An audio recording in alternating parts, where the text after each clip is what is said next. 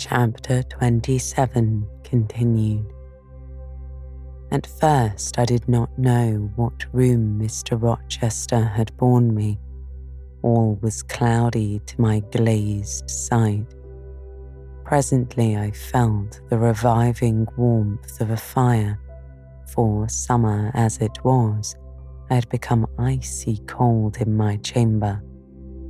He put wine to my lips. I tasted it and revived.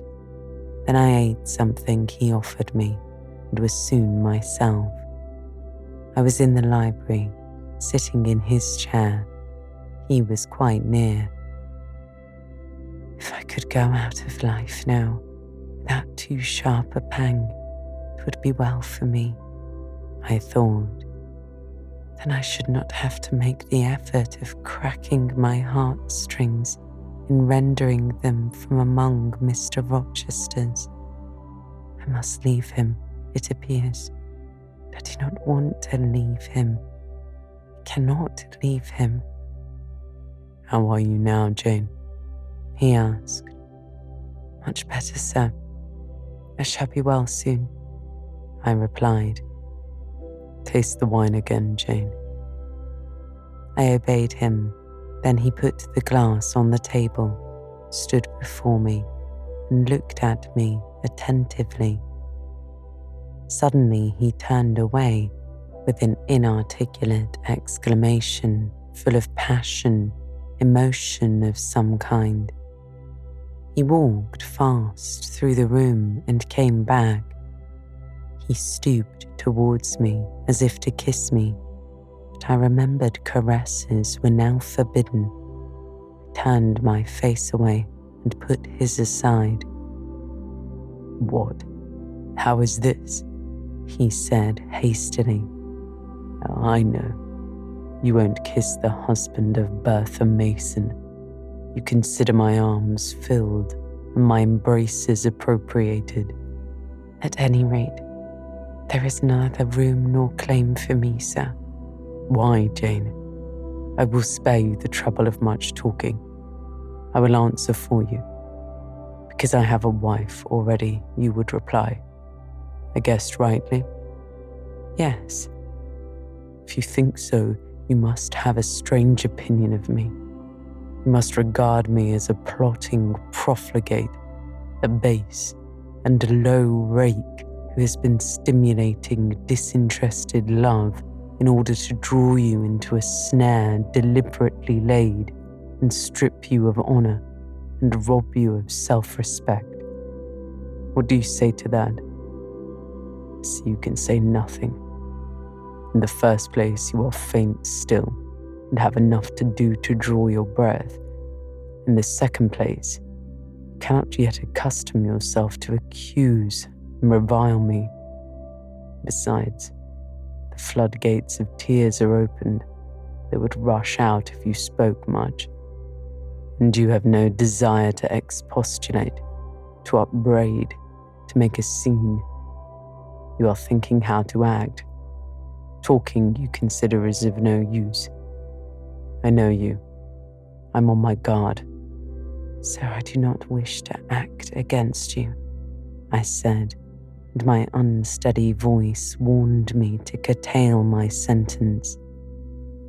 Not in your sense of the word, but in mine you are scheming to destroy me, he returned. You have as good as said that I am a married man. As a married man, you will shun me, keep out of my way. Just now you have refused to kiss me. You intend to make yourself a complete stranger to me, to live under this roof only as Adele's governess. If I ever say a friendly word to you, if ever a friendly feeling inclines you again to me, you will say, that man had nearly made me his mistress.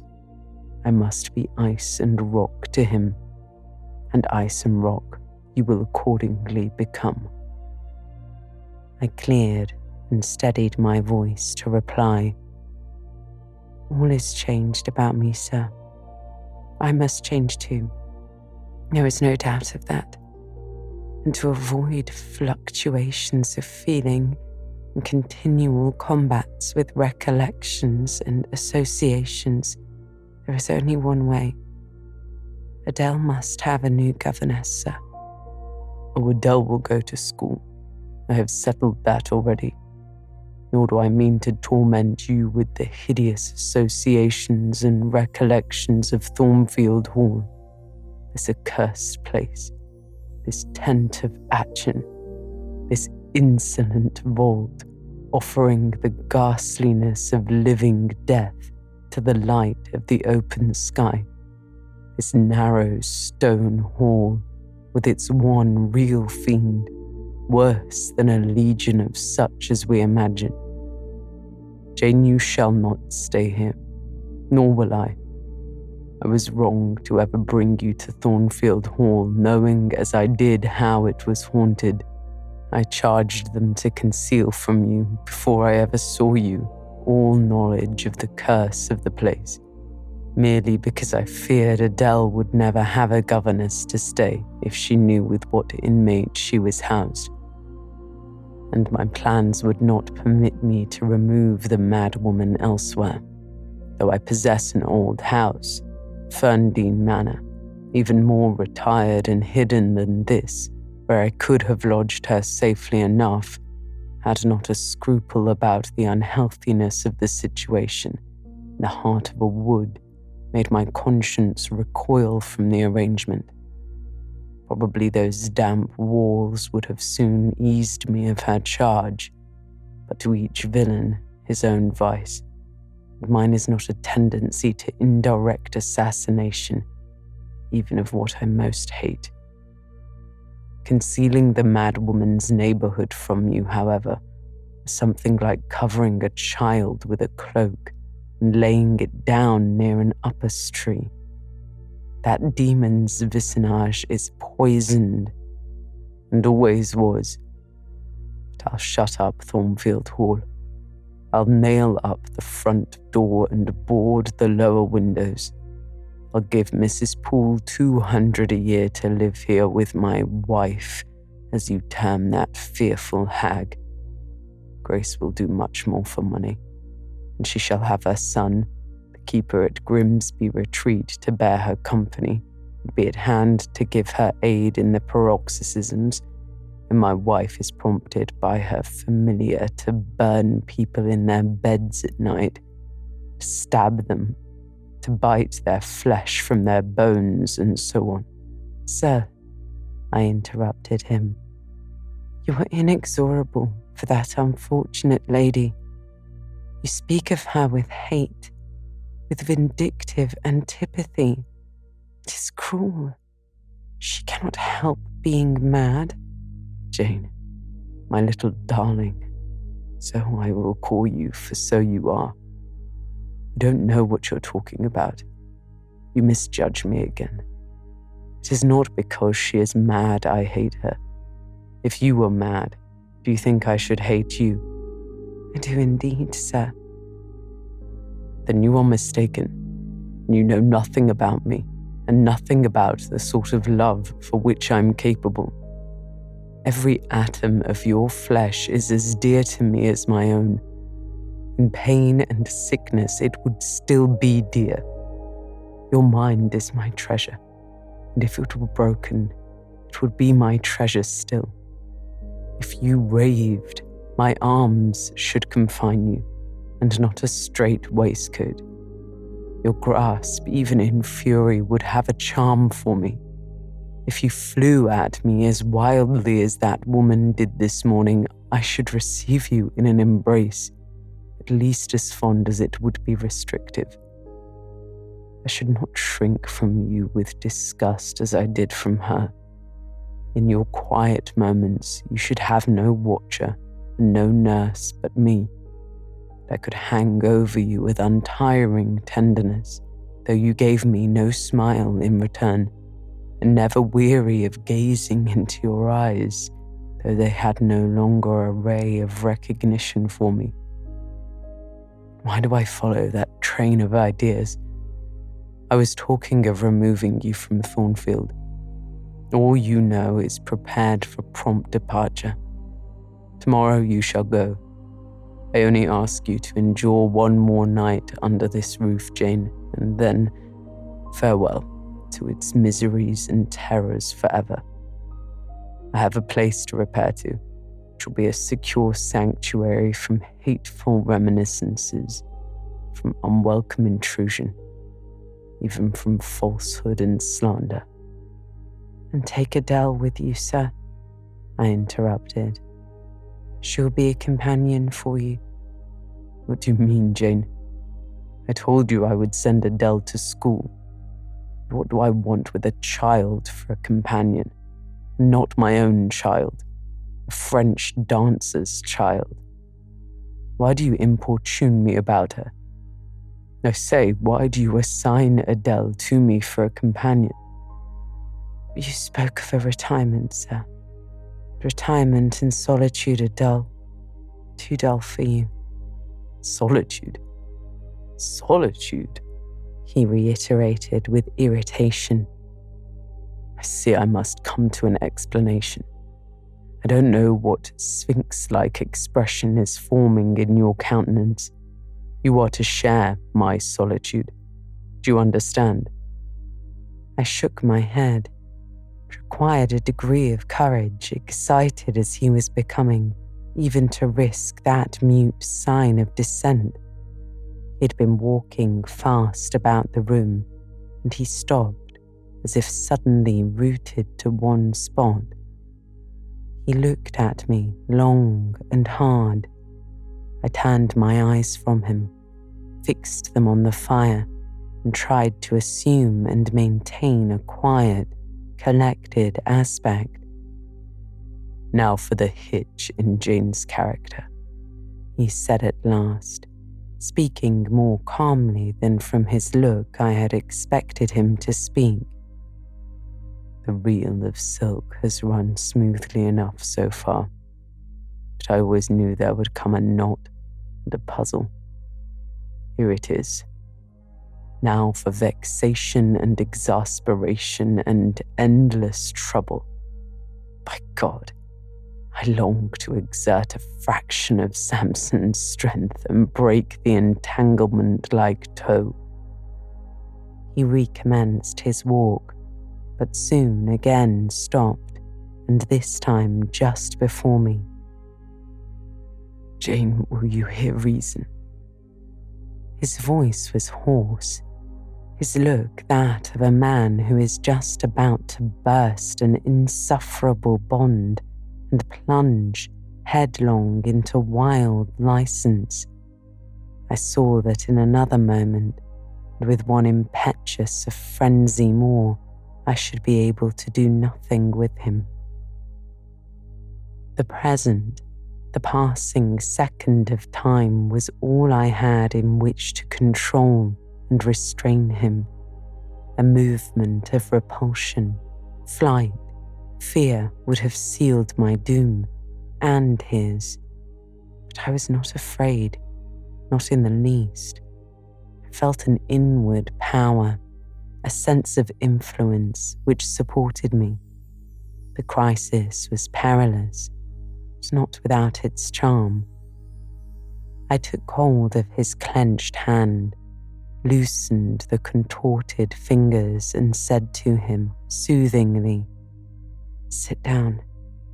I'll talk to you as long as you like and hear all you have to say, whether reasonable or unreasonable." He sat down, but he did not get leave to speak directly. I had been struggling with tears for some time. I had taken great pains to repress them because I knew he would not like to see me weep. Now, however, I considered it well to let them flow as freely and as long as they liked. If the flood annoyed him, so much the better.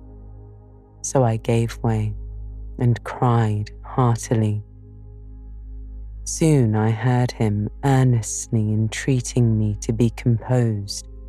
I said I could not while he was in such a passion. But I'm not angry, Jane. I only love you too well, and you had steeled your pale little face with such a resolute, frozen look I could not endure it. Hush now, and wipe your eyes." His softened voice announced that he was subdued, so I, in my turn, became calm. Now he made an effort to rest his head on my shoulder, but I would not permit it. Then he would draw me to him. "No." "Jane, Jane," he said in such an accent of bitter sadness it thrilled along every nerve I had. "You don't love me then. It was only my station and the rank of my wife that you valued. Now that you think me disqualified to become your husband, you recoil from my touch as if I was some toad or ape." These words cut me. Yet what could I do or say? I ought probably to have done or said nothing, but I was so tortured by a sense of remorse at thus hurting his feelings, I could not control the wish to drop balm where I had wounded. "I do love you," I said, "more than ever. But I must not show or indulge the feeling, and this is the last time I must express it." "The last time, Jane? What? Do you think you can live with me and see me daily, and yet if you still love me, always be cold and distant?" "No, sir, that I am certain I could not, and therefore I see there is but one way. But you will be furious if I mention it." "Oh, mention it. If I storm, you have the art of weeping." "Mr. Rochester, I must leave you." "For how long, Jane? For a few minutes while you smooth your hair, which is somewhat dishevelled, and bathe your face, which looks feverish?" "I must leave Adele and Thornfield. I must part with you for my whole life. I must begin a new existence among strange faces and strange scenes." "Of course. I told you you should. I pass over the madness about parting from me. You mean you must become a part of me. And to the new existence, it's all right. You shall yet be my wife. I'm not married. You shall be Mrs. Rochester, both virtually and nominally. I shall keep only you so long as you and I live. You shall go to a place I have in the south of France, a whitewashed villa on the shores of the Mediterranean. There you shall live a happy and guarded and most innocent life. Never fear that I wish to lure you into error, to make you my mistress." Why did you shake your head? "Jane, you must be reasonable, or in truth I shall again become frantic." His voice and hand quivered, his large nostrils dilated, his eyes blazed. Still, I dared to speak. "Sir, your wife is living. That is a fact acknowledged this morning by yourself. If I lived with you as you desire, I should then be your mistress. To say otherwise is sophistical. It's false." "Jane, I am not a gentle-tempered man. You forget that. I'm not long-enduring. I'm not cool and dispassionate. Out of a pity to me and yourself, put your finger on my pulse. Feel how it throbs. And beware." He bared his wrist and offered it to me. His blood was forsaking his cheek and lips. They were growing livid. I was distressed on all hands. To agitate him thus deeply by a resistance he so abhorred was cruel. To yield was out of the question. I did what human beings do instinctively when they are driven to utter extremity, looked for aid to one higher than man. The words, "God help me," burst involuntarily from my lips. "I am a fool," cried Mr. Rochester suddenly. "I keep telling her I am not married. I do not explain to her why. Forget she knows nothing of the character of that woman, or of the circumstances attending my infernal union with her. I am certain Jane will agree with me in opinion when she knows all that I know. Just put your hand in mine, Janet, that I may have the evidence of touch as well as sight to prove you are near me, and I will in a few words show you the real state of the case. Can you listen to me?" "Yes, sir. For hours, if you will." "I ask only minutes, Jane.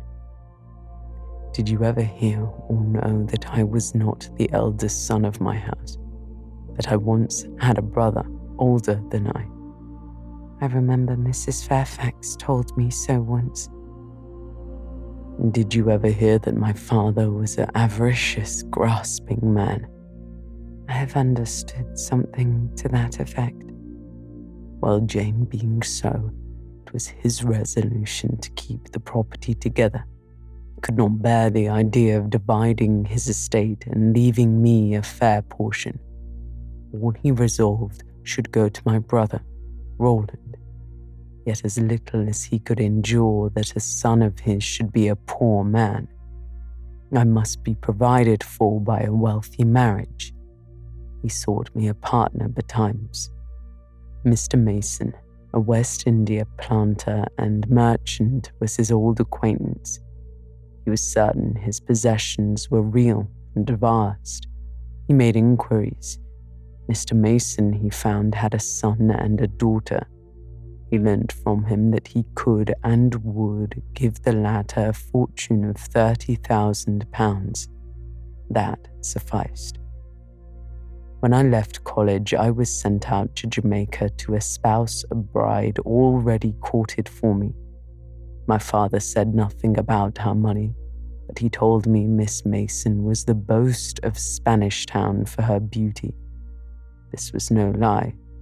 I found her a fine woman in the style of Blanche Ingram, tall, dark, and majestic.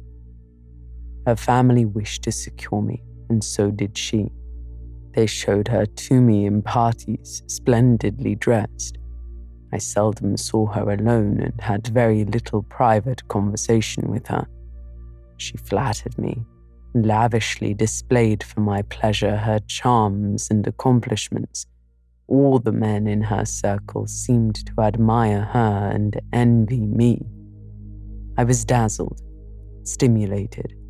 My senses were excited, and being ignorant, raw, and inexperienced, I thought I loved her. There was no folly so besotted that the idiotic rivalries of society, the prurience, the rashness, the blindness of youth will not hurry a man to its commission. Her relatives encouraged me. Competitors piqued me. She allured me. The marriage was achieved almost before I knew where I was. Oh, I have no respect for myself when I think of that act. An agony of inward contempt masters me. I never loved. I never esteemed. I did not even know her. I was not sure of the existence of one virtue in her nature. I had marked neither modesty, nor benevolence, nor candor, nor refinement in her mind or manners, and I married her. Gross, grovelling, mole-eyed blockhead that I was. With less sin I might have, but let me remember to whom I am speaking. My bride's mother I had never seen. I understood she was dead. The honeymoon over, I learned my mistake. She was only mad, and shut up in a lunatic asylum. There was a younger brother, too, a complete fool. The elder one, whom you have seen, and whom I cannot hate, whilst I abhor all his kindred, because he has some grains of affection in his mind, shown in the continued interest he takes in his wretched sister, and also in an attachment he once bore me, will probably be the same state one day. My father and my brother Roland knew all this. They thought of only £30,000 and joined in the plot against me. These were vile discoveries, but except for the treachery of concealment, I should have made them no subject of reproach to my wife, even when I found her nature wholly different to mine, her tastes obnoxious to me, her mind singularly incapable of being led to anything higher, expanded to anything larger. When I found that I could not pass a single evening, nor even a single hour of the day with her in comfort, that kindly conversation could not be sustained between us, because whatever topic I started immediately received from her a turn at once coarse and trite. When I perceived that I should never have a quiet or settled household, because no servant would bear the continued outbreaks of her violent and unreasonable temper, or the vexations of her absurd, contradictory, exacting orders, even then I restrained myself. I eschewed upbraiding. I curtailed remonstrance. I tried to devour my repentance and disgust in secret. I repressed the deep antipathy I felt.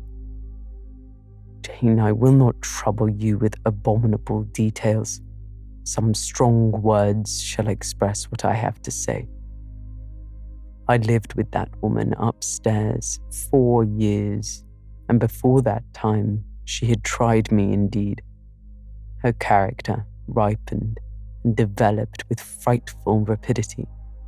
Her vices sprung up fast and rank. They were so strong, only cruelty could check them. I would not use cruelty. How fearful were the curses those propensities entailed on me. Bertha Mason, the true daughter of an infamous mother, dragged me through all the hideous and degrading agonies which must attend a man bound to a wife at once intemperate and unchaste. My brother in the interval was dead, and the end of 4 years my father died too. I was rich enough now, yet poor to hideous indignance. A nature the most depraved I ever saw was associated with mine and called by the law and by society a part of me, and I could not rid myself of it by any legal proceedings, for the doctors now discovered that my wife was mad. Her excesses had prematurely developed the germs of insanity. Jane, you don't like my narrative. You look almost sick. Shall I defer the rest to another day? No, sir. Finish it now. I pity you. I do earnestly pity you. Pity, Jane, from some people is a noxious and insulting sort of tribute, which one is justified in hurling back in the teeth of those who offer it. That is the sort of pity native to callous, selfish hearts. It is a hybrid, egotistical pain at hearing of woes crossed with ignorant contempt for those who have endured them. But that is not your pity, Jane. It is not the feeling of which your whole face is full at this moment, with which your eyes are now almost overflowing, with which your heart is heaving, with which your hand is trembling in mine. Your pity, my darling, is the suffering mother of love, is anguish at the very natal pang of the divine passion, I accept it, Jane. Let the daughter have free advent. My arms wait to receive her." "Sir, proceed. What did you do when you found she was mad?" Jane, I approached the verge of despair. A remnant of self-respect was all that intervened between me and the gulf. In the eyes of the world, I was doubtless covered with dishonor, but I resolved to be clean in my own sight, and to the last I repudiated the contamination of her crimes and wrenched myself from connection with her defects. Still, society associated my name and person with hers, and yet I saw and heard her daily. Something of her breath mixed with the air I breathed. Besides, I remembered I had once been her husband. That recollection was then and is now inexpressibly odious to me. Moreover, I knew that while she lived, I could never be the husband of another and better wife. And though 5 years my senior, her family and her father had lied to me in the particular of her age, she was likely to live as long as I, being as robust in frame as she was infirm in mind. Thus, at the age of 26, I was hopeless. One night I had been awakened by her yells. Since the medical men had pronounced her mad, she had, of course, been shut up. It was a fiery West Indian night, one of the description that frequently precede the hurricanes of those climates. Being unable to sleep in bed, I got up and opened the window. The air was like sulphur streams. I could find no refreshment anywhere. Mosquitoes came buzzing in and hummed sullenly around the room. The sea, which I could hear from thence, rumbled, dull like an earthquake. Black clouds were casting up over it. The moon was setting in the waves, broad and red, like a hot cannonball. She threw her last bloody glance over a world quivering with the ferment of tempest. I was physically influenced by the atmosphere and scene. My ears were filled with the curses the mad woman still shrieked out, wherein she momentarily mingled my name with such a tone of demon hate, with such language. None had a fouler vocabulary than she. Though 2 rooms off, I heard every word, the thin partitions of the West India house opposing but slight obstruction to her wolfish cries. "This life," I said at last, "is hell. This is the air. Those are the sounds of the bottomless pit. I have a right to deliver myself from it if I can. The sufferings of this mortal state will leave me with the heavy flesh that now cumbers my soul. Of the fanatic's burning eternity, I have no fear. There is not a future state worse than this present one. Let me break away and go home to God." I said this whilst I knelt down and unlocked a trunk which contained a brace of loaded pistols. I only entertained the intention for a moment, for not being insane, the crisis of exquisite and unalloyed despair which had originated the wish and design of self-destruction was past in a second. A wind, fresh from Europe, blew over the ocean and rushed through the open casement. The storm broke, streamed, thundered, blazed, and the air grew pure. I then framed and fixed a resolution. While I walked under the dripping orange trees of my wet garden and amongst its drenched pomegranates and pineapples, while the refulgent dawn of the tropics kindled round me. I reasoned thus, Jane, and now listen, for it was true wisdom that consoled me in that hour and showed me the right path to follow. The sweet wind from Europe was still whispering in the refreshed leaves. The Atlantic was thundering in glorious liberty. My heart, dried up and scorched for a long time, swelled to the tone and filled with living blood. My being longed for renewal, my soul thirst for a pure draught. I saw hope revive and felt regeneration possible. From a flowery arch at the bottom of my garden, I gazed over the sea, bluer than the sky. The old world was beyond. Clear prospects opened thus. Go, said Hope, and live again in Europe. There is not known what a sullied name you bear, nor what a burden is bound to you. You may take her with you to England, confine her with due attendance and precautions at Thornfield, then travel yourself to what clime you will, and form what new tie you like.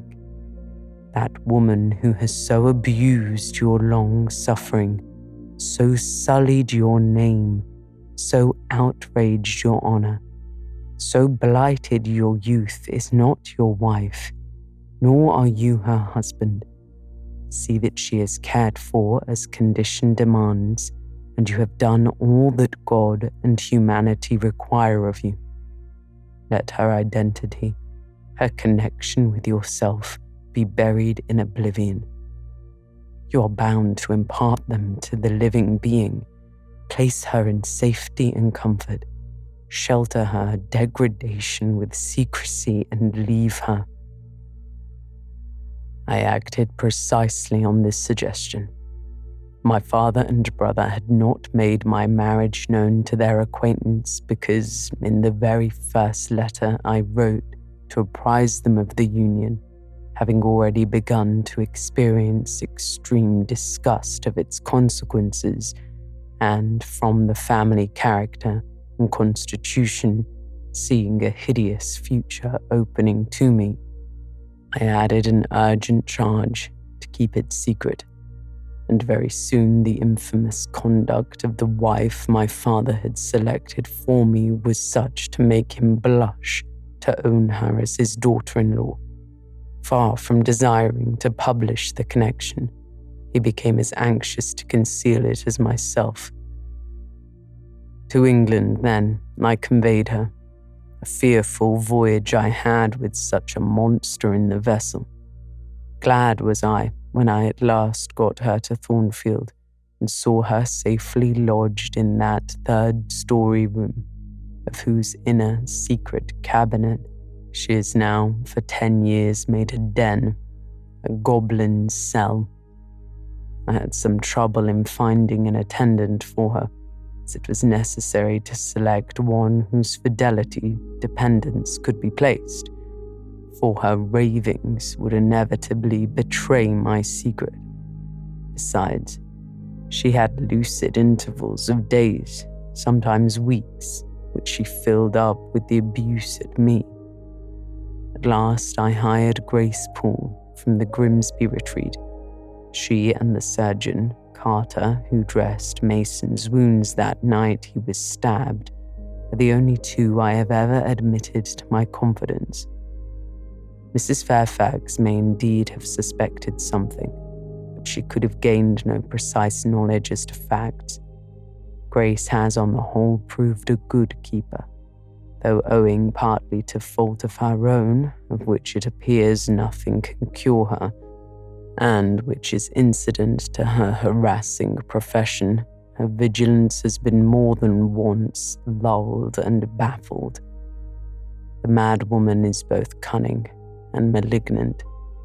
She has never failed to take advantage of her guardian's temporary lapses, once to secrete the knife with which she stabbed her brother, and twice to possess herself of the key of her cell and issue therefrom in the night-time. On the first of these occasions, she perpetrated the attempt to burn me in my bed. On the second, she paid that ghastly visit to you. I thank Providence, who watched over you, that she then spent her fury on your wedding apparel, which perhaps brought back vague reminiscences of her own bridal days. But on what might have happened, I cannot endure to reflect. When I think of the thing which flew at my throat this morning, hanging its visage over the nest of my dove, my blood curdles. And what, sir? I asked when he paused. Did you do when you had settled her here? Where did you go? What did I do, Jane? I transformed myself into a will-o'-the-wisp. Where did I go? I pursued wanderings as wild as those of the March spirit. I sought the continent and went devious through all its lands. My fixed desire was to seek and find a good and intelligent woman whom I could love, a contrast to the fury I left at Thornfield. But you could not marry, sir. I had determined and was convinced that I could and ought. It was not my original intention to deceive, as I have deceived you. I meant to tell my tale plainly and make my proposals openly. It appeared to me absolutely rational that I should be considered free to love and be loved. I never doubted some woman might be found willing and able to understand my case and accept me, in spite of the curse with which I was burdened. Chapter 27 continued. Well, sir? I asked. When you are inquisitive, Jane, you always make me smile, Mr. Rochester replied. You open your eyes like an eager bird and make every now and then a restless movement, as if answers in speech did not flow fast enough for you, and you wanted to read the tablet of one's heart. But before I go on, tell me what you mean by your "well, sir." It is a small phrase, very frequent with you, and which many a time has drawn me on and on through interminable talk. I don't very well know why. I mean, what next? How did you proceed?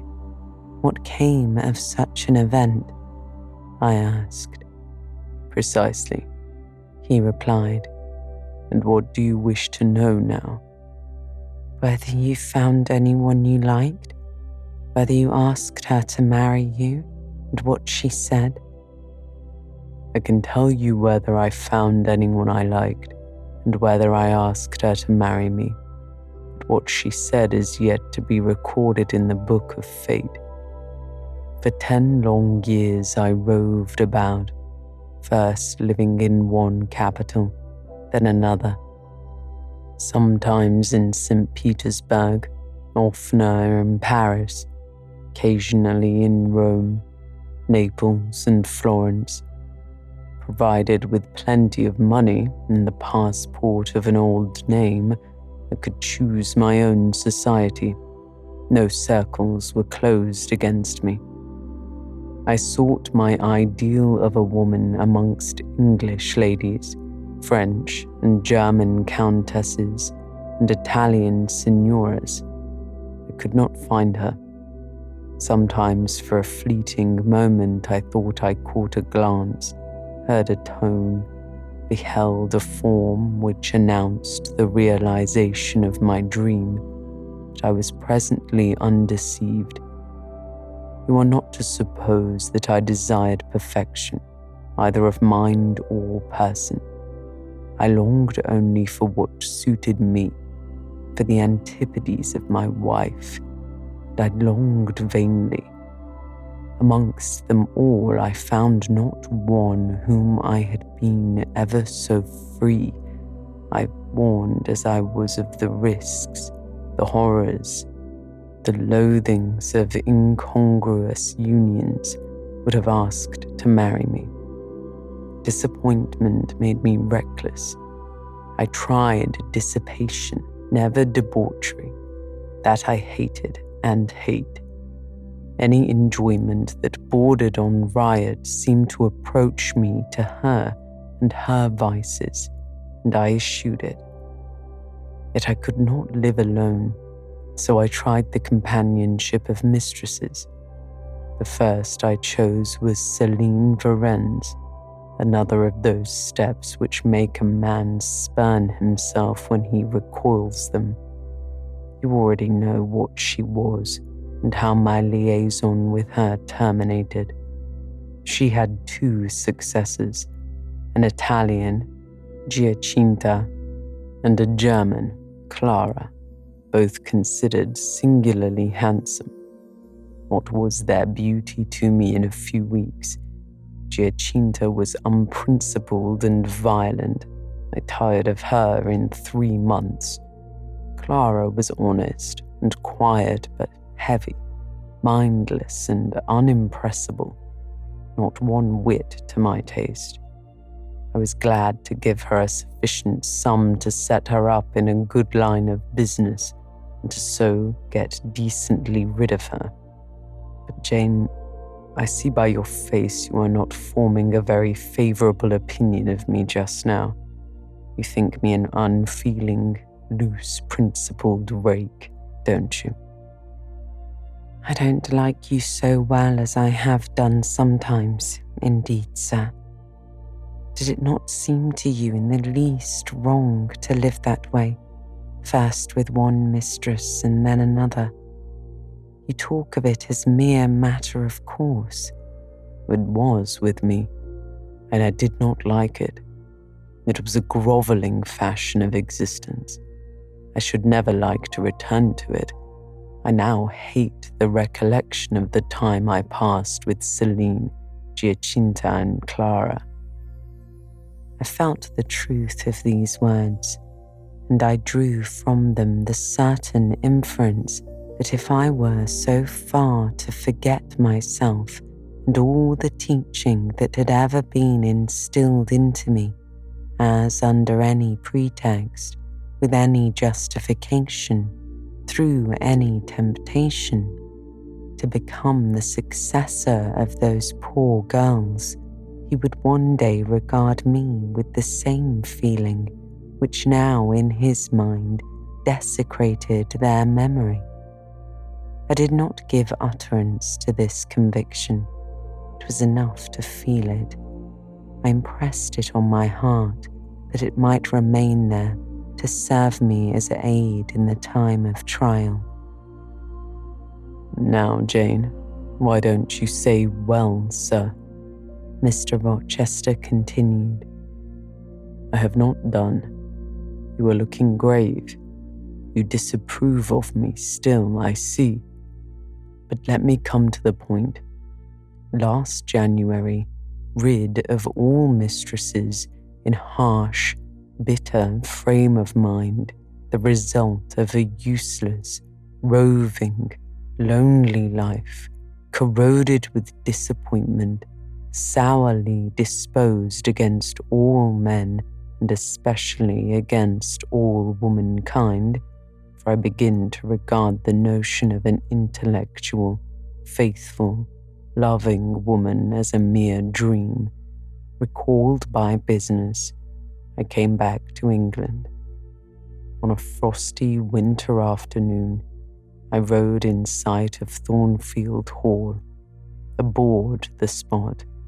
I expected no peace, no pleasure there. On a stile in Hay Lane I saw a quiet little figure sitting by itself. I passed it as negligently as I did the pollard willow opposite to it. I had no presentiment of what it would be to me, no inward warning that the arbitress of my life, my genius for good or evil, waited there in humble guise. I did not know it, even when, on the occasion of Mesrour's accident, it came up and gravely offered me help. Childish and slender creature, it seemed as if a linnet had hopped on my foot and proposed to bear me on its tiny wing. I was surly, but the thing would not go. It stood by me with strange perseverance and looked and spoke with a sort of authority. I must be aided by that hand, and aided I was.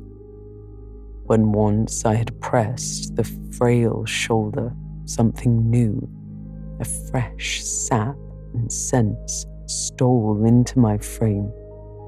It was well I had learned that this elf must return to me, that it belonged to my house down below, or I could not have felt it pass away from under my hand and seen it vanish behind the dim hedge without singular regret.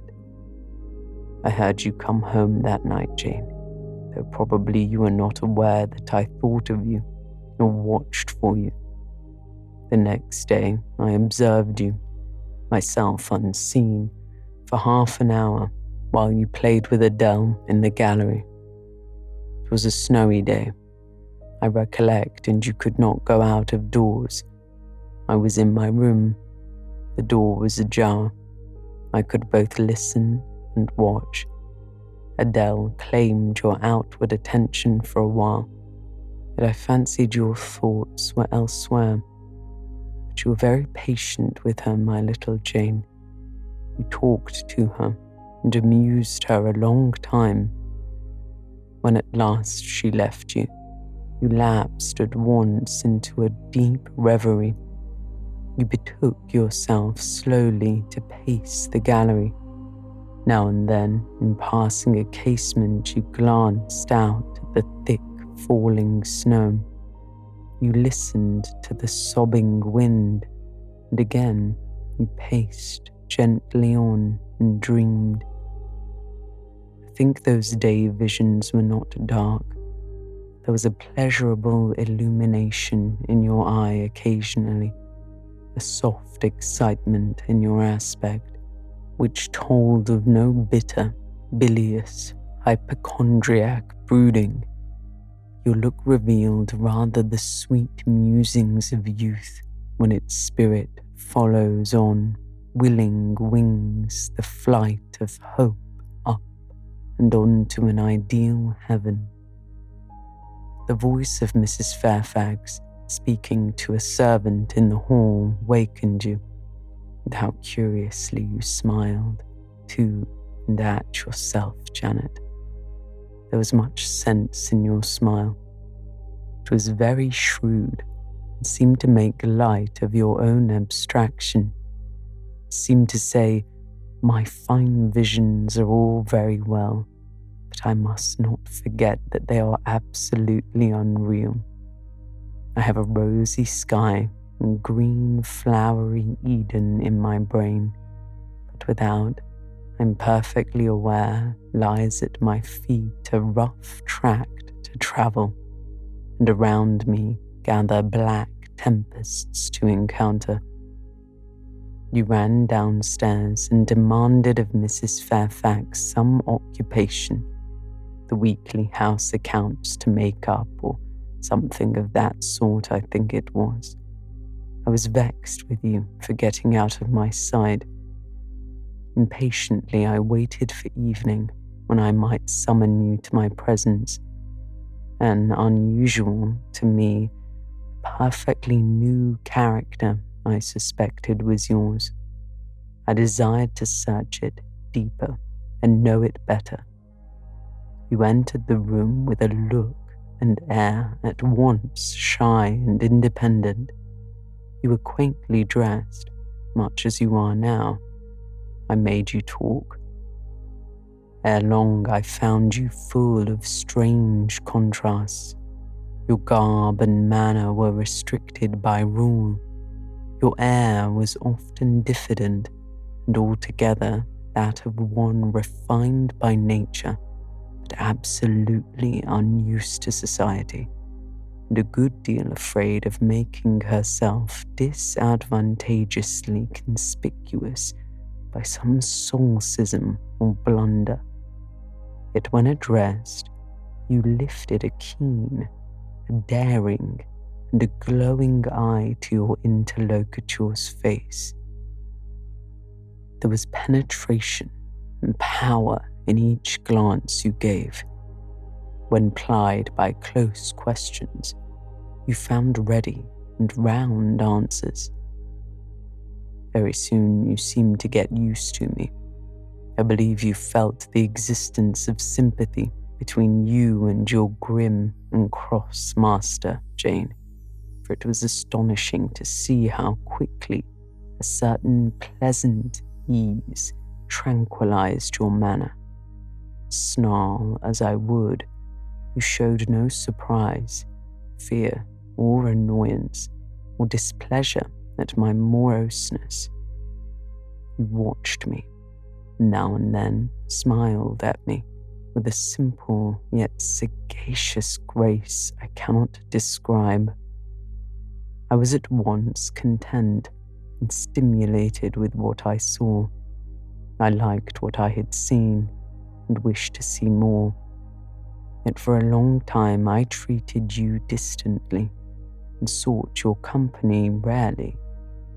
I was an intellectual epicure and wished to prolong the gratification of making this novel and piquant acquaintance.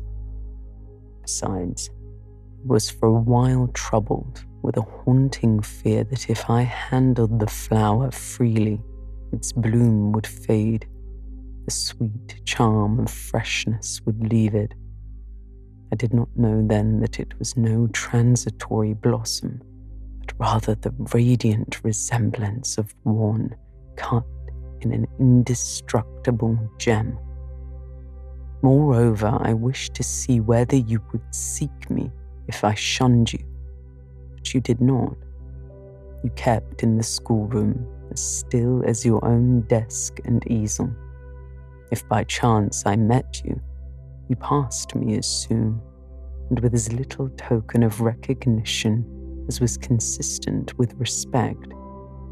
Your habitual expression in those days, Jane, was a thoughtful look, not despondent, for you were not sickly, but not buoyant, for you had little hope and no actual pleasure.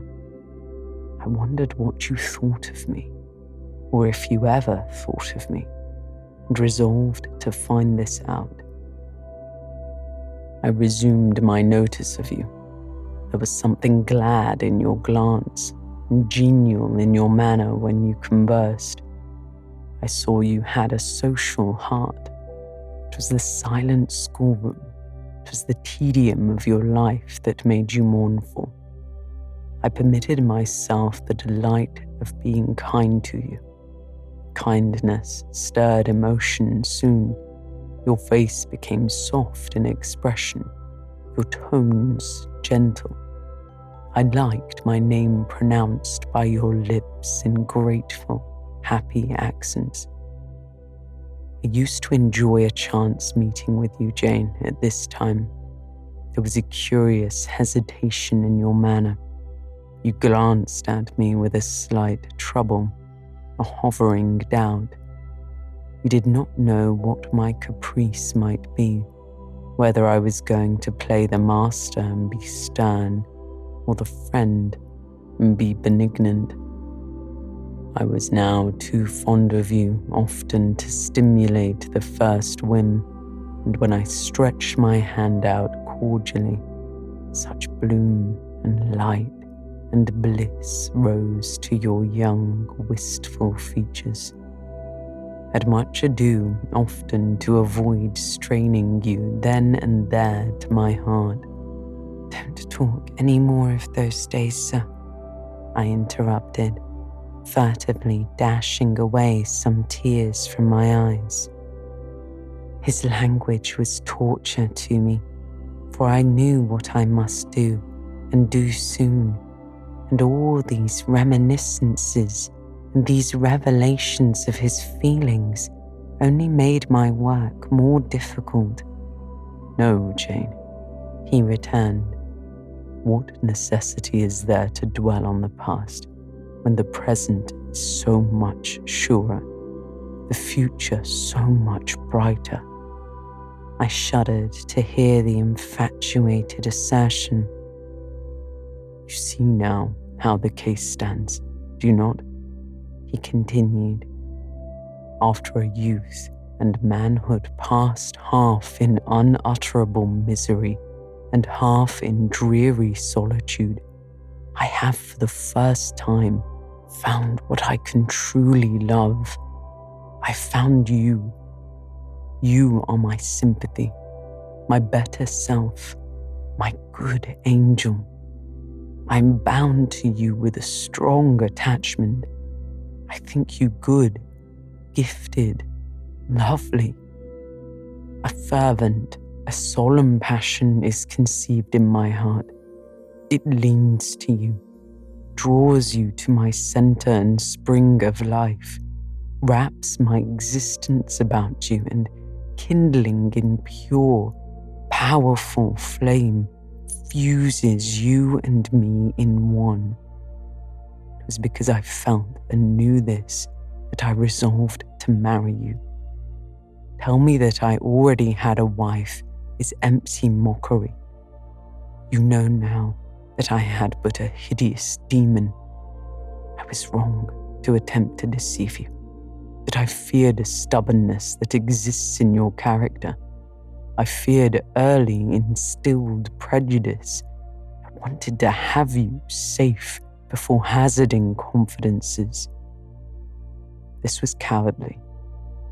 I should have appealed to your nobleness and magnanimity at first, as I do now, opened to you plainly my life of agony, described to you my hunger and thirst after a higher and worthier existence, shown to you not my resolution, that word is weak, but my resistless bent to love faithfully and well, where I am faithfully and well loved in return.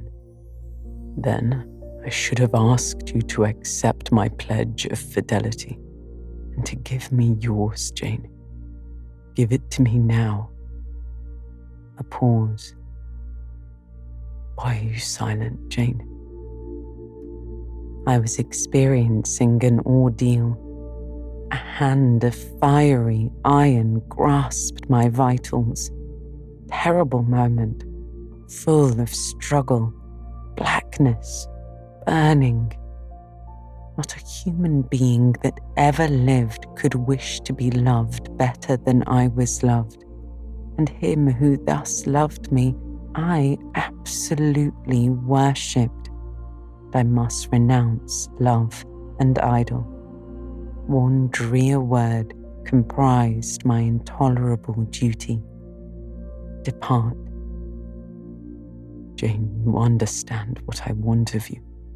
Just this promise. I will be yours, Mr. Rochester. Mr. Rochester, I will not be yours. Another long silence. Jane, recommenced he, with a gentleness that broke me down with grief and turned me stone cold with ominous terror. For this still voice was the pant of a lion rising. Jane, do you mean to go one way in the world and to let me go another? I do. Jane, bending towards and embracing me. Do you mean it now? I do. And now? Softly kissing my forehead and cheek. I do. Extricating myself from restraint rapidly and completely.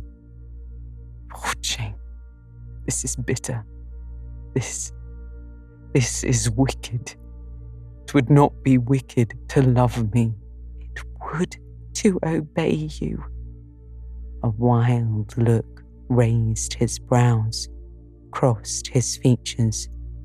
He rose, but he forbore yet.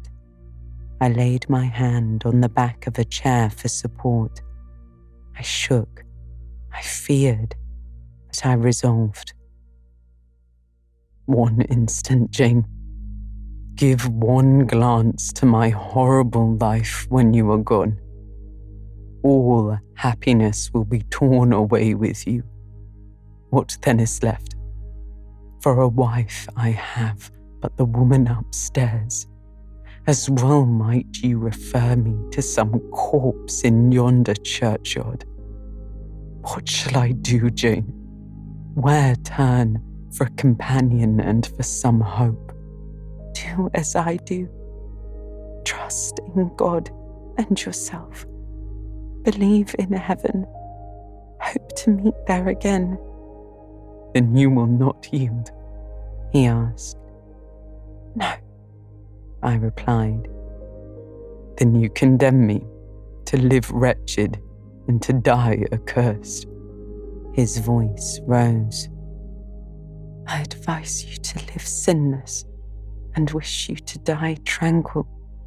Then you snatch love and innocence from me. You fling me back on lust for a passion, vice for an occupation. Mr. Rochester, I no more assign this fate to you than I grasp at it for myself. We were born to strive and endure, you as well as I. Do so. You will forget me before I forget you.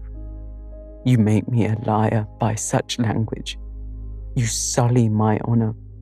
I declared I could not change. You tell me to my face I shall change soon. And what a distortion in your judgment. What a perversity in your ideas is proved by your conduct.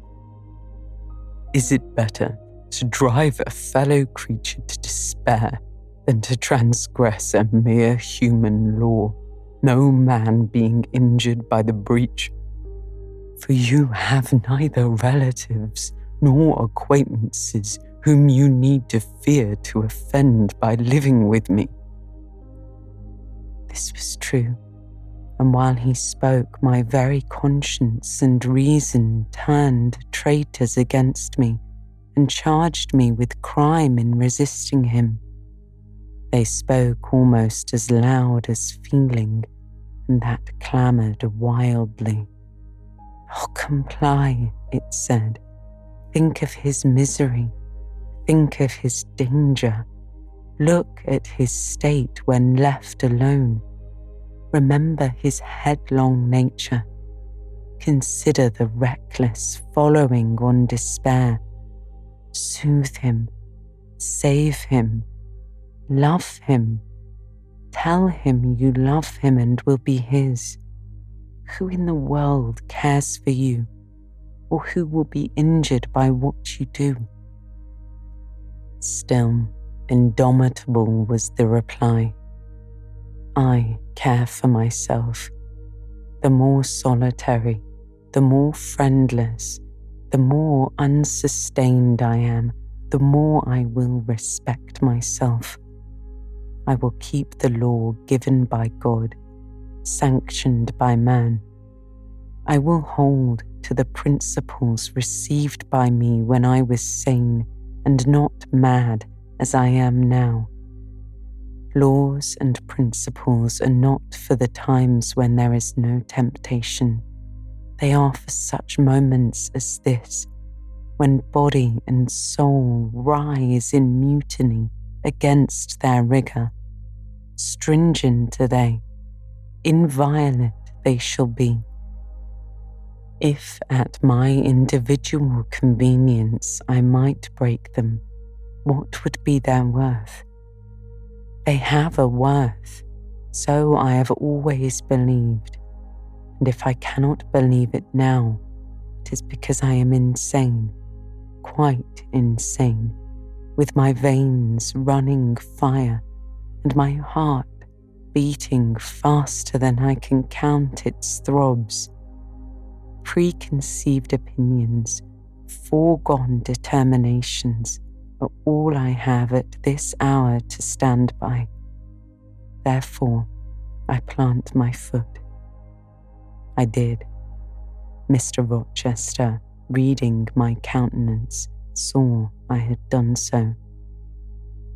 His fury was wrought to the highest.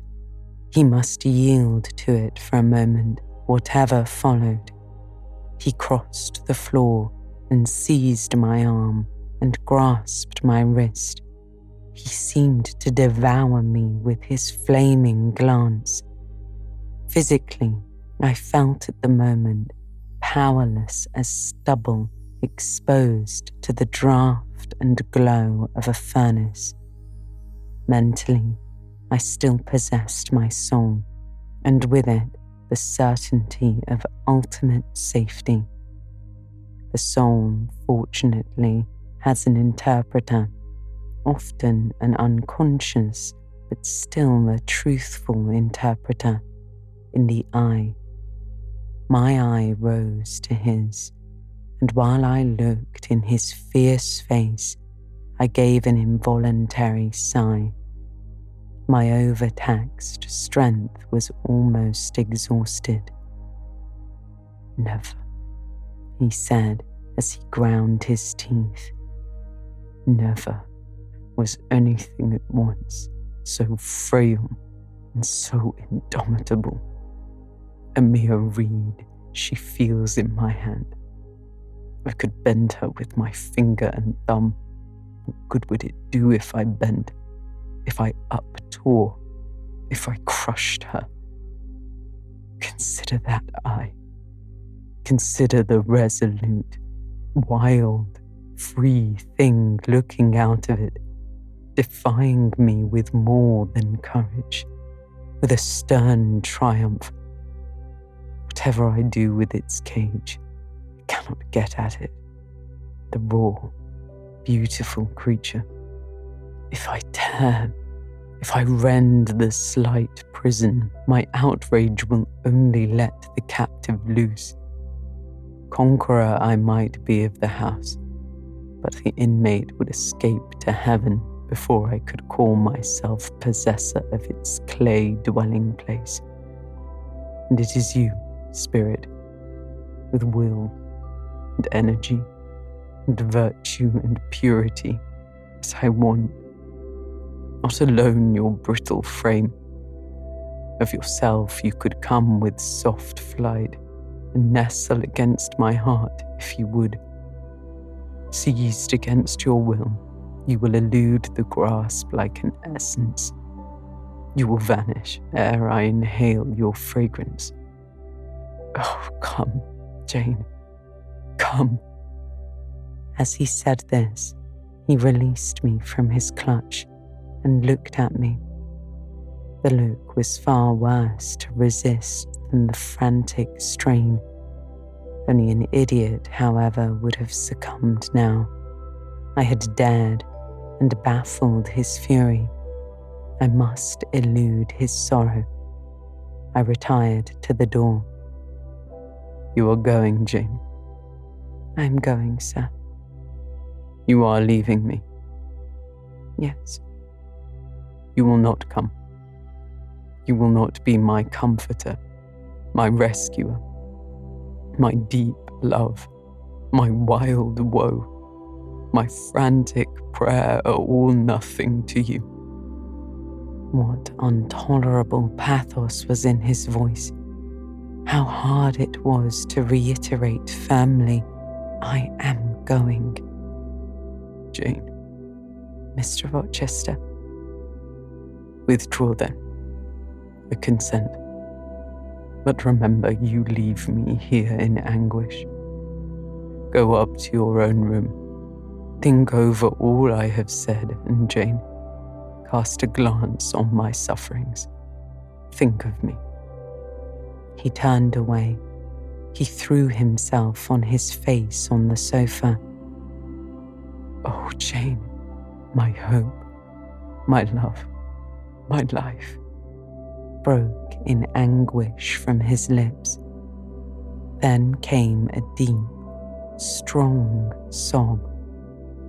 I had already gained the door, but reader, I walked back as determinedly as I had retreated. I knelt down by him. I turned his face from the cushion to me. I kissed his cheek. I smoothed his hair with my hand. "God bless you, my dear master," I said.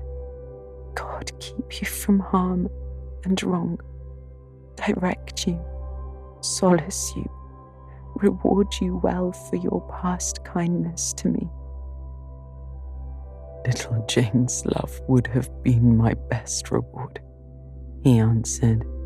"Without it, my heart is broken. But Jane will give me her love.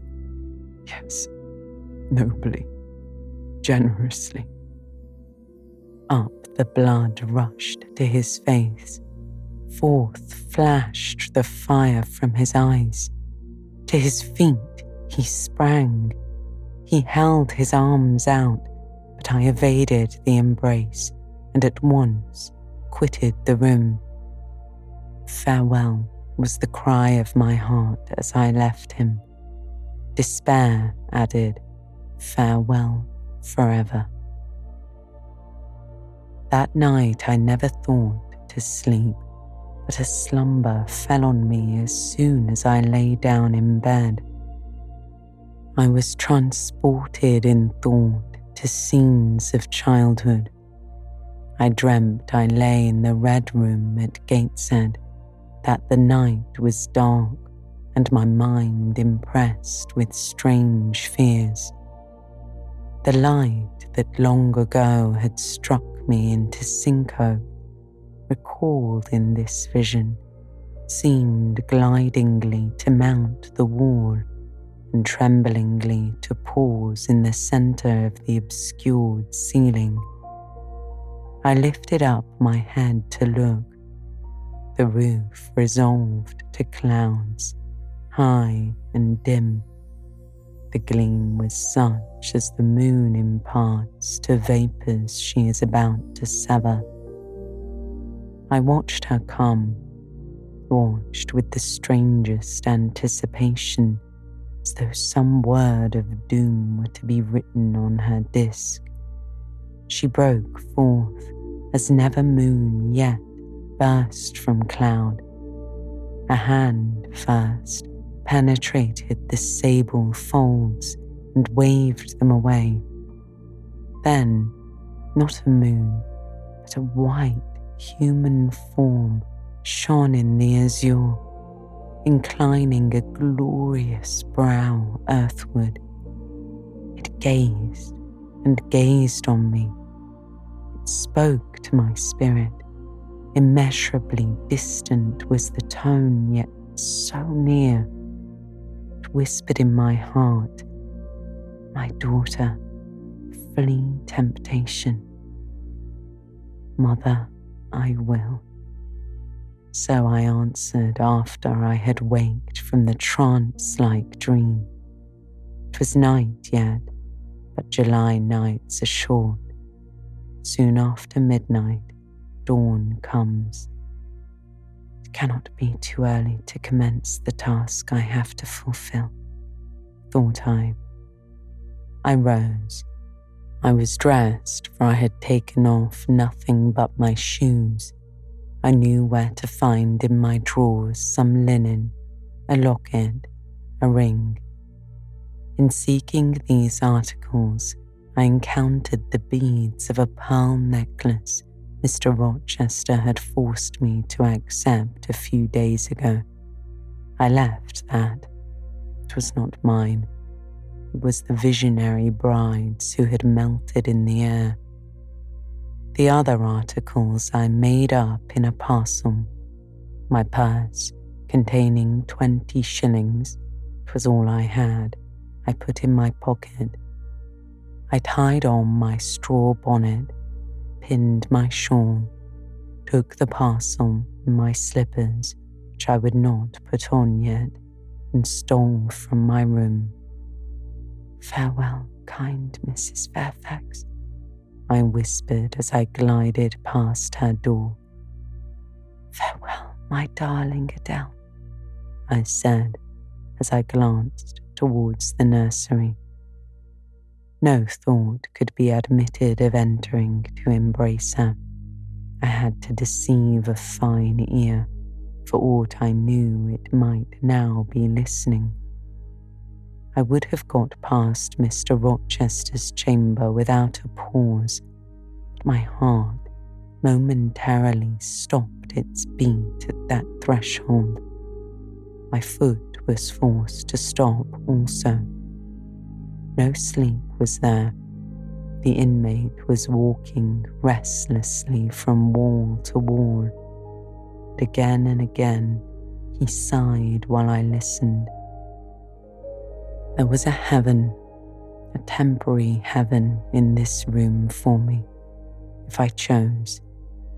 I had to but go in and to say, "Mr. Rochester, I will love you and live with you through life till death," and a fount of rapture would spring to my lips. I thought of this. That kind master, who could not sleep now, was waiting with impatience for day. He would send for me in the morning. I should be gone. He would have me sought for and vainly.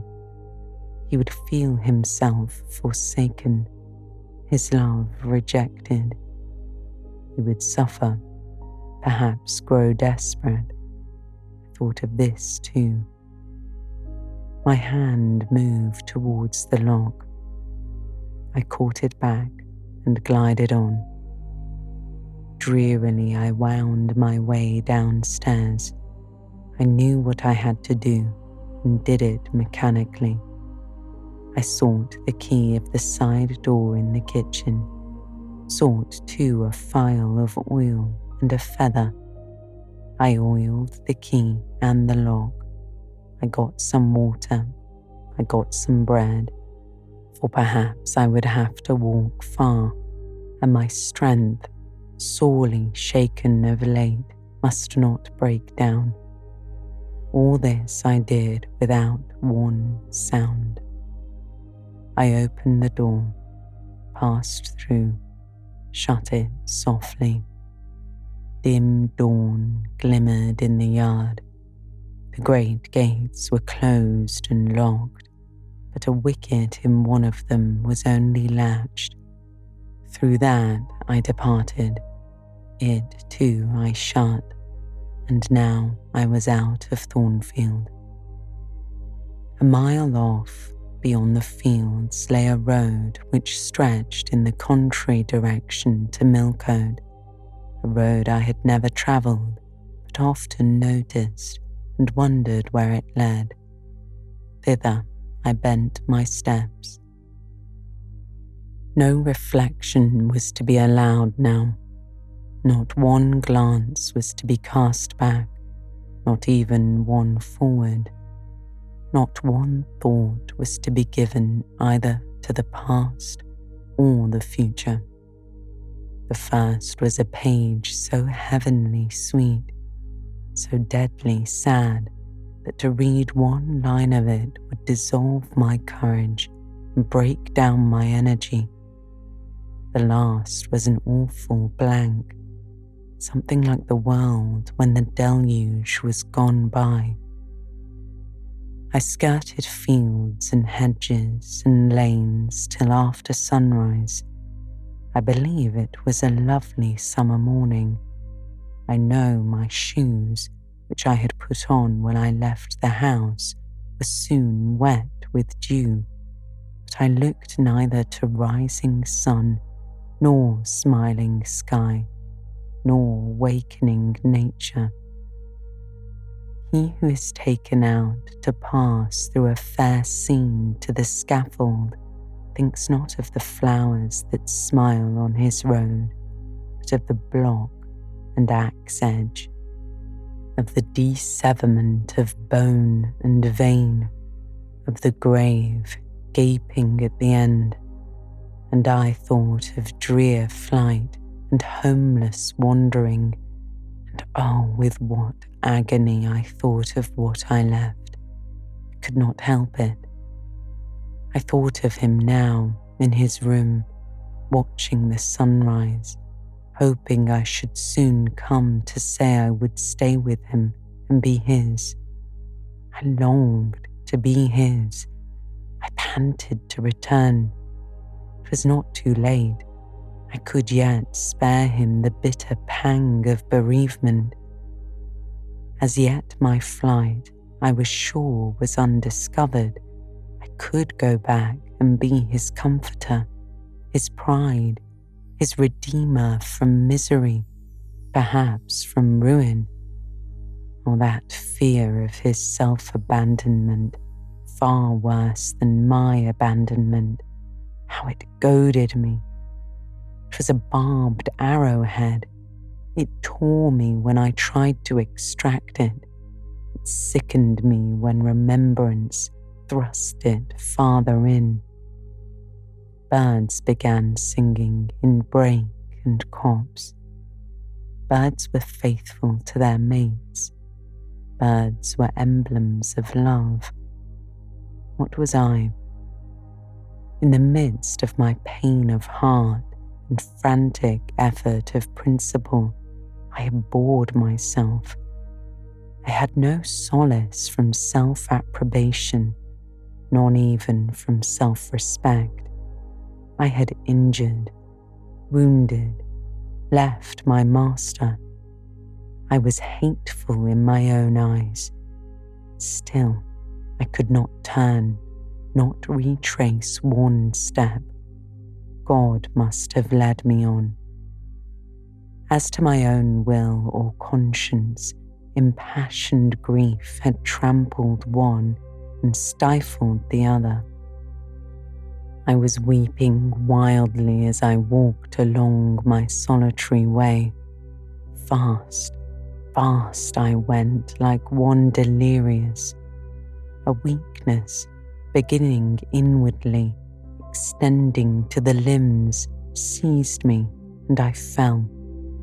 I lay on the ground some minutes, pressing my face into the wet turf.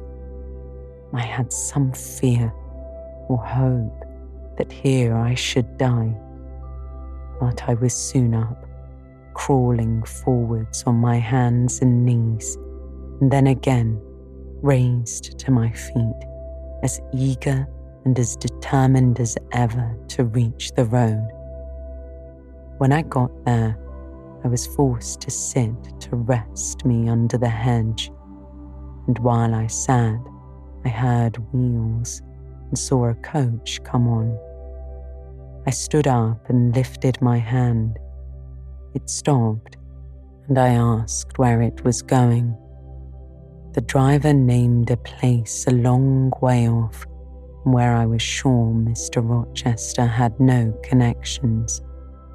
I asked for what sum he would take me there. He said 30 shillings. I answered I had but 20. Well, he would try to make it do. He further gave me leave to get into the inside as the vehicle was empty. I entered, was shut in, and it rolled on its way. Gentle reader, may you never feel what I then felt. May your eyes never shed such stormy, scalding, heart-wrung tears as poured from mine. May you never appeal to heaven in prayers so hopeless and so agonized as in that hour left my lips. For never may you, like me, dread to be the instrument of evil to what you wholly love.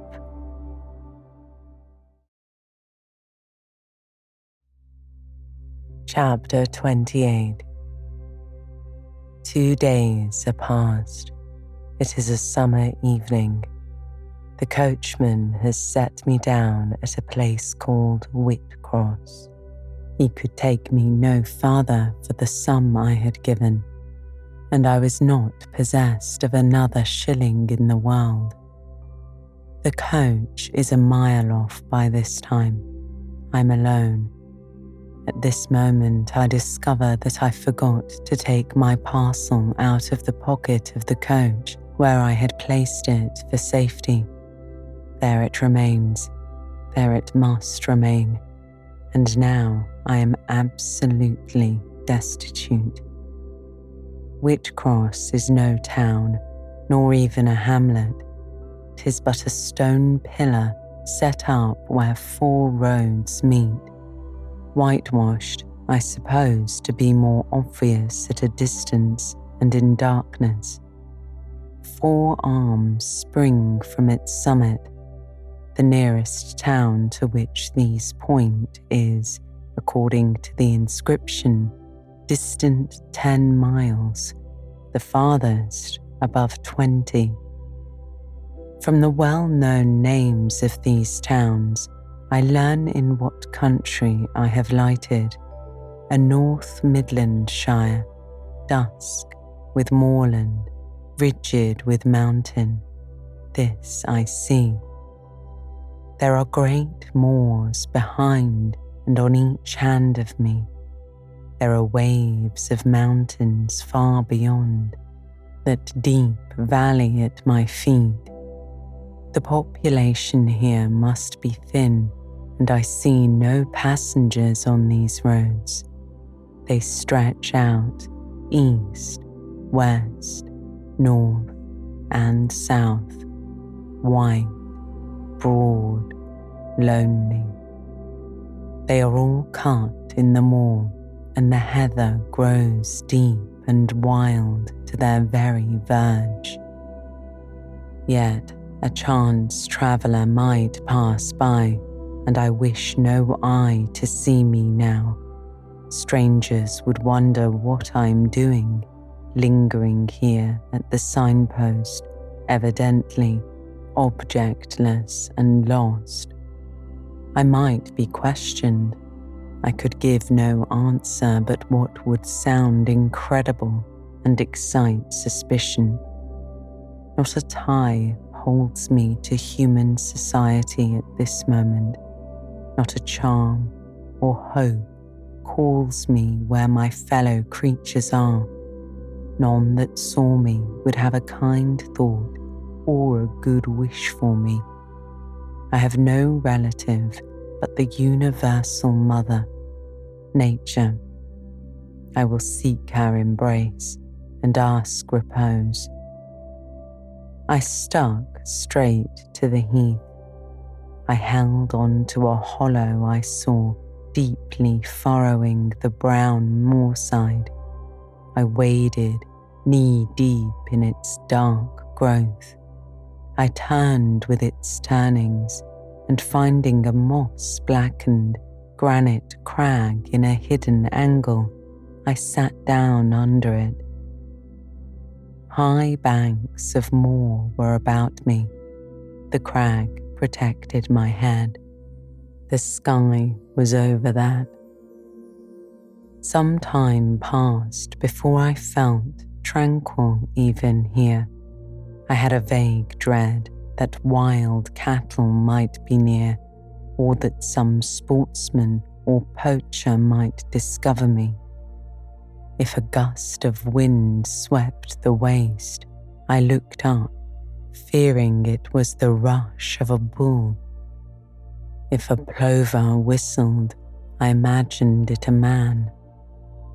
Finding my apprehensions unfounded, however, and calmed by the deep silence that reigned as evening declined at nightfall, I took confidence. As yet I had not thought, I had only listened, watched, dreaded. Now I regained the faculty of reflection. What was I to do? Where was I to go? Oh, intolerable questions, when I could do nothing and go nowhere, when a long way must yet be mastered by my weary, trembling limbs before I could reach human habitation, when cold charity must be entreated before I could get a lodging, reluctant sympathy importuned, almost certain repulse incurred before my tale could be listened to, or one of my wants relieved. I touched the heath. It was dry, and yet warm with the heat of the summer day. I looked at the sky. It was pure. A kindly star twinkled just above the chasm ridge. The dew fell, but with propitious softness. No breeze whispered. Nature seemed to me benign and good. I thought she loved me, outcast as I was, and I, who from man could anticipate only mistrust, rejection, insult, clung to her with filial fondness. Tonight, at least, I would be her guest as I was her child. My mother would lodge me without money and without price.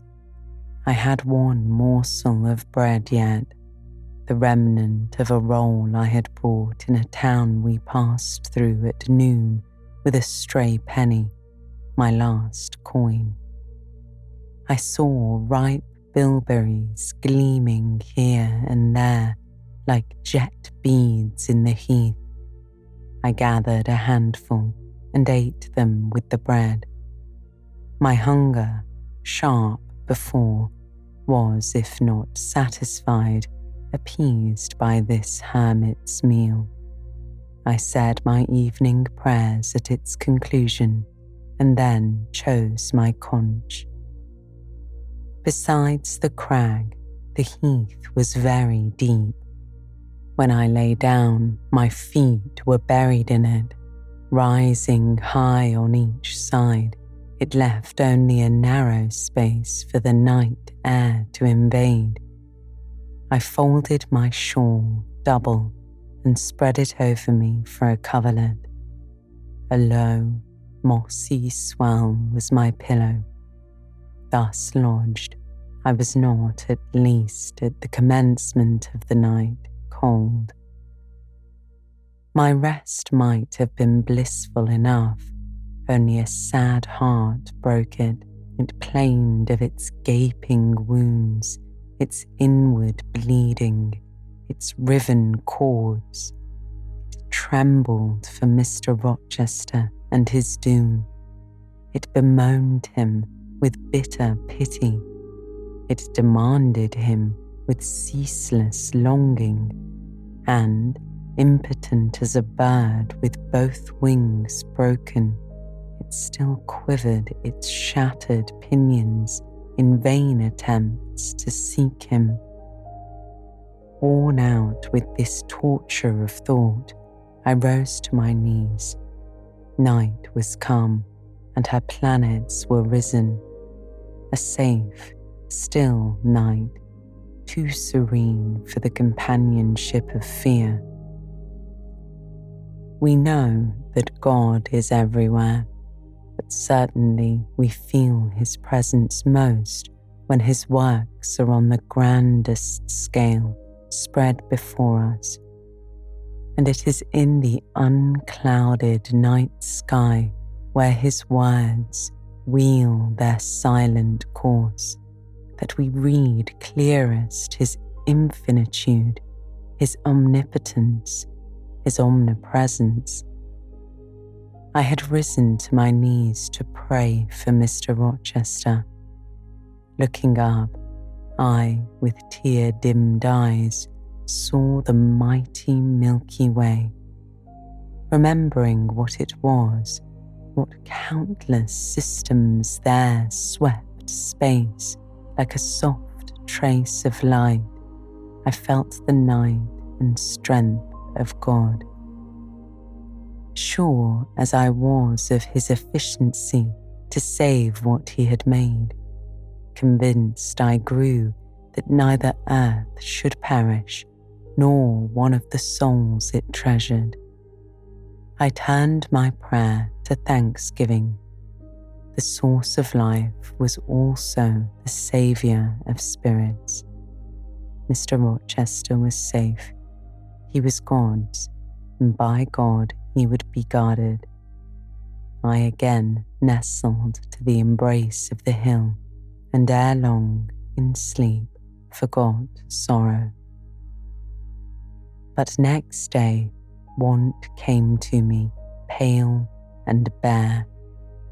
Long after the little birds had left their nests, long after bees had come in the sweet prime of day to gather the heath honey before the dew was dried, when the long morning shadows were curtailed and the sun filled earth and sky, I got up and looked round me.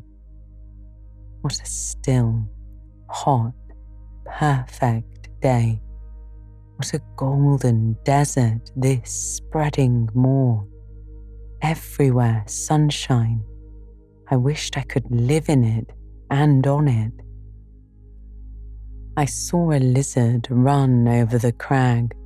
I saw a bee busy among the sweet bilberries.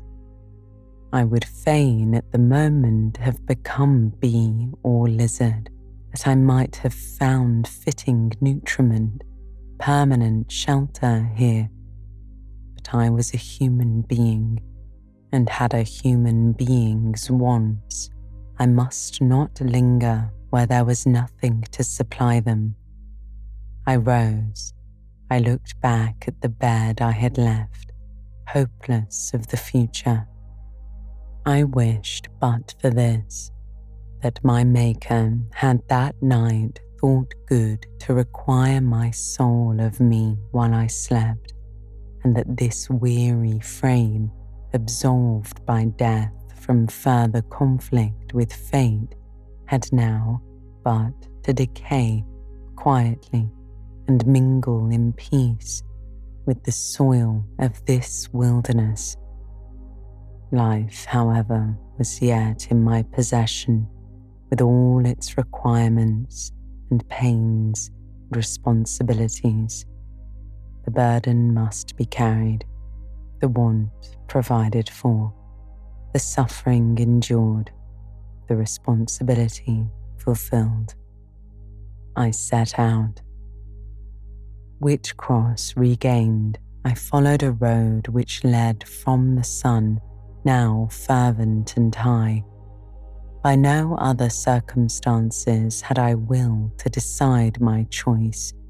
I walked a long time, and when I thought I had nearly done enough and might conscientiously yield to the fatigue that almost overpowered me, might relax this forced action, and, sitting down on a stone I saw near, submit resistlessly to the apathy that clogged my heart and limb. I heard a bell chime, a church bell. I turned in the direction of the sound, and there, amongst the romantic hills, whose changes and aspects I had ceased to note an hour ago, I saw a hamlet and a spire.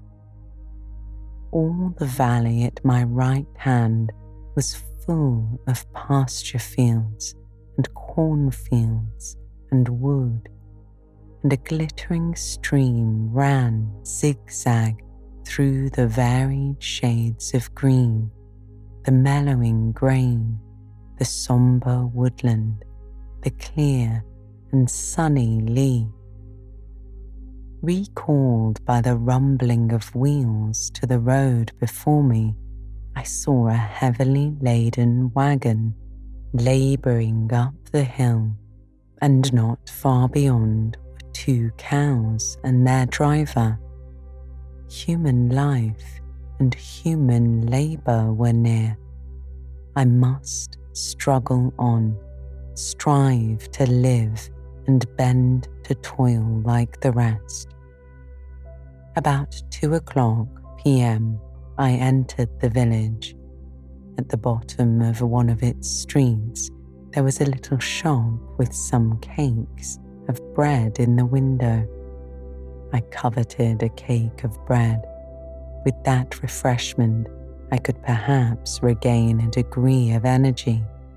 Without it, it would be difficult to proceed.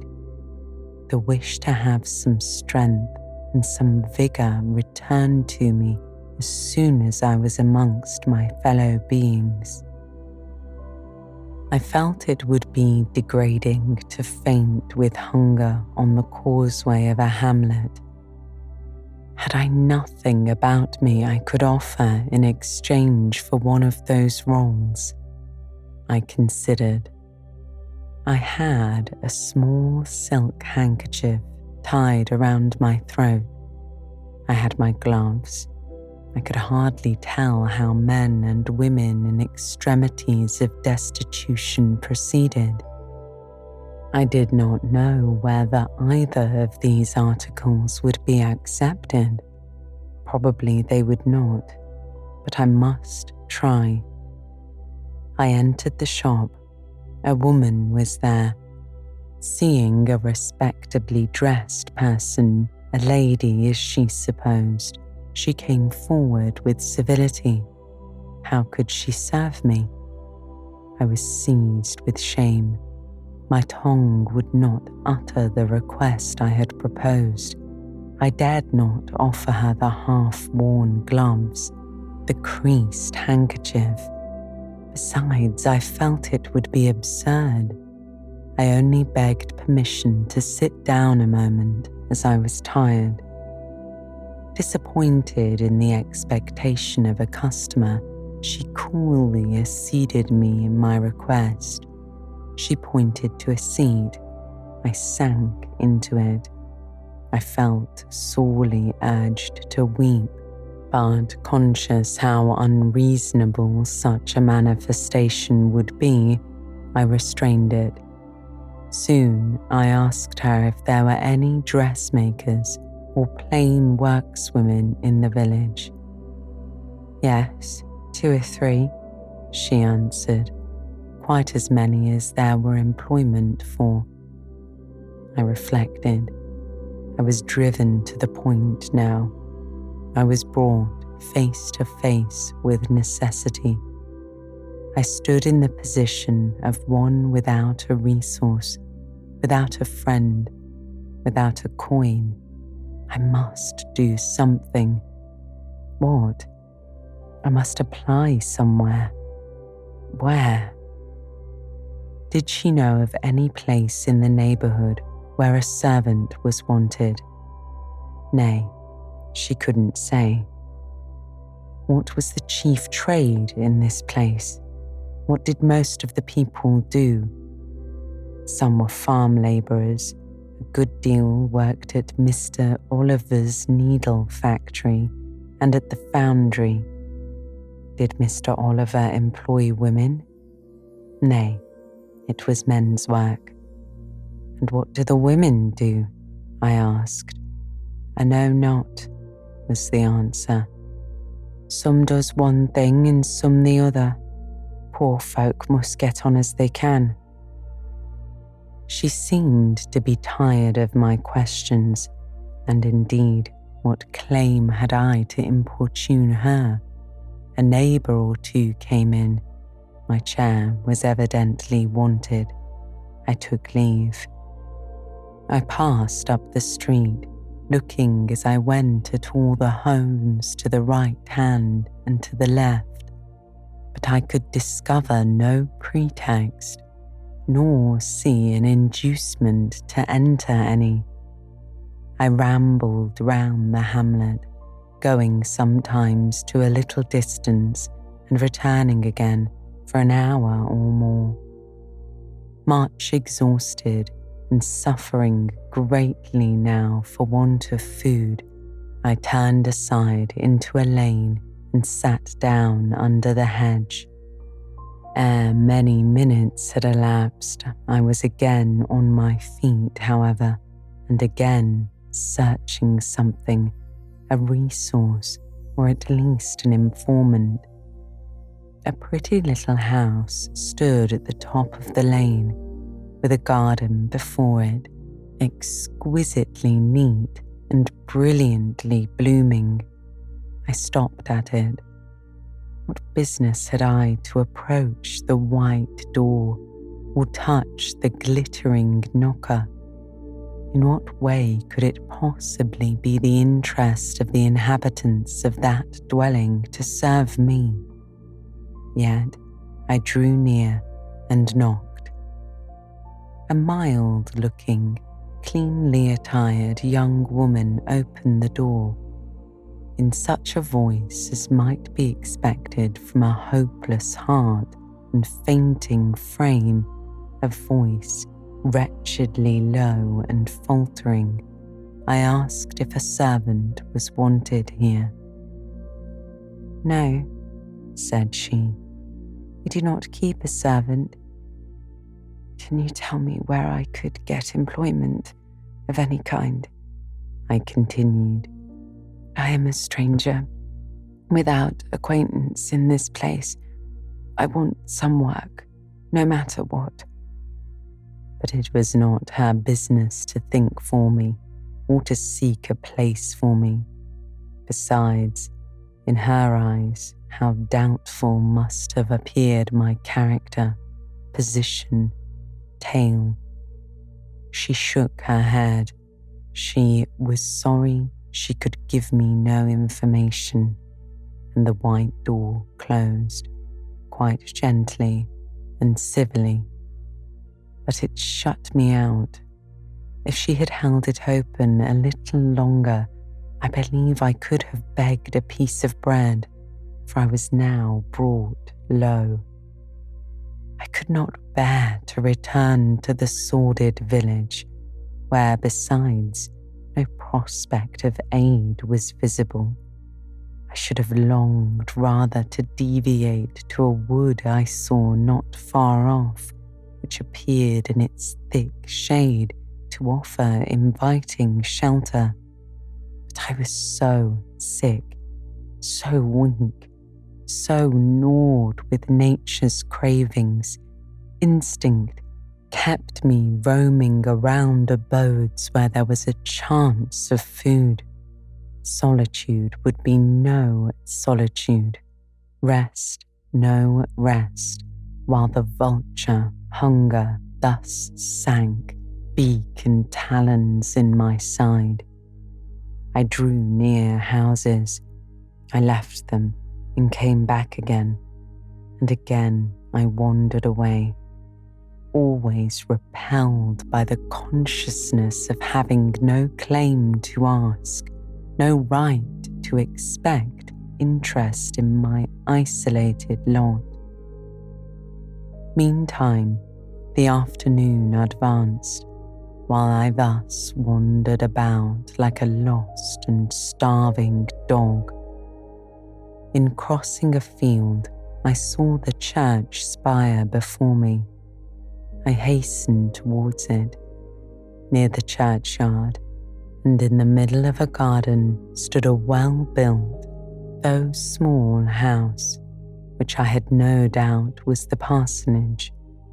I remembered that strangers who arrived at a place when they have no friends and who want employment sometimes apply to the clergyman for introduction and aid.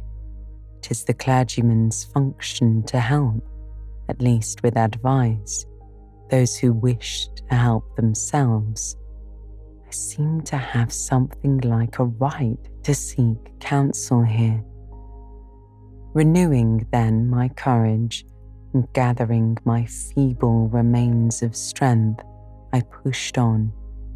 I reached the house and knocked at the kitchen door. An old woman opened. I asked, was this the parsonage? Yes, she replied. Was the clergyman in? No. Would he be in soon? No, he was gone from home. To a distance? I asked. Not so far, happen 3 mile, she said. He had been called away by the sudden death of his father. He was at Marsh End now, and would very likely stay there a fortnight longer. Was there any lady of the house? Nay, there was naught but her, and she was the housekeeper. And of her, reader, I could not bear to ask the relief for want of which I was seeking. I could not yet beg, and again I crawled away. Once more I took off my handkerchief. Once more I thought of the cakes of bread in the little shop. Oh, but for a crust, but for one mouthful to allay the pang of famine. Instinctively, I turned my face again to the village.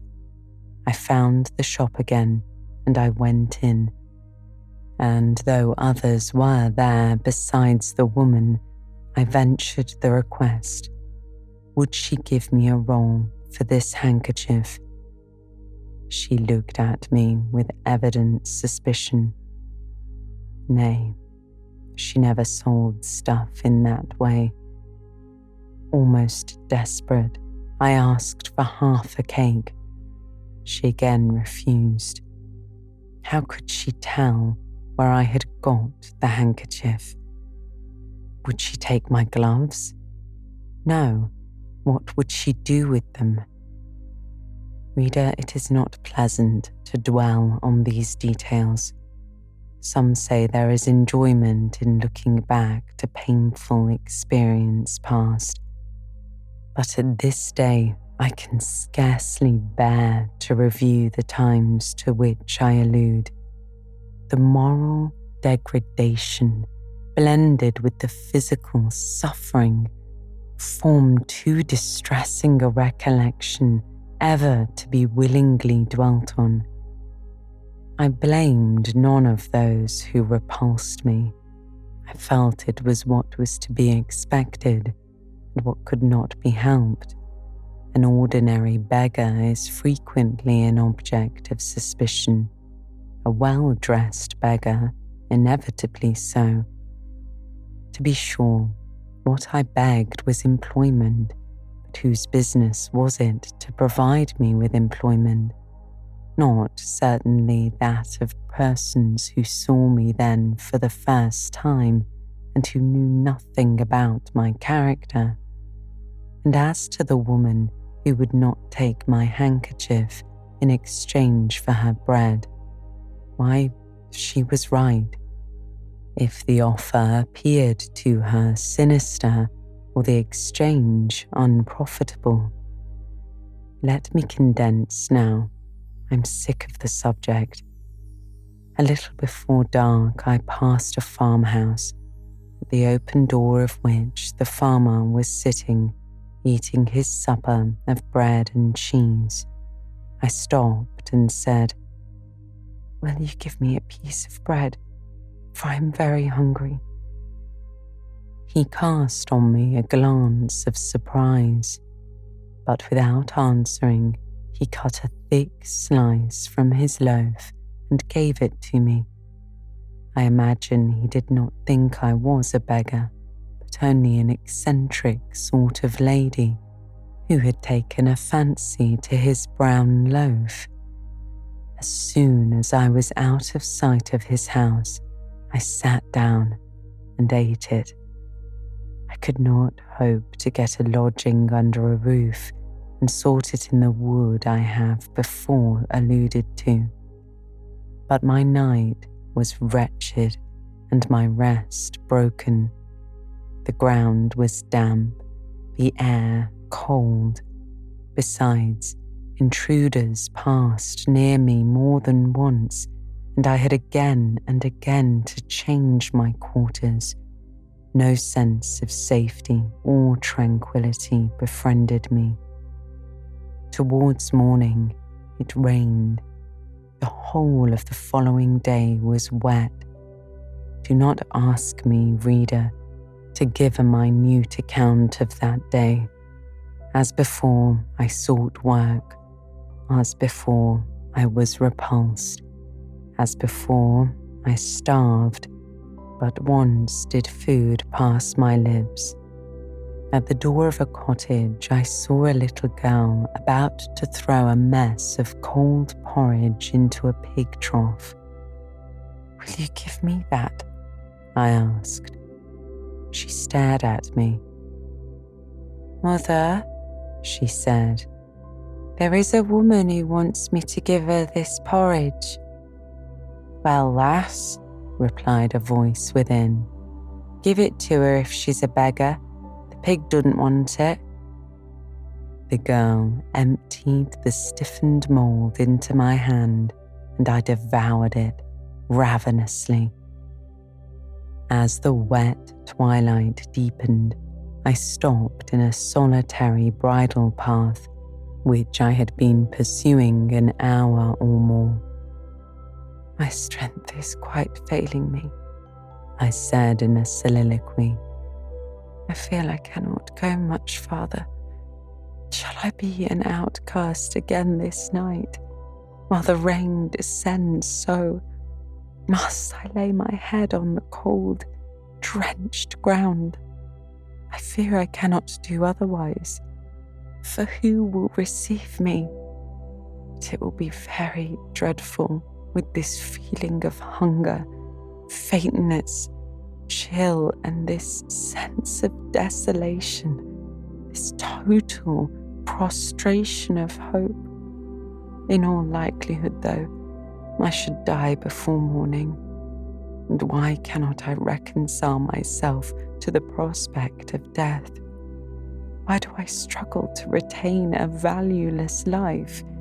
Because I know or believe Mr. Rochester is living, and then to die of want and cold is a fate to which nature cannot submit passively. Oh, Providence, sustain me a little longer. Aid, direct me." My glazed eye wandered over the dim and misty landscape. I saw I had strayed far from the village. It was quite out of sight. The very cultivation surrounding it had disappeared. I had, by crossways and bypaths, once more drawn near the tract of moorland, and now only a few fields, almost as wild and unproductive as the heath from which they were scarcely reclaimed, lay between me and the dusky hill. Well, I would rather die yonder than in a street or on a frequented road, I reflected, and far better that crows and ravens, if any ravens there be in these regions, should pick my flesh from my bones, than that they should be prisoned in a workhouse coffin and moulder in a pauper's grave. To the hill, then, I turned. I reached it. It remained now only to find a hollow where I could lie down and feel at least hidden, if not secure. But all the surface of the waste looked level. It showed no variation but of tint, green, where rush and moss overgrew the marshes, and black, where the dry soil bore only heath. Dark as it was getting, I could still see these changes, though but as mere alternations of light and shade, for colour had faded with the daylight. My eye still roved over the sullen swell and along the moor edge, vanishing amidst the wildest scenery where at one dim point, far in among the marshes and the ridges, a light sprang up. "That is a will-o'-the-wisp," was my first thought, and I expected it would soon vanish. It burnt on, however, quite steadily, neither receding nor advancing. "'Tis then a bonfire just kindled?" I questioned. I watched to see whether it would spread, but no. As it did not diminish, so it did not enlarge. "It may be a candle in a house," I then conjectured. "But if so, I can never reach it. It is much too far away. And were it within a yard of me, what would it avail? I should but knock at the door to have it shut in my face." And I sank down where I stood and hid my face against the ground. I lay still a while. The night wind swept over the hill and over me and died, moaning in the distance. The rain fell fast, wetting me afresh to the skin. Could I but have stiffened to the still frost, the friendly numbness of death, it might have pelted on. I should not have felt it, but my yet living flesh shuddered in its chilling influence. I rose ere long. The light was yet there, shining dim but consistent through the rain. I tried to walk again. I dragged my exhausted limbs slowly towards it. It led me aslant over the hill, through a wide bog, which would have been impossible in winter, and was squishy and shaking even now, in the height of summer. Here I fell twice, but as often I rose and rallied my faculties. This light was my forlorn hope. I must gain it. Having crossed the marsh, I saw a trace of white over the moor. I approached it. It was a road or a track. It led straight up to the light, which now beamed from a sort of knoll amidst a clump of trees, firs apparently, from what I could distinguish of the character of their forms and foliage through the gloom. My star vanished as I drew near. Some obstacle had intervened between me and it. I put out my hand to feel the dark mass before me. I discriminated the rough stones of a low wall. Above it, something like palisades, and within, a high and prickly hedge. I groped on. Again, a whitish object gleamed before me. It was a gate, a wicket. It moved on its hinges as I touched it. On each side stood a sable bush, holly or yew. Entering the gate and passing the shrubs, the silhouette of a house rose to view, black, low, and rather long, but the guiding light shone nowhere. All was obscurity. Were the inmates retired to rest? I feared it must be so. In seeking the door, I turned an angle. There shot out the friendly gleam again from the lozenged panes of a very small, latticed window within a foot of the ground, made still smaller by the growth of ivy or some other creeping plant whose leaves clustered thick over the portion of the house wall in which it was set. The aperture was so screened and narrow that curtain or shutter had been deemed unnecessary, and when I stooped down and put aside the spray of foliage shooting over it, I could see all within. I could see clearly a room with a sanded floor, clean scoured, and a dresser of walnut with pewter plates ranged in rows, reflecting the redness and radiance of a glowing peat fire. I could see a clock, a white deal table, some chairs, the candle whose ray had been my beacon burnt on the table, and by its light an elderly woman, somewhat rough-looking, but scrupulously clean, like all about her, was knitting a stocking. I noticed these objects cursorily only. In them there was nothing extraordinary. A group of more interest appeared near the hearth, sitting still amidst the rosy peace and warmth sufficing it. 2 young, graceful women, ladies in every point, sat, one in a low rocking chair, the other on a lower stool. Both wore deep mourning of crepe and bombazine, which sombre garb singularly set off fair necks and faces.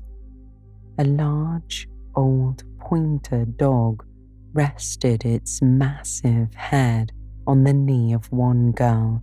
In the lap of the other was a cushioned black cat. A strange place was this humble kitchen for such occupants. Who were they?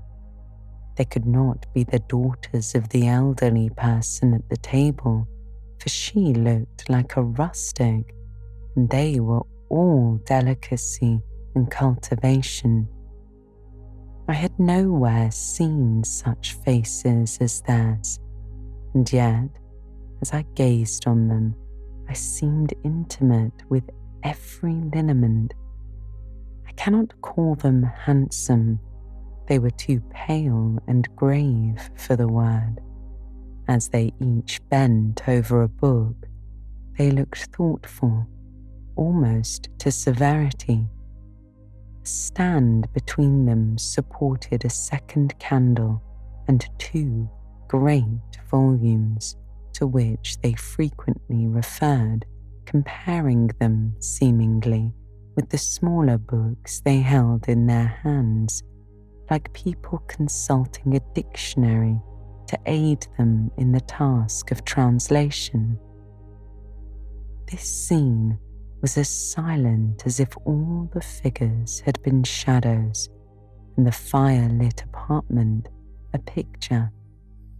So hushed was it, I could hear the cinders fall from the grate, the clock tick in its obscure corner, and I even fancied I could distinguish the click-click of the woman's knitting needles, when therein a voice broke the strange stillness at last.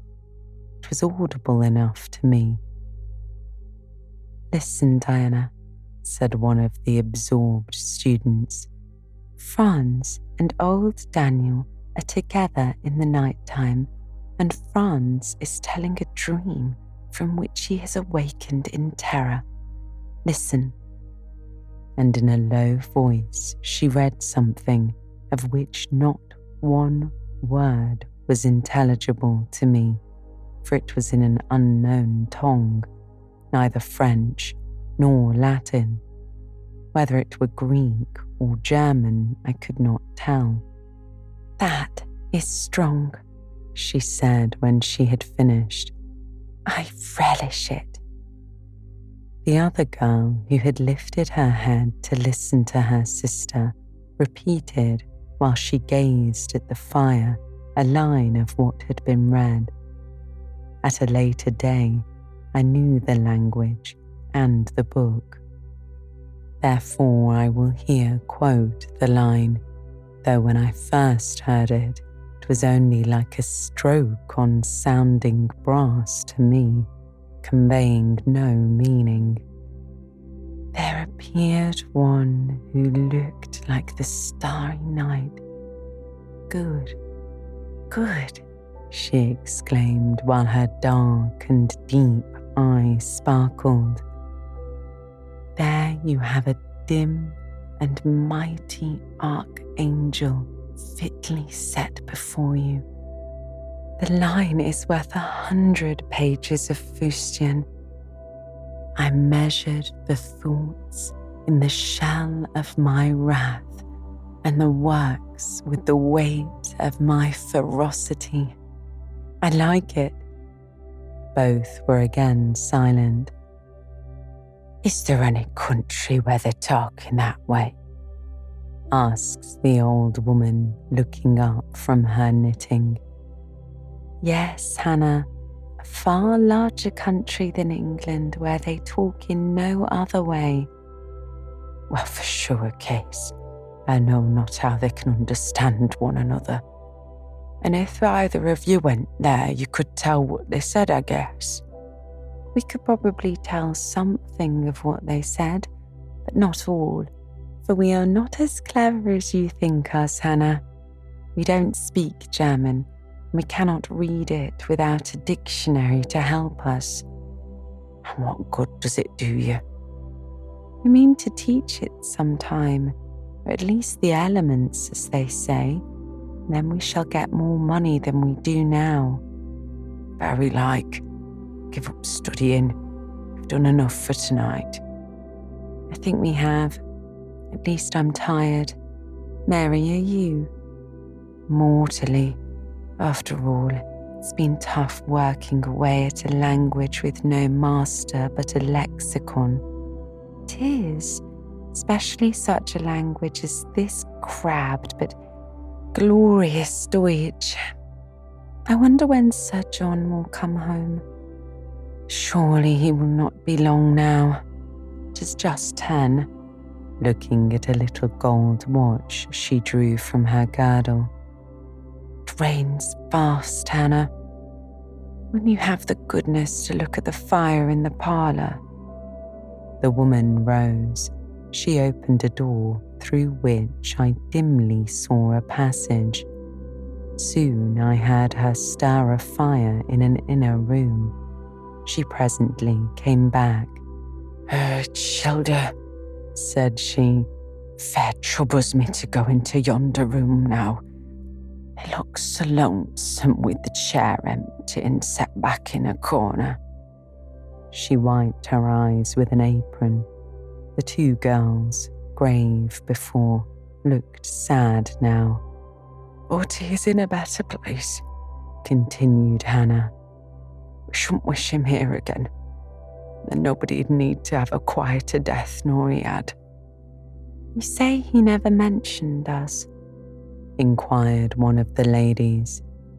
"He hadn't time, Ben. He was gone in a minute, was your father.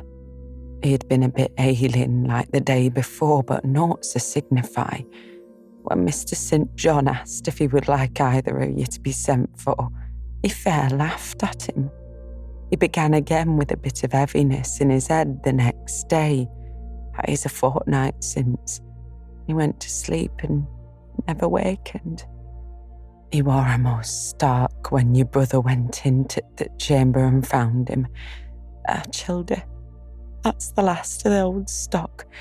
For ye, Mr. John is like of different sort to them that's gone. For all your mother were much in your way, and a'most as book learnt. She were the picture of you, Mary. Diana is more like your father." I thought them so similar I could not tell where the old servant, for such I now concluded her to be, saw the difference. Both were fair-complexioned and slenderly made. Both possessed faces full of distinction and intelligence.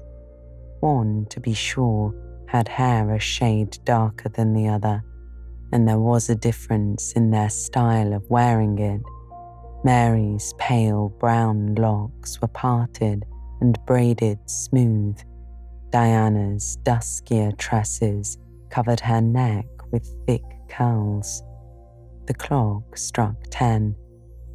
"You'll want your supper, I am sure," observed Hannah, "and so will Mr. St. John when he comes in." And she proceeded to prepare the meal. The ladies rose. They seemed about to withdraw to the parlour. Till this moment I had been so intent on watching them, their appearance and conversation had excited in me so keen an interest, I had half forgotten my own wretched position. Now it recurred to me, more desolate, more desperate than ever it seemed from contrast, and how impossible did it appear to touch the inmates of this house with concern on my behalf, to make them believe in the truth of my wants and woes, to induce them to vouchsafe a rest for my wanderings. As I groped out the door and knocked at it hesitatingly, I felt that last idea to be a mere chimera. Hannah opened. "What do you want?" she inquired in a voice of surprise as she surveyed me by the light of the candle she held. "May I speak to your mistresses?" I said. "You'd better tell me what you have to say to 'em. Where do you come from?" "I am a stranger." "What is your business here at this hour?" "I want a night's shelter in an outhouse or anywhere, and a morsel of bread to eat." Distrust, the very feeling I dreaded, appeared in Hannah's face. "I'll give you a piece of bread," she said after a pause. "But we can't take in a vagrant to lodge. 'Tisn't likely." "Do let me speak to your mistresses?" I asked. "No, not I. What can they do for you? You should not be roving about now. Looks very ill. But where shall I go if you drive me away? What shall I do?" "Oh, I'll warrant you know where to go and what to do. Mind you don't do wrong, that's all. Here's a penny. Now go." "A penny cannot feed me, and I have no strength to go farther. Don't shut the door. Don't, for God's sake. I must. The rain is driving in. Tell the young ladies. Let me see them." "Indeed, I will not. You are not what you ought to be, or you wouldn't make such a noise. Move off." "But I must die if I'm turned away." "Not you. I'm feared you will have some ill plans agate that bring you about folks' houses at this time at night. If you have any followers, housebreakers or such like anywhere near, you may tell them we are not by ourselves in the house. We have a gentleman, and dogs, and guns." Here, the honest but inflexible servant clapped the door to and bolted it within.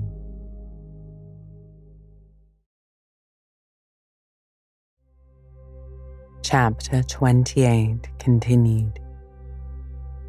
This was the climax, a pang of exquisite suffering, a throe of true despair, rent and heaved my heart. Worn out indeed I was, not another step could I stir. I sank on the wet doorstep. I groaned. I wrung my hands. I wept in utter anguish. Oh, this spectre of death! Oh, this last hour approaching in such horror! Alas, this isolation, this banishment from my kind, not only the anchor of hope, but the footing of fortitude was gone, at least for a moment, but the last I soon endeavoured to regain. "I can but die," I said, "and I believe in God. Let me try to wait His will in silence." These words I not only thought, but uttered, and thrusting back all my misery into my heart, I made an effort to compel it to remain there, dumb and still. "All men must die," said a voice quite close at hand, "but all are not condemned to meet a lingering and premature doom, such as yours would be if you perished here of want." "Who or what speaks?" I asked, terrified at the unexpected sound, and incapable now of deriving from any occurrence a hope of aid. A form was near. What form the pitch-dark night and my enfeebled vision prevented me from distinguishing. With a loud, long knock, the newcomer appealed to the door. "Is it you, Mr. St. John?" asked Hannah. Yes, open quickly." "Well, how wet and cold you must be, such a wild night as it is. Come in, your sisters are quite uneasy about you, and I believe there are bad folks about. There has been a beggar woman, I declare, she's not gone yet. Laid down there. Get up, for shame, move off, I say." "Hush, Hannah, I have a word to say to the woman. You have done your duty in excluding, now let me do mine in admitting her. I was near and listened to both you and her. I think this is a peculiar case. I must at least examine into it. Young woman, rise and pass before me into the house." With difficulty, I obeyed him. Presently, I stood within that clean, bright kitchen, on the very hearth, trembling, sickening, conscious of an aspect in the last degree ghastly, wild and weather-beaten. The two ladies, their brother, Mr. St. John, the old servant, were all gazing at me. "St. John, who is it?" I heard one ask. "I cannot tell. I found her at the door," was the reply. "She does look pale," said Hannah. "As white as clay or death," was responded. "She will fall. I'll let her sit." And indeed my head swam. I dropped, but a chair received me. I still possessed my senses, though just now I could not speak. Perhaps a little water would restore her. "Hannah, fetch some." But she is worn to nothing. How very thin, how very bloodless. "A mere spectre," replied another. "Is she ill, or only famished?" "Famished, I think. Hannah, is that milk? Give it me and a piece of bread." Diana, I knew by the long curls which I saw drooping between me and the fire as she bent over me, broke some bread, dipped it in milk, and put it to my lips. Her face was near mine. I saw there was pity in it, and I felt sympathy in her hurried breathing, in her simple words too. The same balm-like emotion spoke. "Try to eat." "Yes, try," repeated Mary gently, and Mary's hand removed my sodden bonnet and lifted my head. I tasted what they offered me, feebly at first, eagerly soon. Not too much at first. Restrain her, said the brother. She has had enough. And he withdrew the cup of milk and the plate of bread. A little more, St. John. Look at the avidity in her eyes, Diana responded. No more at present, sister. Try if she can speak now. Ask her name. I felt I could speak, and I answered, My name is Jane Eyre. Anxious as ever to avoid discovery, I had before resolved to assume an alias. And where do you live? Where are your friends? Inquired the brother. I was silent. Can we send for anyone you know? I shook my head. What account can you give of yourself? Somehow, now that I had once crossed the threshold of this house and once was brought face to face with its owners, I felt no longer outcast, vagrant, and disowned by the wide world. I dared to put off the mendicant, to resume my natural manner and character. I began once more to know myself. And when Mr. St. John demanded an account, which at present I was far too weak to render, I said after a brief pause, Sir, I can give you no details tonight. But what, then, said he, do you expect me to do for you? Nothing, I replied. My strength sufficed for but short answers. Diana took the word. Do you mean, she asked, that now we have given you what aid you require, and that we may dismiss you to the moor in the rainy night? I looked at her. She had, I thought, a remarkable countenance, instinct both with power and goodness. I took sudden courage. Answering her compassionate gaze with a smile, I said, I will trust you. If I were a masterless and stray dog, I know that you would not turn me from your hearth tonight. As it is, I really have no fear. Do with me and for me as you like, but excuse me from much discourse. My breath is short. I feel a spasm when I speak. All three surveyed me, and all three were silent. Hannah, said Mr. St. John at last, let her sit there at present and ask her no questions. In 10 minutes more, give her the remainder of that milk and bread. Mary and Diana, let us go into the parlour and talk the matter over. They withdrew. Very soon one of the ladies returned. I could not tell which.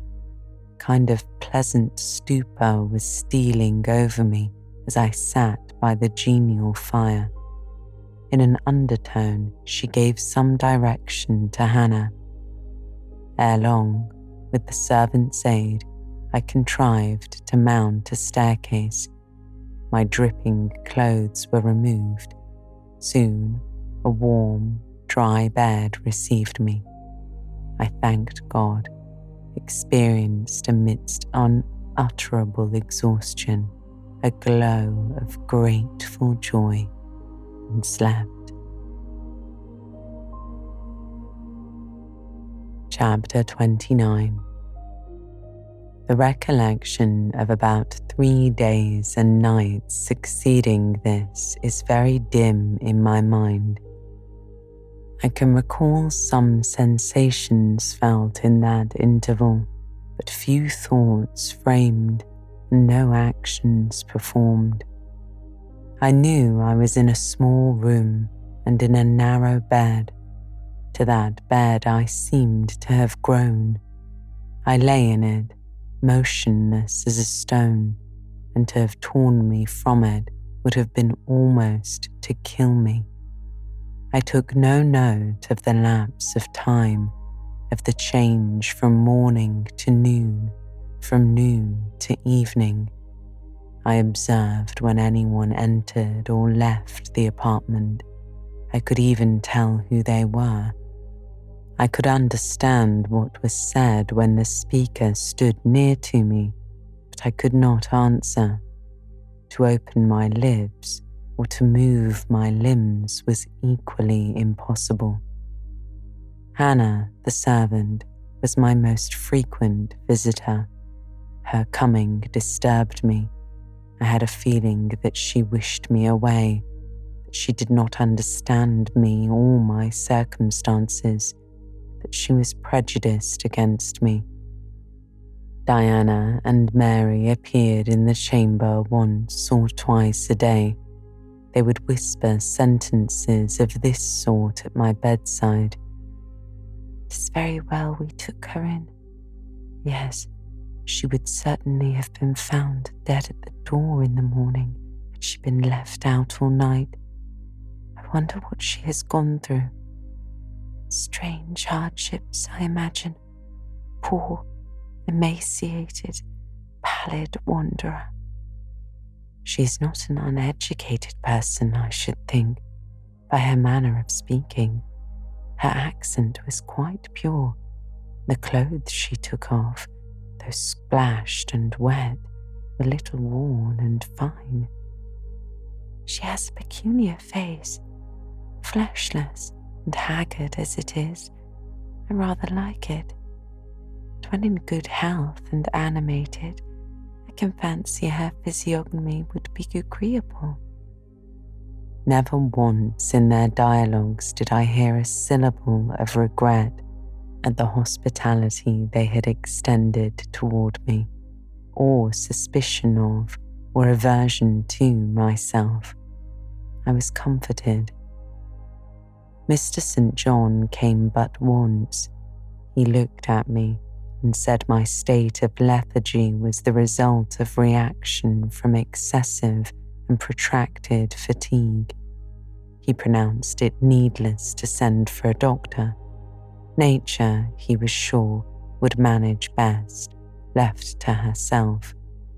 He said every nerve had been overstrained in some way, and the whole system must sleep, torpid a while. There was no disease. He imagined my recovery would be rapid enough when once commenced. These opinions he delivered in a few words, in a quiet, low voice, in the tone of a man little accustomed to expansive comment. Diana responded, "To speak the truth, St. John, my heart rather warms to the poor little soul. I wish we may be able to benefit her permanently." "That is hardly likely," was the reply. "You will find she is some young lady who has had a misunderstanding with her friends, has probably injudiciously left them. We may perhaps succeed in restoring her to them if she is not obstinate, but I trace lines of force in her face which make me skeptical of her tractability." He stood, considering me some minutes, then added, "She looks sensible, but not at all handsome. She is so ill, St. John." "Ill or well, she would always be plain. The grace and harmony of beauty are quite wanting in those features." On the third day, I was better. On the fourth, I could speak, move, rise in bed and turn. Hannah had brought me some gruel and dry toast, about, as I supposed, the dinner hour. I had eaten with relish. The food was good, void of the feverish flavour which had hitherto poisoned what I had swallowed. When she left me, I felt comparatively strong and revived. Ere long, satiety of repose and desire for action stirred me. I wished to rise. What could I put on? Only my damp and bemired apparel, in which I had slept on the ground and fallen in the marsh. I felt ashamed to appear before my benefactors so clad. I was spared the humiliation. On a chair by the bedside were all my own things, clean and dry. My black silk frock hung against the wall. The traces of the bog were removed from it, the creases left by the wet smoothed out. It was quite decent. My very shoes and stockings were purified and rendered presentable. There were the means of washing in the room, and a comb and brush to smooth my hair. After a weary process and resting every 5 minutes, I succeeded in dressing myself. My clothes hung loose on me, for I was much wasted, but I covered deficiencies with a shawl, and once more, clean and respectable looking, no speck of the dirt, no trace of the disorder I so hated, and which seemed so to degrade me, I left. I crept down a stone staircase with the aid of the banisters to a narrow, low passage, and found my way presently to the kitchen. It was full of the fragrance of new bread and the warmth of a generous fire. Hannah was baking. Prejudices, it is well known, are most difficult to eradicate from the heart whose soil has never been loosened or fertilized by education. They grow there, firm as weeds among the stones. Hannah had been cold and stiff indeed at the first. Latterly she had begun to relent a little, and when she saw me come in, tidy and well dressed, she even smiled. "What, you have got up," she said. "You're better then. You may sit down in my chair on the hearthstone if you will." She pointed to the rocking chair. I took it. She bustled about, examining me every now and then with the corner of her eye. Turning to me as she took some loaves from the oven, she asked bluntly, "Did you ever go a-begging afore you came here?" I was indignant for a moment, but remembering that anger was out of the question and that I had indeed appeared as a beggar to her, I answered quietly, but still not without a certain marked firmness. "You are mistaken in supposing me a beggar. I am no beggar, any more than yourself or your young ladies." After a pause, she said, "I do not understand that. You've like no house, nor no brass, I guess." "The want of house or brass, by which I suppose you mean money, does not make a beggar in your sense of the word." "Are you book-learned?" she inquired presently. "Yes, very." "But you've never been to a boarding school?" "I was at boarding school 8 years." She opened her eyes wide. "Whatever cannot you keep yourself for then?" "I have kept myself, and I trust shall keep myself again." "What are you going to do with those gooseberries?" I inquired as she brought out a basket of the fruit. "Make 'em into pies." "Give them to me, and I'll pick them." "Hey, I do not want you to do naught, but I must do something. Let me have them." She consented and she even brought me a clean towel to spread over my dress, lest, as she said, I should mucky it. "You've not been used to servants' work, I see by your hands," she remarked. "Happen you've been a dressmaker." "No, you're wrong. Now never mind what I have been. Don't trouble your head further about me. But tell me the name of the house where we are." "Some calls it Marsh End and some calls it Moor House. And the gentleman who lives here is called Mr. St. John. Nay, he doesn't live here. He's only staying a while. When he's at home, he's in his own parish at Morton. That village a few miles off." "Aye." "And what is he?" "He's a parson." I remember the answer of the old housekeeper at the parsonage when I had asked to see the clergyman. This, then, was his father's residence.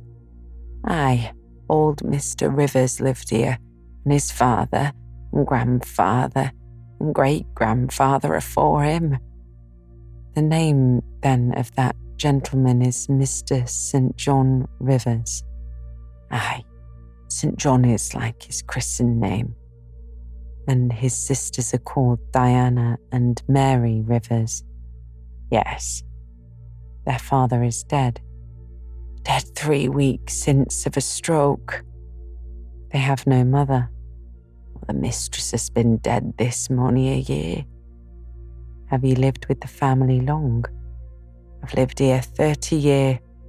I nursed them all 3. "That proves you must have been an honest and faithful servant. I will say so much for you, though you have had the incivility to call me a beggar." She again regarded me with a surprised stare. "I believe," she said, "I was quite mistaken in my thoughts of you. But there is so many cheats goes about. You must forgive me."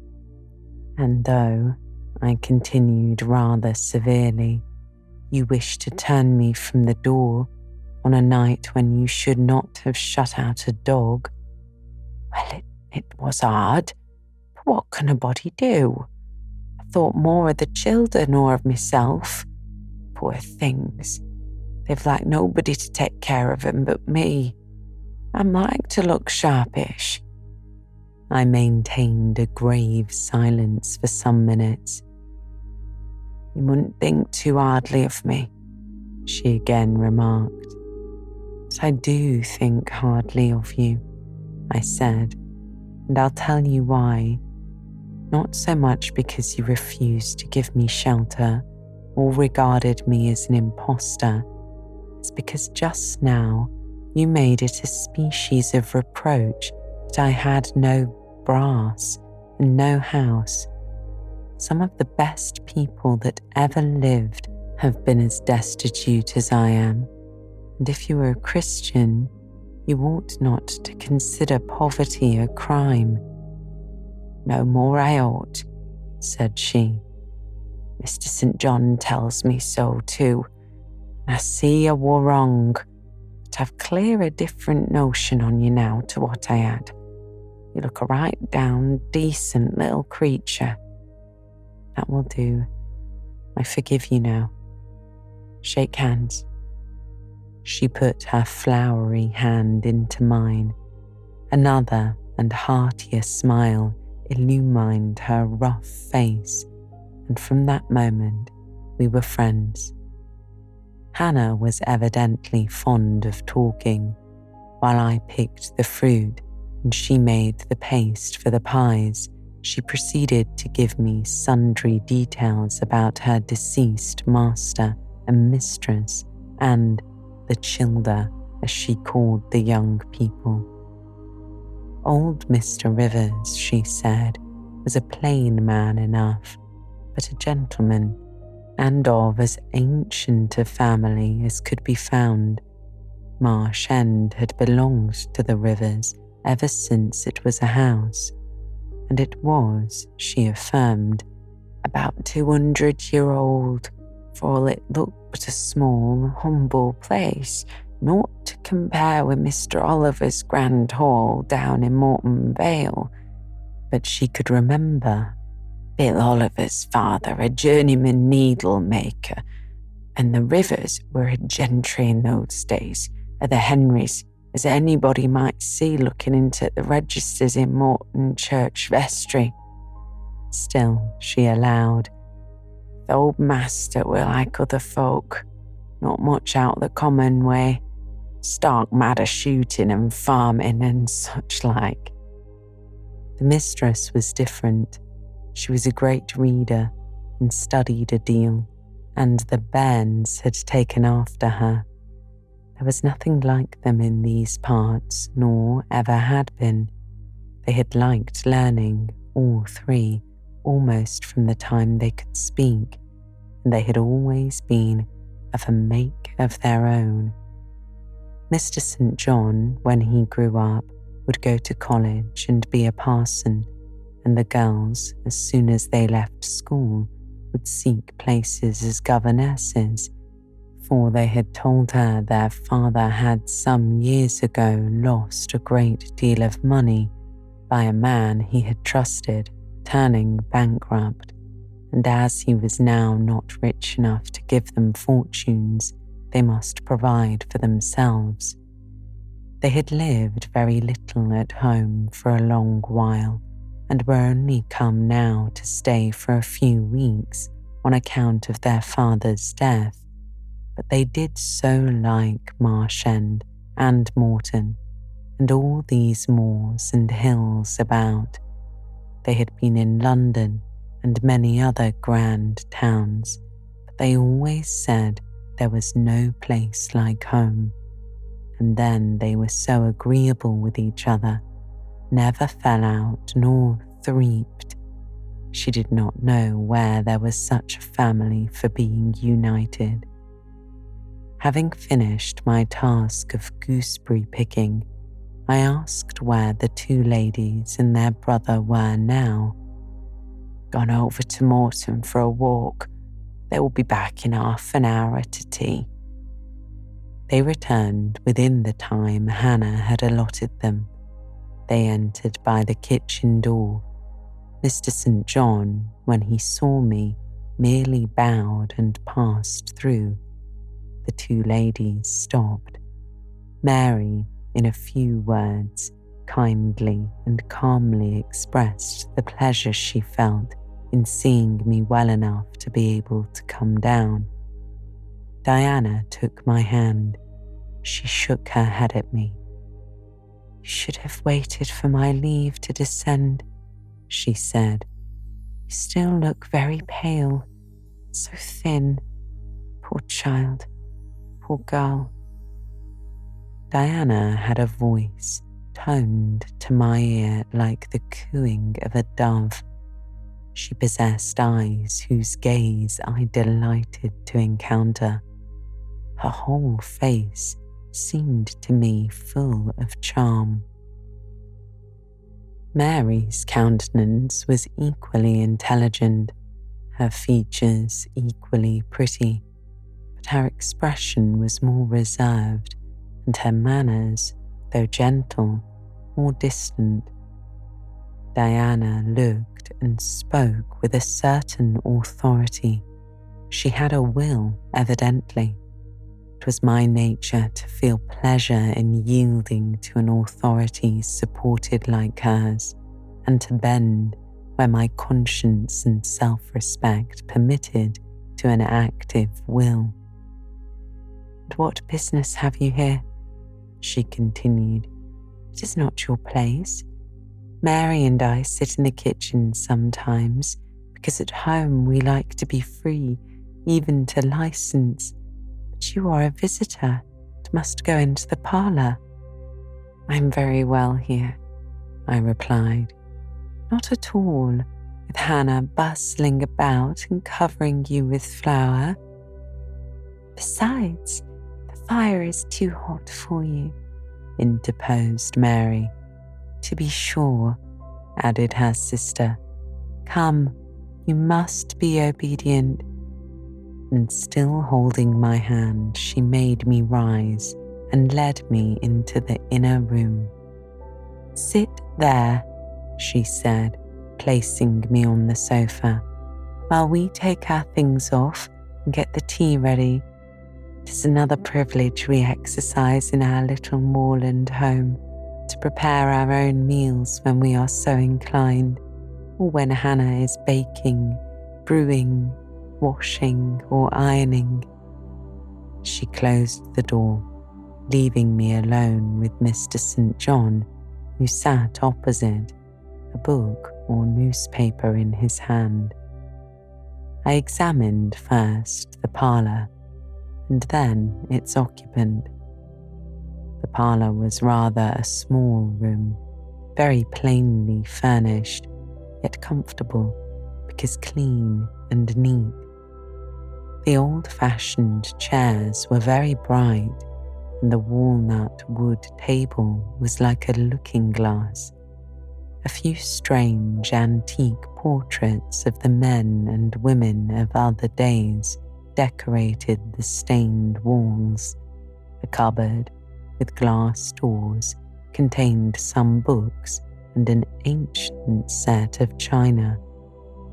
There was no superfluous ornament in the room, not one modern piece of furniture save a brace of workboxes and a lady's desk in rosewood which stood on a side table.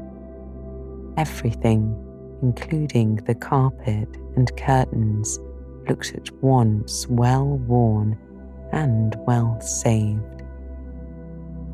Mr. St. John, sitting as still as one of the dusty pictures on the walls, keeping his eyes fixed on the page he perused and his lips mutely sealed, was easy enough to examine. Had he been a statue instead of a man, he could not have been easier. He was young, perhaps from 28 to 30, tall, slender. His face riveted the eye. It was like a Greek face, very pure in outline, quite a straight, classic nose, quite an Athenian mouth and chin. It is seldom indeed an English face comes so near the antique models as did his. He might well be a little shocked at the irregularity of my lineaments, his own being so harmonious. His eyes were large and blue, with brown lashes. His high forehead, colourless as ivory, was partially streaked over by careless locks of hair. This is a gentle delineation, is it not, reader? Yet he whom it describes scarcely impressed one with the idea of gentle, a yielding, an impressible, or even a placid nature. Quiescent as he now sat, there was something about his nostril, his mouth, his brow, which to my perceptions indicated elements within either restless or hard or eager. He did not speak to me one word, nor even direct to me one glance till his sisters returned. Diana, as she passed in and out in the course of preparing tea, brought me a little cake baked on the top of the oven. "Eat that now," she said. "You must be hungry. Hannah says you have had nothing but some gruel since breakfast." I did not refuse it, for my appetite was awakened and keen. Mr. Rivers now closed his book, approached the table, and as he took a seat, fixed his blue, pictorial-looking eyes full on me. There was an unceremonious directness, a searching, decided steadfastness in his gaze now, which told that intention and not diffidence had hitherto kept it averted from the stranger. "You are very hungry," he said. "I am, sir." "It is my way. It was always my way by instinct, ever to meet the brief with brevity, the direct with plainness. It is well for you that a low fever has forced you to abstain for the last 3 days. There would have been a danger in yielding to the cravings of your appetite at first. Now you may eat, though still not immoderately." "I trust I shall not eat long at your expense, sir," was my very clumsily contrived, unpolished answer. "No," he said coolly. "When you have indicated to us the residence of your friends, we can write to them, and you may be restored to home." "That, I must plainly tell you, is out of my power to do, being absolutely without home and friends." The three looked at me, but not distrustfully. I felt there was no suspicion in their glances. There was more of curiosity. I speak particularly of the young ladies. St. John's eyes, though clear enough in a literal sense, in a figurative one were difficult to fathom. He seemed to use them rather as instruments to search other people's thoughts than as agents to reveal his own. The combination of keenness and reserve was considerably more calculated to embarrass than to encourage. "Do you mean to say," he asked, "that you are completely isolated from every connection?" "I do. Not a tie links me to any living thing. Not a claim do I possess to admittance under any roof in England." "A most singular position at your age," he returned. Here I saw his glance directed to my hands, which were folded on the table before me. I wonder what he sought there. His words soon explained the quest. "You have never been married? You are a spinster?" Diana laughed. "Why, she can't be above 17 or 18 years old, St. John," she said. "I am near 19, but I'm not married, no." I felt a burning glow mount to my face, for bitter and agitating recollections were awakened by the allusion to marriage. They all saw the embarrassment and the emotion. Diana and Mary relieved me by turning their eyes elsewhere than to my crimsoned visage. The colder and sterner brother continued to gaze till the trouble he had excited forced out tears as well as colour. "Where did you last reside?" he now asked. "You are too inquisitive, St. John," murmured Mary in a low voice, but he leaned over the table and required an answer by a second firm and piercing look. "The name of the place where, and of the person with whom I lived, is my secret," I replied concisely. "Which, if you like, you have, in my opinion, a right to keep, both from St. John and every other questioner," remarked Diana.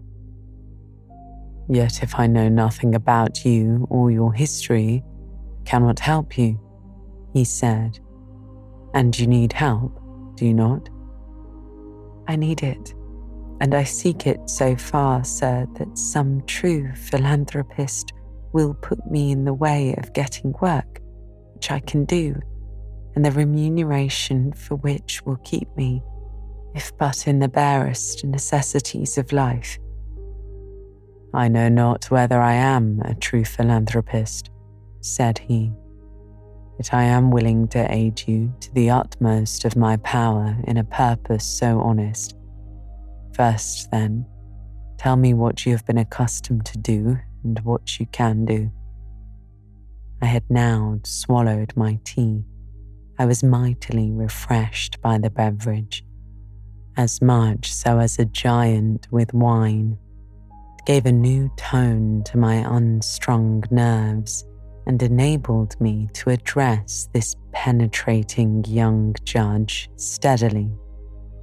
"Mr. Rivers," I said, turning to him and looking at him as he looked at me, openly and without diffidence. "You and your sisters have done me a great service, the greatest man can do to his fellow being. You have rescued me by your noble hospitality from death. This benefit conferred gives you an unlimited claim on my gratitude, and a claim, to a certain extent, on my confidence.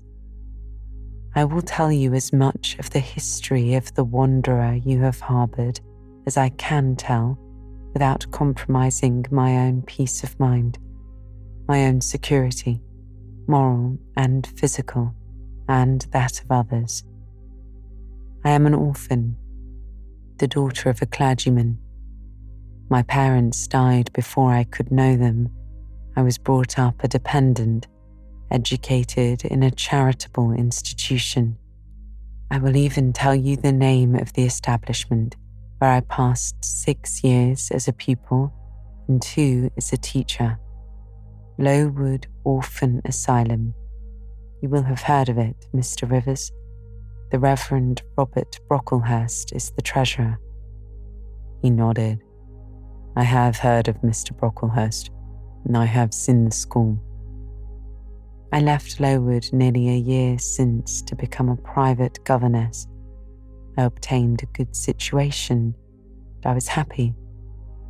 This place I was obliged to leave 4 days before I came here. The reason of my departure I cannot and ought not to explain. It would be useless, dangerous, and would sound incredible. No blame attached to me. I am as free from culpability as any one of you 3. Miserable I am, and must be for a time, for the catastrophe which drove me from a house I had found a paradise was of a strange and direful nature. I observed but 2 points in planning my departure: speed, secrecy. To secure these, I had to leave behind me everything I possessed except a small parcel, which in my hurry and trouble of mind I forgot to take out of the coach that brought me to Whitcross. To this neighbourhood then I came, quite destitute. I slept 2 nights in the open air and wandered about 2 days without crossing a threshold.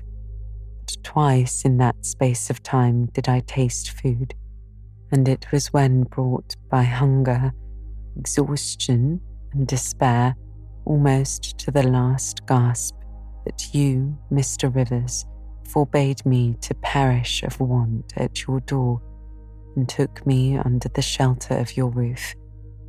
I know all your sisters have done for me since, for I have not been insensible during my seeming torpor, and I owe to their spontaneous, genuine, genial compassion as large a debt as to your evangelical charity. Don't make her talk any more now, St. John, said Diana as I paused. She's evidently not yet fit for excitement. Come to the sofa and sit down now, Miss Elliot. I gave an involuntary half start at hearing the alias. I had forgotten my new name. Mr. Rivers, whom nothing seemed to escape, noticed it at once. You said your name was Jane Eyre, he observed. I did say so, and it's the name by which I think it expedient to be called at present, but it is not my real name. When I hear it, it sounds strange to me. Your real name you will not give? He asked. No, I fear discovery above all things, and whatever disclosure would lead to it, I avoid. You are quite right, I'm sure, said Diana. Now do, brother, let her be at peace a while. But when St. John had mused a few moments, he recommenced as imperturbably and with as much acumen as ever. You would like not to be long dependent on our hospitality. You would wish, I see, to dispense as soon as may be with my sister's compassion, and above all, with my charity. I'm quite sensible of the distinction drawn, nor do I resent it. It is just. You desire to be independent of us. I do. I have already said so. Show me how to work or how to seek work. That is all I now ask. Then let me go, if it be but to the meanest cottage. But till then, allow me to stay here. I dread another essay of the horrors of homeless destitution. Indeed, you shall stay here, said Diana, putting her white hand on my head. You shall, repeated Mary, in the tone of undemonstrative sincerity which seemed natural to her. My sisters, you see, have a pleasure in keeping you, said Mr. St. John, as they would have a pleasure in keeping and cherishing a half-frozen bird some wintry wind might have driven through their casement. I feel more inclination to put you in the way of keeping yourself, and shall endeavour to do so. But observe, my sphere is narrow. I am but the incumbent of a poor country parish. My aid must be of the humblest sort, and if you are inclined to despise the day of small things, seek some more efficient succour than such as I can offer. She has already said she is willing to do anything honest she can do, answered Diana for me. And you know, St. John, she has no choice of helpers. She's forced to put up with such crusty people as you. I will be a dressmaker. I will be a plain workwoman. I will be a servant, a nurse girl, if I can be no better, I answered. Right, said Mr. St. John quite coolly. If such is your spirit, I promise to aid you in my own time and way. He now resumed the book with which he had been occupied before tea. I soon withdrew, for I had talked as much, and sat up as long as my present strength would permit.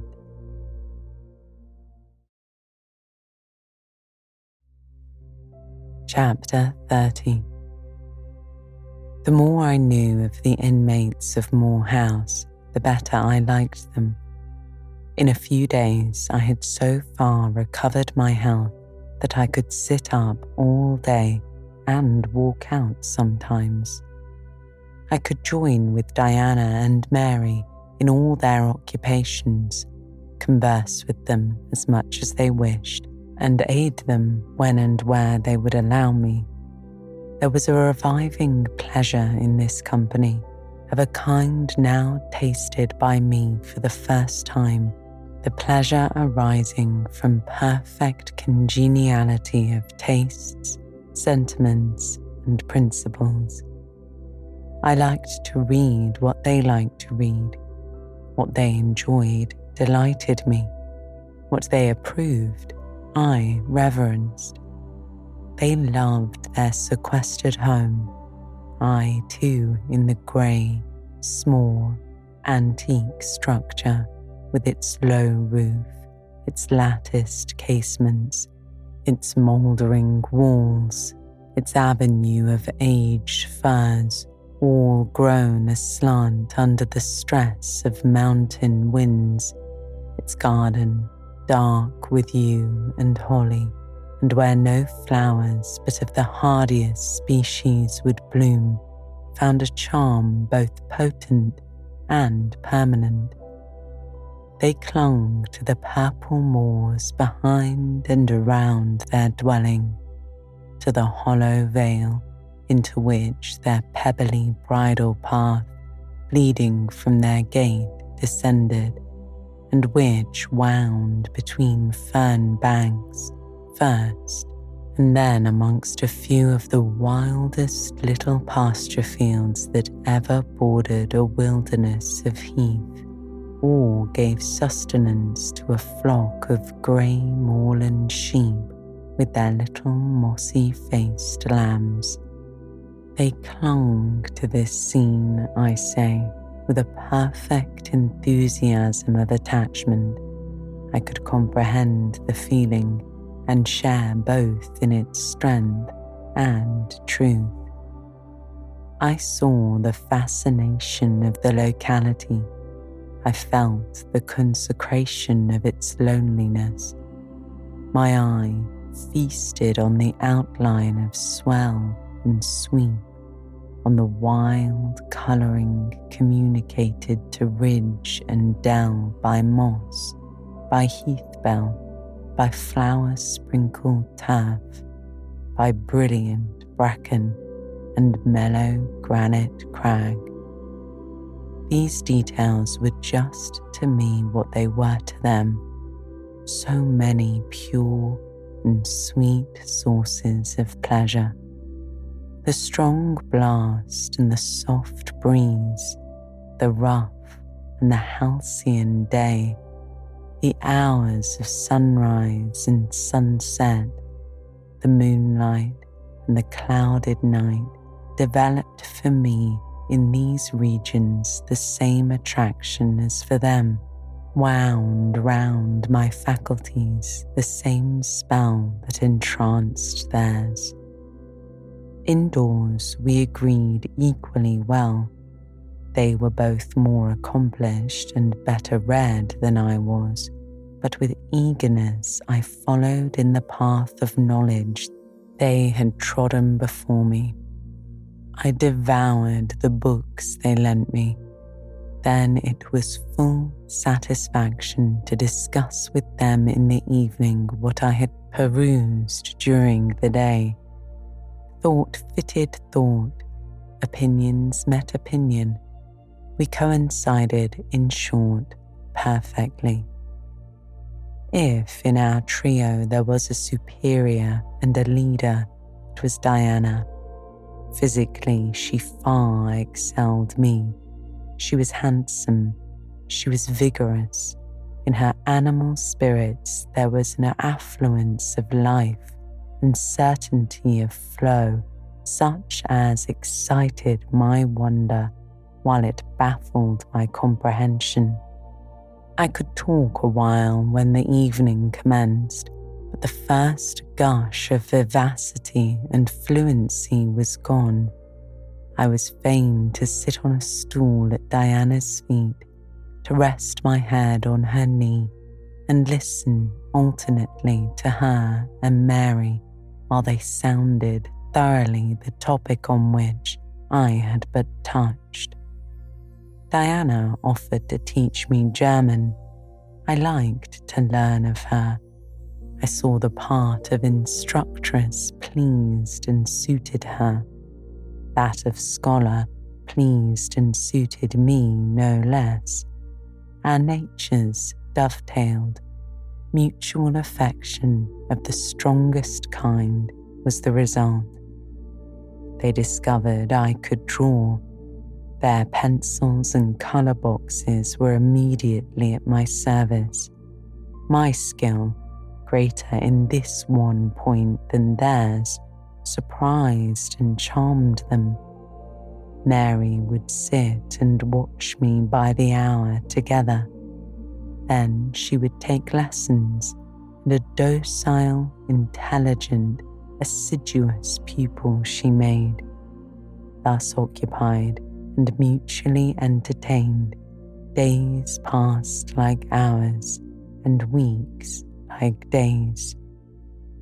As to Mr. St. John, the intimacy which had arisen so naturally and rapidly between me and his sisters did not extend to him. One reason of the distance yet observed between us was that he was comparatively seldom at home. A large proportion of his time appeared devoted to visiting the sick and poor among the scattered population of his parish.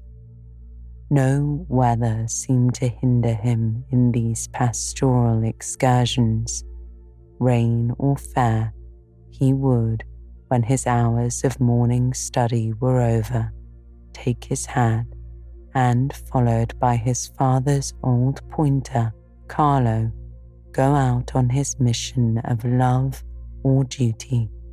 I scarcely know in which light he regarded it. Sometimes, when the day was very unfavourable, his sisters would expostulate.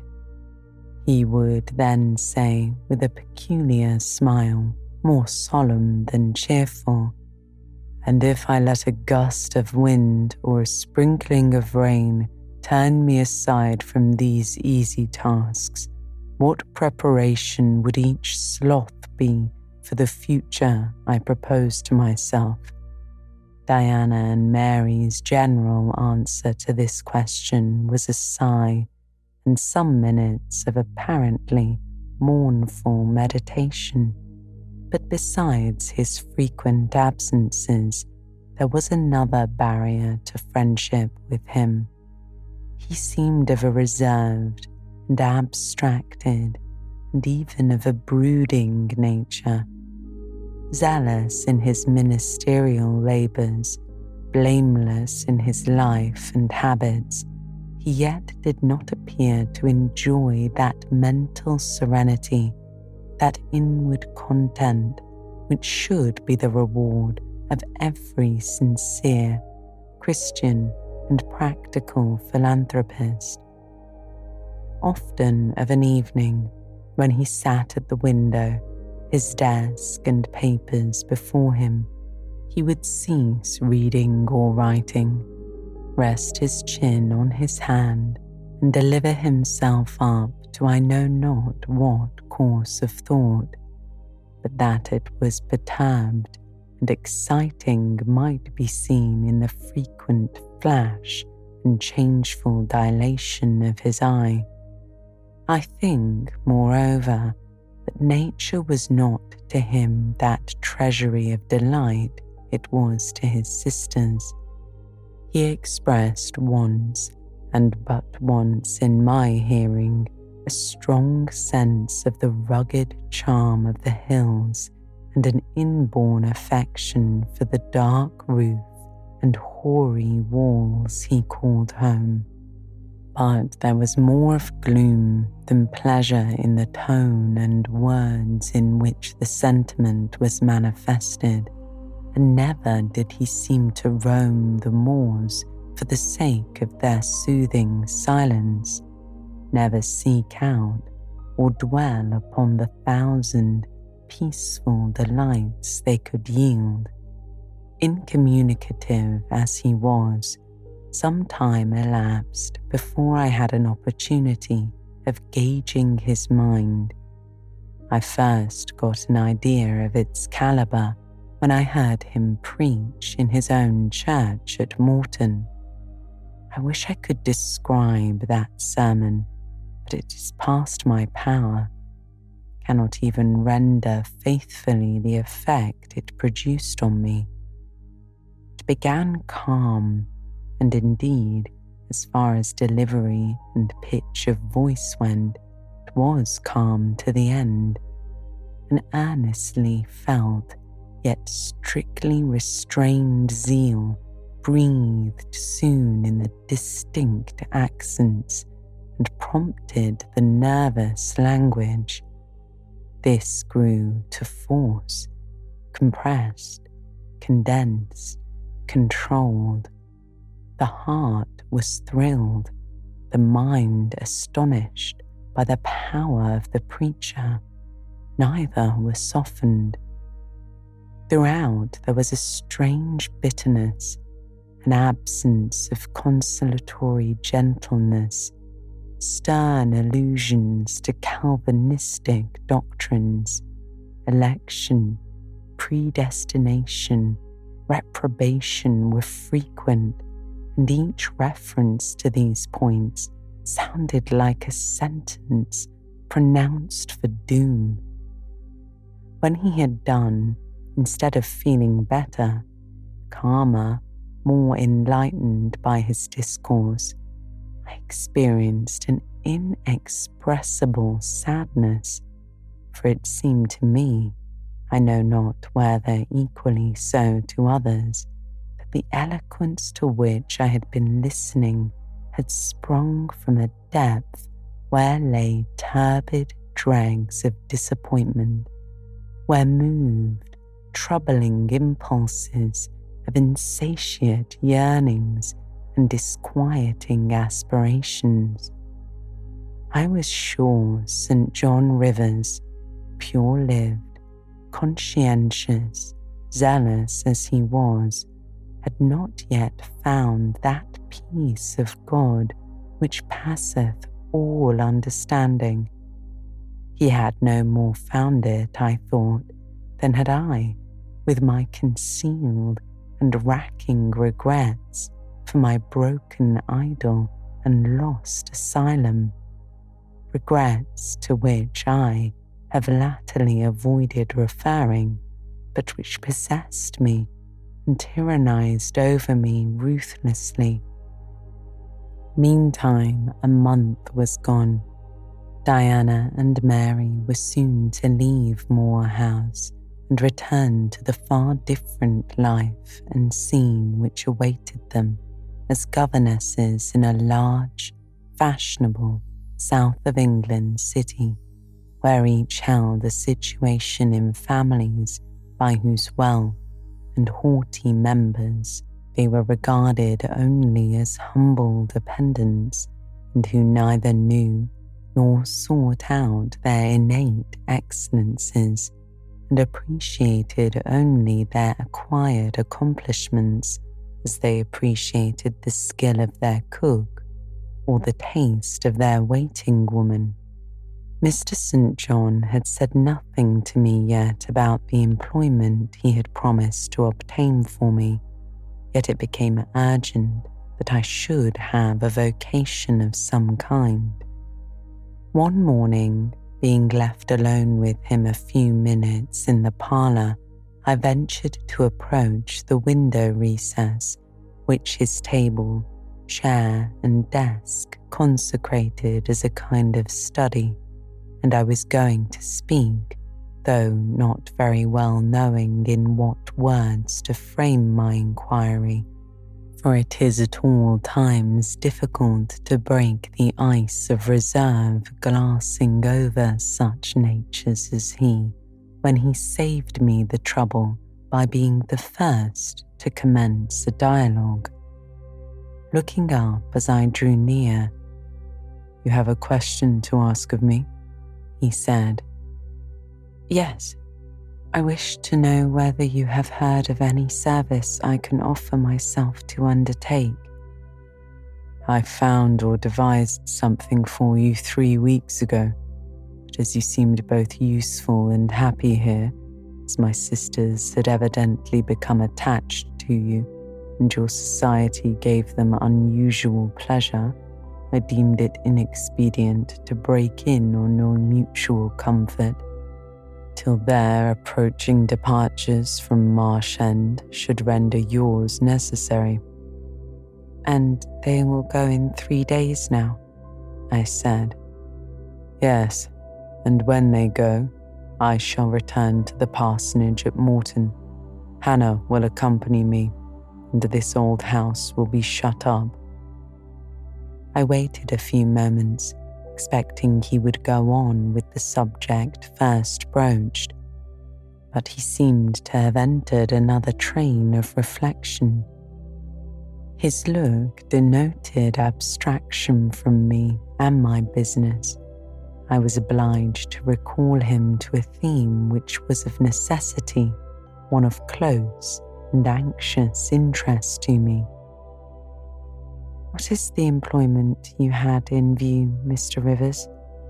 I hope this delay will not have increased the difficulty of securing it. Oh no, since it is an employment which depends only on me to give and you to accept. He again paused. There seemed a reluctance to continue. I grew impatient. A restless movement or two and an eager and exacting glance fastened on his face conveyed the feeling to him as effectually as words could have done, and with less trouble. You need be in no hurry to hear, he said. Let me frankly tell you, I have nothing eligible or profitable to suggest. Before I explain, recall, if you please, my notice, clearly given, that if I helped you, it must be as the blind man would help the lame. I am poor, for I find that when I have paid my father's debts, all the patrimony remaining to me will be this crumbling grange, the row of scathed firs behind, and the patch of soil with the yew trees and holly bushes in front. I am obscure. Rivers is an old name, but of the 3 sole descendants of the race, 2 earn the dependent's crust amongst strangers, and the 3rd considers himself an alien from his native country, not only for life, but in death. Yes, and deems, and is bound to deem himself honoured by the lot, and aspires but after this day, when the cross of separation from fleshly ties shall be laid on his shoulders, when the head of that church militant, of whose humblest members he is one, shall give the word, "Rise, follow me." St. John said these words as he pronounced his sermons, with a quiet, deep voice, with an unflushed cheek and a consecrating radiance of glance. He resumed, And since I am myself poor and obscure, I can offer you but a service of poverty and obscurity. You may even think it degrading, for I see now your habits have been what the world calls refined. Your tastes lean to the ideal, and your society has been at least amongst the educated. But I consider that no service degrades which can better us. I hold that the more arid and more unreclaimed the soil where the Christian labourer's task of rillage is appointed him, the scantier the meed his toil brings, the higher the honour. His, under such circumstances, is the destiny of the pioneer, and the first pioneers of the gospel were the apostles. Their captain was Jesus, the Redeemer himself. "Well," I said as he again paused, "proceed." He looked at me before he proceeded. Indeed, he seemed leisurely to read my face, as if its features and lines were characters on a page. The conclusion drawn from this scrutiny he partially expressed in his succeeding observations. I believe you will accept the post I offer you, he said, and hold it a while, not permanently though, any more than I could permanently keep the narrow and narrowing, tranquil, hidden office of English country incumbent. For in your nature is an alloy as detrimental to repose as that in mine, though a different kind. Do explain, I urged when he halted once more. I will, and you shall hear how poor the proposal is, how trivial, how cramping. I shall not stay long at Morton now that my father is dead, and that I am my own master.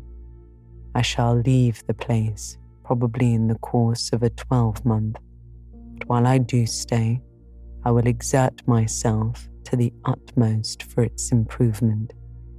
Morton, when I came 2 years ago, had no school. The children of the poor were excluded from every hope of progress. I established one for boys. I mean now to open a second school for girls. I have hired a building for the purpose, with a cottage of 2 rooms attached to it for the mistress's house. Her salary will be £30 a year. Her house is already furnished, very simply but sufficiently, by the kindness of a lady, Miss Oliver, the only daughter of the sole rich man in my parish, Mr. Oliver, the proprietor of a needle factory and iron foundry in the valley. The same lady pays for the education and clothing of an orphan from the workhouse, on condition that she shall aid the mistress in such menial offices connected with her own house and the school, as her occupation of teaching will prevent her having time to discharge in person. Will you be this mistress? He put the question rather hurriedly. He seemed half to expect an indignant, or at least a disdainful rejection of the offer, not knowing all my thoughts and feelings, though guessing some. He could not tell in what light the lot would appear to me. In truth, it was humble, but then it was sheltered, and I wanted a safe asylum. It was plodding, but then compared with that of a governess in a rich house, it was independent, and the fear of servitude with strangers entered my soul like iron. It was not ignoble, not unworthy, not mentally degrading. I made my decision. I thank you for the proposal, Mr. Rivers, and I accept it with all my heart. But you comprehend me, he said. It is a village school. Your scholars will be only poor girls, cottagers' children, at the best farmers' daughters. Knitting, sewing, reading, writing, ciphering will be all you have to teach. What will you do with your accomplishments? What with the largest portion of your mind, sentiments, tastes? Save them till they are wanted. They will keep, I replied. You know what you undertake, then? I do. He now smiled, and not a bitter or sad smile, but one well pleased and deeply gratified. When will you commence the exercise of your function? I will go to my house tomorrow and open the school, if you like, next week. Very well, so be it, he said. He rose and walked through the room. Standing still, he again looked at me. He shook his head. What do you disapprove of, Mr. Rivers? I asked. You will not stay at Morton long. No. Why? What is your reason for saying so? I read it in your eye. It is not of that description which promises the maintenance of an even tenor in life. I am not ambitious. He started at the word ambitious. He repeated, No. What made you think of ambition? Who is ambitious? I know I am, but how did you find it out? I was speaking of myself. Well, if you are not ambitious, you are... He paused. What? I asked. I was going to say impassioned, but perhaps you would have misunderstood the word and been displeased. I mean that human affections and sympathies have a most powerful hold on you. I'm sure you cannot long be content to pass your leisure in solitude, to devote your working hours to a monotonous labour wholly void of stimulus, any more than I can be content. He added with emphasis, to live here, buried in morass, pent in with mountains, my nature that God gave me contravened, my faculties heaven bestowed, paralyzed, made useless. You hear now I contradict myself. I who preached contentment with a humble lot, justified the vocation even of hewers of wood and drawers of water in God's service. I, his ordained minister, almost rave in my restlessness. Well, propensities and principles must be reconciled by some means. He left the room. In this brief hour I had learnt more of him than in the whole previous month, yet he still puzzled me. Diana and Mary Rivers became more and more silent as the day approached for leaving their brother and their home. They both tried to appear as usual, but the sorrow they had to struggle against was one that could not be entirely conquered or concealed. Diana intimated that this would be a different parting from any they had ever yet known. It would probably, as far as St. John was concerned, be a parting for years. It might be a parting for life. He will sacrifice all to his long-framed resolves, she said. Natural affliction and feelings more potent still. St. John looks quiet, Jane, but he hides a fever in his vitals. You would think him gentle, yet in some things he is inexorable as death, and the word of it is, my conscience will hardly permit me to dissuade him from his severe decision. Certainly, cannot for a moment blame him for it. It is right, noble, Christian, yet it breaks my heart. And the tears gushed to her fine eyes. Mary bent her head low over her work. We are now without a father. We shall soon be without home and brother, she murmured.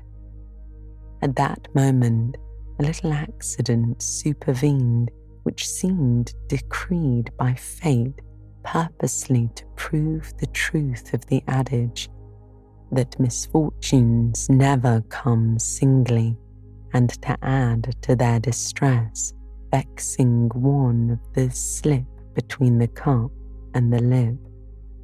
St. John passed the window, reading a letter. He entered. Our Uncle John is dead, said he. Both the sisters seemed struck, not shocked or appalled. The tidings appeared in their eyes rather momentous than afflicting. Dead, repeated Diana. Yes, he replied. She riveted a searching gaze on her brother's face. And what then? She demanded in a low voice. What then? Die? He replied, maintaining a marble immobility of feature. What then? Why, nothing. Read. He threw the letter into her lap. She glanced over it and handed it to Mary. Mary perused it in silence and returned it to her brother. All three looked at each other. All three smiled, a dreary, pensive smile enough. "Amen. We can yet live," said Diana at last. "At any rate, it makes us no worse off than we were before," remarked Mary. "Only it forces rather strongly on the mind the picture of what might have been," said Mr. Rivers, "and contrasts it somewhat too vividly with what is." He folded the letter, locked it in his desk, and again went out. For some minutes no one spoke. Diana then turned to me. "Jane, you will wonder at us and our mysteries," she said, "and think us hard-hearted beings not to be more moved at the death of so near a relation as an uncle. But we have never seen him, nor known him. He was my mother's brother. My father and he quarrelled long ago. It was by his advice that my father risked most of his property in the speculation that ruined him. Mutual recrimination passed between them. They parted in anger and were never reconciled. My uncle engaged afterwards in a more prosperous undertaking. It appears he realised a fortune of £20,000. He was never married and had no near kindred but ourselves and one other person, not more closely related than we. My father always cherished the idea that he would atone for his error by leaving his possessions to us. That letter informs us that he has bequeathed every penny to the other relation, with the exception of 30 guineas, to be divided between St. John, Diana and Mary Rivers, for the purchase of 3 mourning rings. He had a right, of course, to do as he pleased, and yet a momentary damp is cast on the spirits by the receipt of such news. Mary and I would have esteemed ourselves rich with £1,000 each, and to St. John such a sum would have been valuable for the good it would have enabled him to do. This explanation given, the subject was dropped, and no further reference made to it by either Mr. Rivers or his sisters. The next day, I left Marsh End for Morton. The day after, Diana and Mary quitted.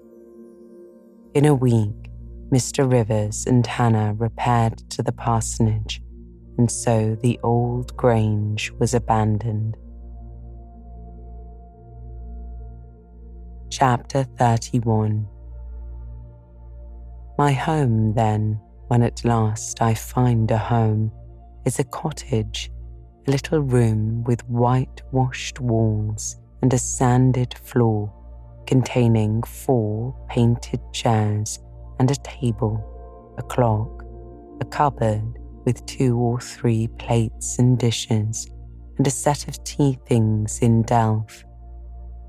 Above, a chamber of the same dimensions as the kitchen, with a deal bedstead and chest of drawers, small, yet too large to be filled with my scanty wardrobe. Through the kindness of my gentle and generous friends has increased that by a modest stock of such things as are necessary. It is evening. I have dismissed, with the fee of an orange, a little orphan who serves me as a handmaid. I am sitting alone on the hearth. This morning, the village school opened. I had 20 scholars, but 3 of the number can read, none write or cipher, several knit, and a few sew a little. They speak with the accent of the district. At present, they and I have a difficulty in understanding each other's language. I must not forget that these children are of flesh and blood as good as the scions of the gentlest genealogy, and that the seeds of excellence, refinement, intelligence, kind feeling are as likely to exist in their hearts as those of the best born. My duty will be to develop these seeds. Surely I shall find some happiness in discharging that office. Much enjoyment I do not expect in the life opening before me, yet it will, doubtless, if I regulate my mind and exert my powers as I ought, yield me enough to live on from day to day. Was I very gleeful, settled, content during the hours I passed in yonder bare, humble schoolroom this morning and afternoon? Not to deceive myself, I must reply no. I felt desolate to a degree. I felt, yes, idiot that I am, I felt degraded. I doubted I had taken a step which sank instead of raising me in the scale of social existence. I was weakly dismayed at the poverty I heard and saw round me, but let me not hate and despair myself too much for these feelings. I know them to be wrong. That is a great step gained. I shall strive to overcome them. Tomorrow, I trust, I shall get the better of them partially, and in a few weeks, perhaps, they will be quite subdued. In a few months, it is possible the happiness of seeing progress and a change for the better in my scholars may bring gratification. Meantime, let me ask myself one question. Which is better? To have surrendered to temptation, listened to passion, made no painful effort, no struggle, but to have sunk down in the silken snare, fallen asleep on the flowers covering it, wakened in a southern clime amongst the luxuries of a pleasure villa, to have been now living in France, Mr. Rochester's mistress, delirious with his love half my time, for he would, oh yes, he would have loved me well for a while. He did love me. No one will ever love me so again. I shall never more know the sweet homage given to beauty, youth, and grace, for never to anyone else shall I seem to possess these charms. He was fond and proud of me. It is what no man besides will ever be. But where am I wandering, and what am I saying? Above all, feeling. Whether it is better, I ask, to be a slave in a fool's paradise at Marseille, fevered with delusive bliss 1 hour, suffocating with the bitterest tears of remorse and shame the next, or to be a village schoolmistress, free and honest, in a breezy mountain nook in the healthy heart of England. Yes, I feel now that I was right when I adhered to principle and law and scorned and crushed the insane promptings of a frenzied moment. God directed me to a correct choice. I thank His providence for the guidance. Having brought my eventide musings to this point, I rose, went to my door, and looked at the sunset of the harvest day, the quiet fields before my cottage, which, with the school, was distant 1/2 mile from the village. The birds were singing their last strains. The air was mild. The dew was balm.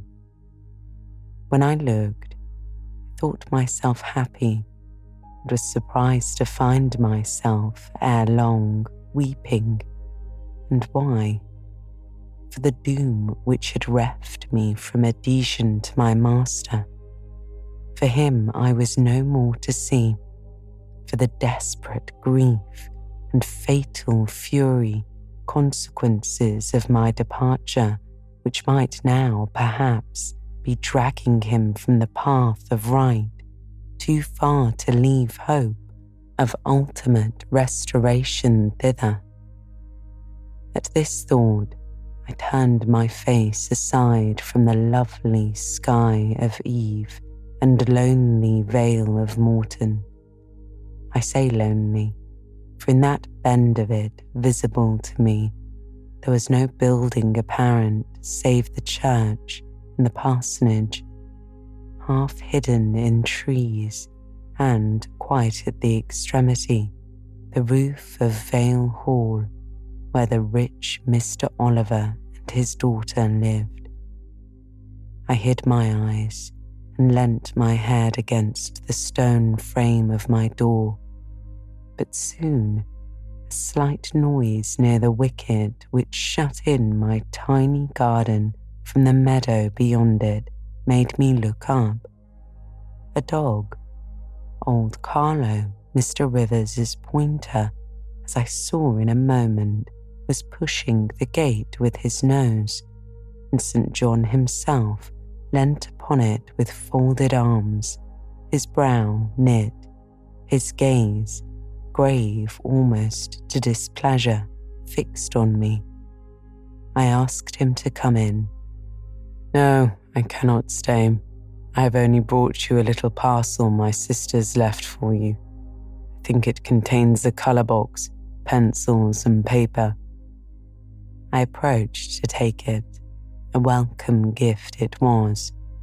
He examined my face, I thought, with austerity as I came near. The traces of tears were doubtless very visible upon it. Have you found your first day's work harder than you expected? He asked. Oh no, on the contrary. I think in time I shall get on with my scholars very well. But perhaps your accommodations, your cottage, your furniture have disappointed your expectations. They are in truth scanty enough. I interrupted. My cottage is clean and weatherproof. My furniture is sufficient and commodious. All I see has made me thankful, not despondent. I'm not absolutely such a fool and sensualist as to regret the absence of a carpet, a sofa, and silver plate. Besides, 5 weeks ago I had nothing. I was an outcast, a beggar, a vagrant. Now I have acquaintance, a home, a business. I wonder at the goodness of God, the generosity of my friends, the bounty of my lot. I do not repine. But you feel solitude and oppression. The little house there behind you is dark and empty. I've hardly had time yet to enjoy a sense of tranquility, much less to grow impatient under one of loneliness. Very well. I hope you feel the contentment you express. At any rate, your good sense will tell you that it is too soon yet to yield to the vacillating fears of Lot's wife. What you had left before I saw you, of course, I do not know, but I counsel you to resist firmly every temptation which would incline you to look back. Pursue your present career steadily, for some months at least. It is what I mean to do, I answered. St. John continued. It is hard work to control the workings of inclination and turn the bent of nature, but that it may be done, I know from experience. God has given us, in a measure, the power to make our own fate, and when our energies seem to demand a sustenance they cannot get, when our will strains after a path we may not follow, we need neither starve from inanition nor stand still in despair. We have but to seek another nourishment for the mind, as strong as the forbidden food it longed to taste, and perhaps purer, and to hew out for the adventurous foot a road as direct and broad as the one fortune has blocked up against us, if rougher than it. A year ago, I was myself intensely miserable, because I thought I had made a mistake in entering the ministry. Its uniform duties wearied me to death. I burned for the more active life of the world, for the more exciting toils of a literary career, for the destiny of an artist, author, orator, anything rather than that of a priest. Yes, the heart of a politician or a soldier, a votary of glory, a lover of renown, a luster after power, beat under my curate's surplice. Considered my life was so wretched it must be changed, or I must die. After a season of darkness and struggling, light broke and relief fell. My cramped existence all at once spread out to a plain without bounds. My powers heard a call from heaven to rise, gather their full strength, spread their wings and mount beyond ken. God had an errand for me, to bear which afar, to deliver it well, skill and strength, courage and eloquence, the best qualifications of soldier, statesman, and orator were all needed, for these all center in the good missionary. A missionary I resolved to be. From that moment, my state of mind changed. The fetters dissolved and dropped from every faculty, leaving nothing of bondage but its galling soreness, which time only can heal. My father indeed imposed the determination, but since his death I have not a legitimate obstacle to contend with. Some affairs settled, successor for Morton provided, an entanglement or two of the feelings broken through or cut asunder, at last conflict with human weakness, which I know I shall overcome, because I have vowed that I will overcome, and I leave Europe for the East. He said this in his peculiar, subdued yet emphatic voice, looking when he had ceased speaking not at me, but at the setting sun, at which I looked too. Both he and I had our backs towards the path leading up the field to the wicket. We had heard no step on that grass-grown track. The water running in the vale was the one lulling sound of the hour and scene.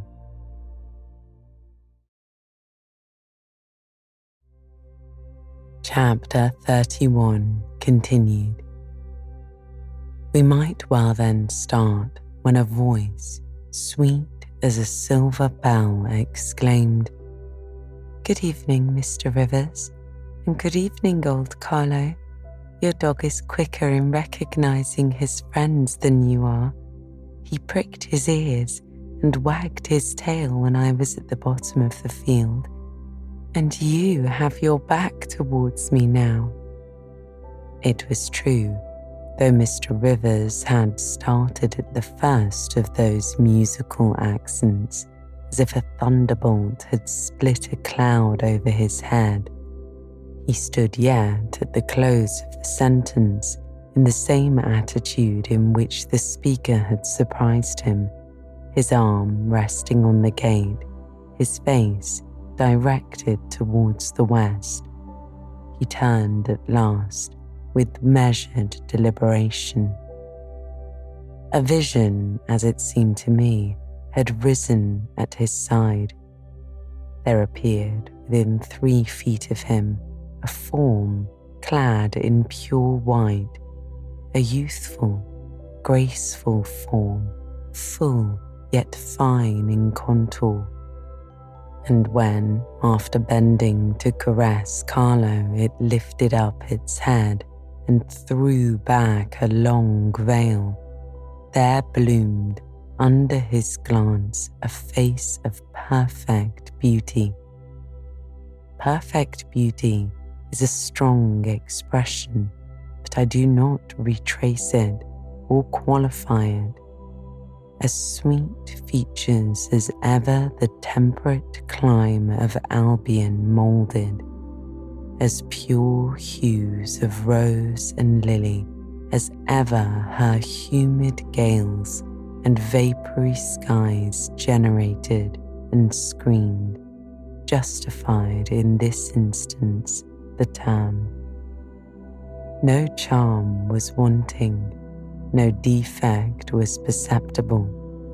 The young girl had regular and delicate lineaments, eyes shaped and coloured as we see them in lovely pictures, large and dark and full.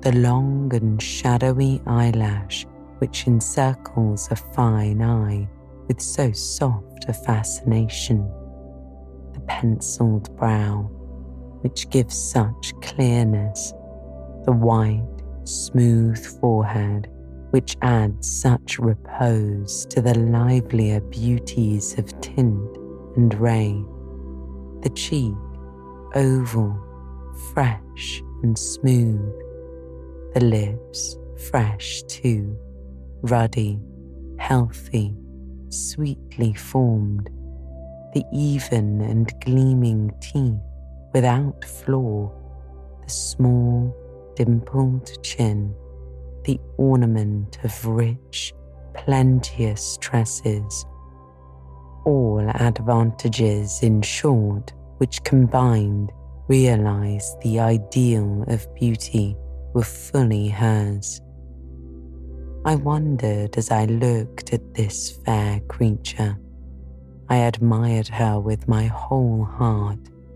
Nature had surely formed her in a partial mood, and, forgetting her usual stinted stepmother dole of gifts, had endowed this, her darling, with a grand dame's bounty. What did St. John Rivers think of this earthly angel? I naturally asked myself that question as I saw him turn to her and look at her, and as naturally, I sought the answer to the inquiry in his countenance. He had already withdrawn his eye from the Peri and was looking at a humble tuft of daisies which grew by the wicket. "A lovely evening, but late for you to be out alone," he said as he crushed the snowy heads of the closed flowers with his boot. "Oh, I only came home this afternoon." She mentioned the name of a large town some 20 miles distant. "Papa told me you had opened your school and that the new mistress was come, so I put on my bonnet after tea and ran up the valley to see her. This is she?" she asked, pointing to me. "It is," said St. John. "Do you think you shall like Morton?" she asked of me, with a direct and naive simplicity of tone and manner, pleasing if childlike. "I hope I shall. I have many inducements to do so," I replied. "Did you find your scholars as attentive as you expected?" she asked. "Quite," I answered. "Do you like your house?" "Oh, very much." "Have I furnished it nicely?" Very nicely, indeed, and make a good choice of an attendant for you in Alice Wood. You have indeed. She is teachable and handy. This, then, I thought, is Miss Oliver, the heiress favoured, it seems, in the gifts of fortune, as well as in those of nature. What happy combination of the planets presided over her birth, I wonder. I shall come up and help you teach sometimes, she added. 'Twill be a change for me to visit you now and then, and I like a change. Mr. Rivers, I have been so happy during my stay away. Last night, or rather this morning, I was dancing till 2 o'clock. The regiment is stationed there since the riots, and the officers are the most agreeable men in the world. They put all our young knife grinders and scissor merchants to shame. It seemed to me that Mr. St. John's underlip protruded and his upper lip curled a moment. His mouth certainly looked a good deal compressed, and the lower part of his face unusually stern and square as the laughing girl gave him this information. He lifted his gaze, too, from the daisies and turned it on her, an unsmiling, a searching, a meaning gaze it was. She answered it with a second laugh, and laughter well became her youth, her roses, her dimples, her bright eyes. As he stood mute and grave, she again fell to caressing Carlo. Poor Carlo loves me, said she. He is not stern and distant to his friends, and if he could speak, he would not be silent. As she patted the dog's head, bending with a native grace before his young and austere master, I saw a glow rise to that master's face. I saw his solemn eye melt with sudden fire and flicker with resistless emotion. Flushed and kindled thus, he looked nearly as beautiful for a man as she for a woman. His chest heaved once as if his large heart, weary of despotic constriction, had expanded despite the will and made a vigorous bound for the attainment of liberty. But he curbed it, I think, as a resolute rider would curb a rearing steed. He responded neither by word nor movement to the gentle advances made him. Papa says you never come to see us now, continued Miss Oliver, looking up.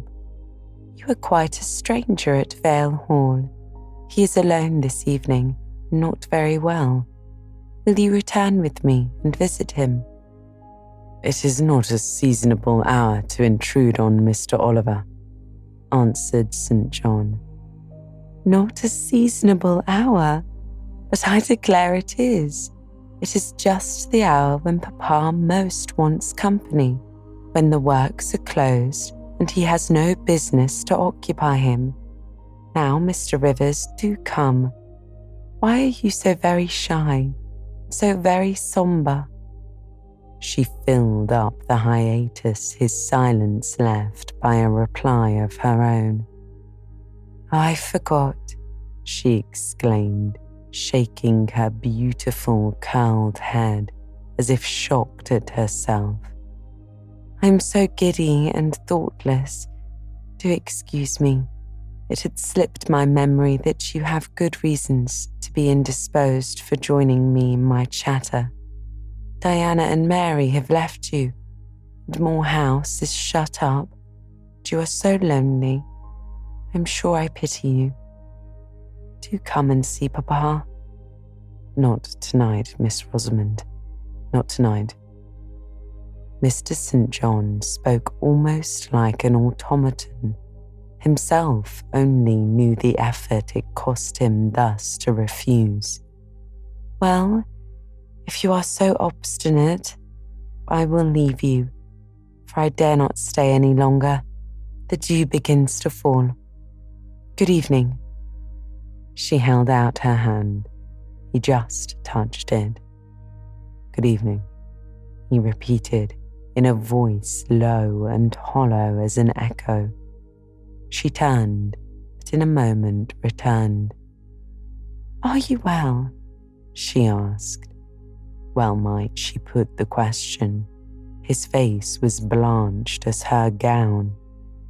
"Quite well," he enunciated, and with a bow he left the gate. She went one way, he another. She turned twice to gaze after him as she tripped, fairy-like, down the field. He, as he strode firmly across, never turned at all. This spectacle of another's suffering and sacrifice wrapped my thoughts from exclusive meditation on my own. Diana Rivers had designated her brother inexorable as death. She had not exaggerated. Chapter 32. I continued the labours of the village school as actively and faithfully as I could. It was truly hard work at first. Some time elapsed before, with all my efforts, I could comprehend my scholars and their nature. There was a difference amongst them, and when I got to know them, and they me, this difference rapidly developed itself. Their amazement at me, my language, my rules and ways, once subsided, I found some of these children to be sharp-witted girls enough. Many showed themselves obliging and amiable too, and I discovered amongst them not a few examples of natural politeness and innate self-respect, as well as of excellent capacity that won both my goodwill and my admiration. These soon took a pleasure in doing their work well, in keeping their persons neat, in learning their tasks regularly, in acquiring quiet and orderly manners. The rapidity of their progress in some instances was even surprising, and an honest and happy pride I took in it. Besides, I began personally to like some of the best girls, and they liked me. I had amongst my scholars several farmers' daughters, young women grown almost. These could already read, write, and sew, and to them I taught the elements of grammar, geography, history, and the finer kinds of needlework. I found estimable characters amongst them, characters desirous of information and disposed for improvement, with whom I passed many a pleasant evening hour in their own homes. Their parents then, the farmer and his wife, loaded me with attentions. There was an enjoyment in accepting their simple kindness and in repaying it by a consideration, a scrupulous regard to their feelings, to which they were not, perhaps at all times accustomed, and which both charmed and benefited them, because while it elevated them in their own eyes, it made them emulous to merit the deferential treatment they received. I felt I became a favourite in the neighbourhood. Whenever I went out, I heard on all sides cordial salutations and was welcomed with friendly smiles. To live amidst general regard is like sitting in sunshine, calm and sweet. Serene, inward feelings bud and bloom under the ray. At this period of my life, my heart oftener swelled with thankfulness than sank with rejection.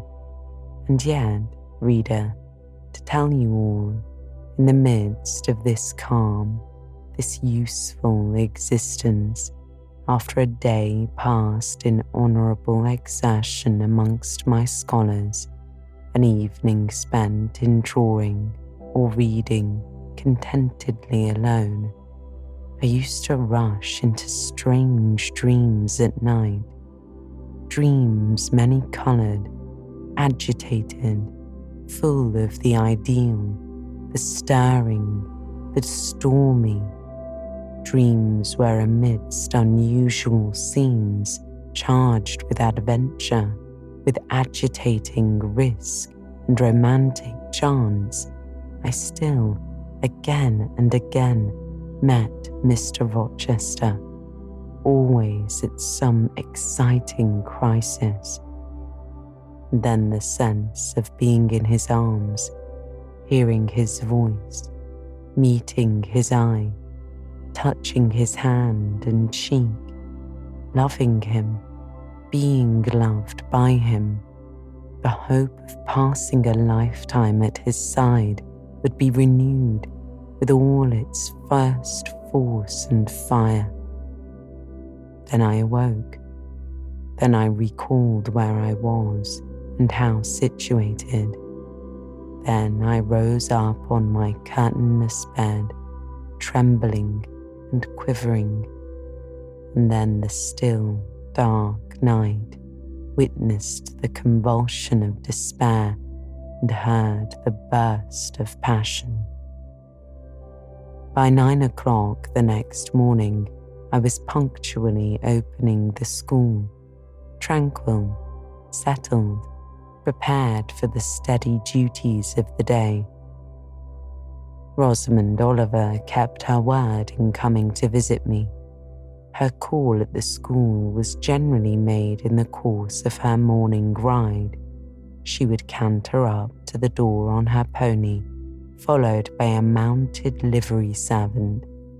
Anything more exquisite than her appearance in her purple habit, with her cap of black velvet placed gracefully above the long curls that kissed her cheek and floated to her shoulders, can scarcely be imagined. And it was thus she would enter the rustic building and glide through the dazzled ranks of the village children. She generally came at the hour when Mr. Rivers was engaged in giving his daily catechizing lesson. Keenly, I fear, did the eye of the visitress pierce the young pastor's heart. Sort of instinct came to warn him of her entrance, even when he did not see it, and when he was looking quite away from the door, if she appeared at it, his cheek would glow, and his marble-seeming features, though they refused to relax, changed indescribably, and in their very quiescence became expressive of a repressed fervour, stronger than working muscle or darting glance could indicate. Of course, she knew her power. Indeed, he did not, because he could not conceal it from her. In spite of his Christian stoicism, when she went up and addressed him and smiled happily, encouragingly, even fondly in his face, his hand would tremble and his eye burn. He seemed to say with his sad and resolute look, if he did not say it with his lips. I love you, and I know you prefer me. It is not despair of success that keeps me dumb. If I offered my heart, I believe you would accept it. That heart is already laid on a sacred altar. The fire is arranged round it. It will soon be no more than a sacrifice consumed. And then she would pout like a disappointed child. A pensive cloud would soften her radiant vivacity, but she would withdraw her hand hastily from his and turn in transient petulance from his aspect, at once so heroic and so martyr-like. St. John, no doubt, would have given the world to follow, recall, retain her when she thus left him, but he would not give one chance of heaven, not relinquish for the Elysium of her love one hope of the true eternal paradise. Besides, he could not build all that he had in his nature, the rover, the aspirant, the poet, the priest, in the limits of a single passion.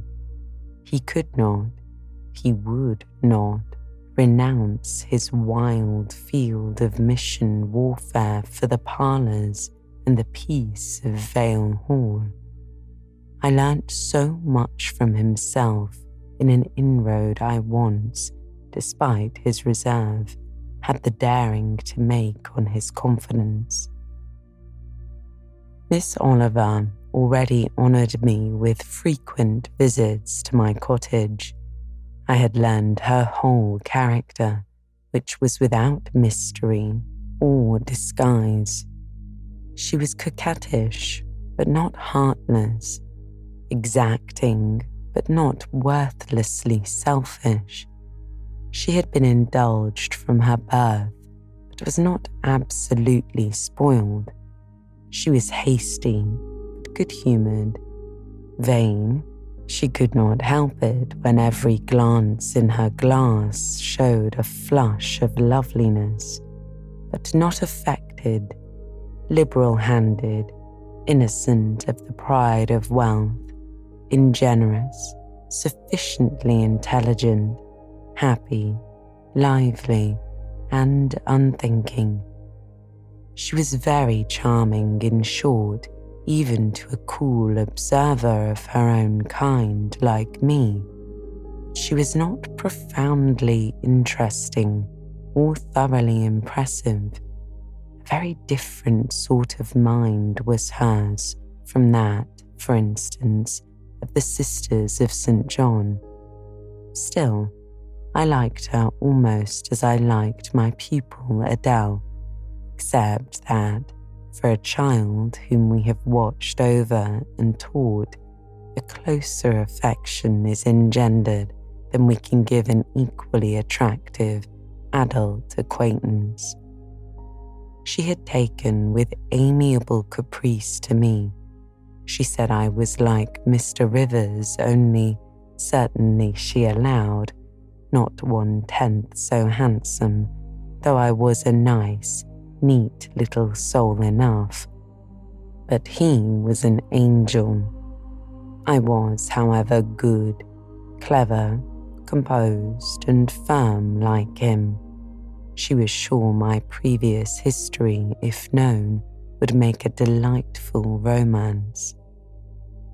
One evening, while with her usual childlike activity and thoughtless, yet not offensive inquisitiveness, she was rummaging the cupboard and the table drawer of my little kitchen. She discovered, first, 2 French books, a volume of Schiller, a German grammar and dictionary, and then my drawing materials and some sketches, including a pencil head of a pretty little cherub-like girl, one of my scholars. and sundry views from nature taken in the Vale of Morton and on the surrounding moors, she was first transfixed with surprise and then electrified with delight. Had I done these pictures? Did I know French and German? What a love, what a miracle I was. Would I sketch a portrait of her to show Papa? With pleasure, I replied, and I felt a thrill of artistic delight at the idea of copying from so perfect and radiant a model. She had then on a dark blue silk dress. Her arms and neck were bare. Her only ornament was her chestnut tresses, which waved over her shoulders with all the wild grace of natural curls. I took a sheet of fine cardboard and drew a careful outline. I promised myself the pleasure of colouring it, and, as it was getting late then, I told her she must come and sit another day. She made such a report of me to her father that Mr. Oliver himself accompanied her next evening, a tall, massive-featured, middle-aged and grey-bearded man, at whose side his lovely daughter looked like a bright flower near a turret. He appeared a taciturn, perhaps a proud personage, but he was very kind to me. The sketch of Rosamond's portrait pleased him highly. He said I must make a finished picture of it. He insisted, too, on my coming the next day to spend the evening at Vale Hall. I went, found it a large, handsome residence, showing abundant evidences of wealth in the proprietor. Rosamond was full of glee and pleasure all the time I stayed. Her father was affable, and when he entered into conversation with me after tea, he expressed, in strong terms, his approbation of what I had done in Morton School, and said he only feared, from what he saw and heard, I was too good for the place and would soon quit it for one more suitable. "Indeed," said Rosamond, "she is clever enough to be a governess in a high family, Papa." I thought I would far rather be where I am than in any high family in the land. Mr. Oliver spoke of Mr. Rivers, of the Rivers family, with great respect.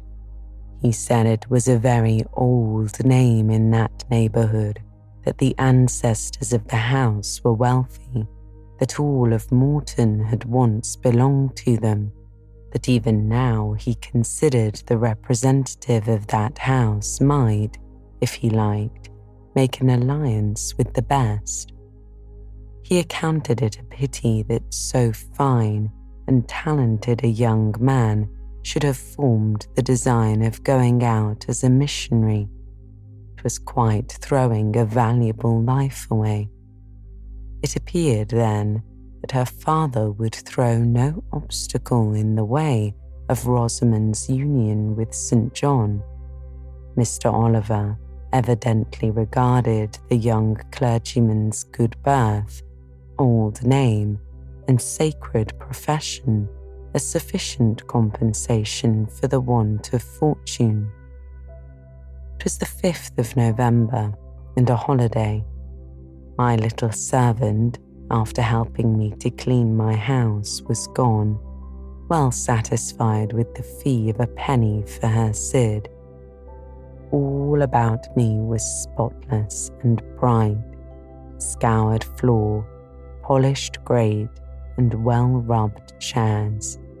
I had also made myself neat and had now the afternoon before me to spend as I would. The translation of a few pages of German occupied me an hour. Then I got my palette and pencils and fell to the more soothing, because easier occupation of completing Rosamond Oliver's miniature. The head was finished already. There was but the background to tint and the drapery to shade off, a touch of carmine too to add to the ripe lips, a soft curl here and there to the tresses, a deeper tinge to the shadow of the lash under the azured eyelid. I was absorbed in the execution of these nice details when, after one rapid tap, my door unclosed, admitting St. John Rivers. "I'm come to see how you are spending your holiday," he said. "Not, I hope, in thought? No, that is well. While you draw, you will not feel lonely. You see, I mistrust you still, though you have borne up wonderfully so far. I have brought you a book for evening solace." And he laid on the table a new publication, a poem. One of those genuine productions so often vouchsafed to the fortunate public of those days, the golden age of modern literature. Alas, the readers of our era are less favoured, but courage, I will not pause either to accuse or repine. I know poetry is not dead, nor genius lost. They will both assert their existence, their presence, their liberty and strength again one day. Powerful angels, safe in heaven, they smile when sordid souls triumph and feeble ones weep over their destruction. Poetry destroyed, genius banished. No, mediocrity, no. Do not let envy prompt you to the thought. No, they not only live, but reign and redeem, and without their divine influence spread everywhere, you would be in hell, the hell of your own meanness. While I was eagerly glancing at the bright pages of Marmion, for Marmion it was, St. John stopped to examine my drawing. His tall figure sprang erect again with a start. He said nothing. I looked up at him. He shunned my eye. I knew his thoughts well and could read his heart plainly. The moment I felt calmer and cooler than he. I had then temporarily the advantage of him, and I conceived an inclination to do him some good if I could. With all his firmness and self-control, thought I, he tasks himself too far, locks every feeling and pang within, expresses, confesses, imparts nothing. I'm sure it would benefit him to talk a little about this sweet Rosamond, whom he thinks he ought not to marry. I will make him talk. I said first, "Take a chair, Mr. Rivers," but he answered, as he always did, that he could not stay. "Very well," I responded mentally. "Stand if you like, but you shall not go just yet. I'm determined. Solitude, at least, is as bad for you as it is for me. I'll try if I cannot discover the secret spring of your confidence and find an aperture in that marble exterior through which I can shed one drop of the balm of sympathy." "Is this portrait like?" I asked bluntly. Like whom?" did not observe it closely," he replied. "You did, Mr. Rivers." He almost started at my sudden and strange abruptness. He looked at me, astonished. "Oh, that is nothing yet," I muttered within. "I don't mean to be baffled by a little stiffness on your part. I'm prepared to go to considerable lengths." I continued. "You observed it closely and distinctly. I have no objection to your looking at it again." And I rose and placed it in his hand. "A well-executed picture," he said. "Very soft, clear colouring, very graceful and correct drawing." Yes, I know all of that. What of the resemblance? Who is it like?" Mastering some hesitation, he answered, "Miss Oliver, I presume." "Of course. Now, sir, to reward you for the accurate guess, I will promise to paint you a careful and faithful duplicate of this very picture, provided you admit that the gift would be acceptable to you. I don't wish to throw away my time and trouble on an offering you would deem worthless." He continued to gaze at the picture. The longer he looked, the firmer he held it, the more he seemed to covet it. "'Tis like," he murmured. "The eye is well managed, the colour, light, expression perfect. It smiles. Would it comfort, or would it wound you to have a similar painting? Tell me that. When you were at Madagascar, or at the Cape, or in India, would it be a consolation to have that memento in your possession, or would the sight of it bring recollections calculated to enervate and distress?" He now furtively raised his eyes. He glanced at me, irresolute, disturbed. He again surveyed the picture. "That I should like to have it is certain. Whether it would be judicious or wise is another question," he replied. Since I had ascertained that Rosamond really preferred him and that her father was not likely to oppose the match, I, less exalted in my views than St. John, had been strongly disposed in my own heart to advocate their union.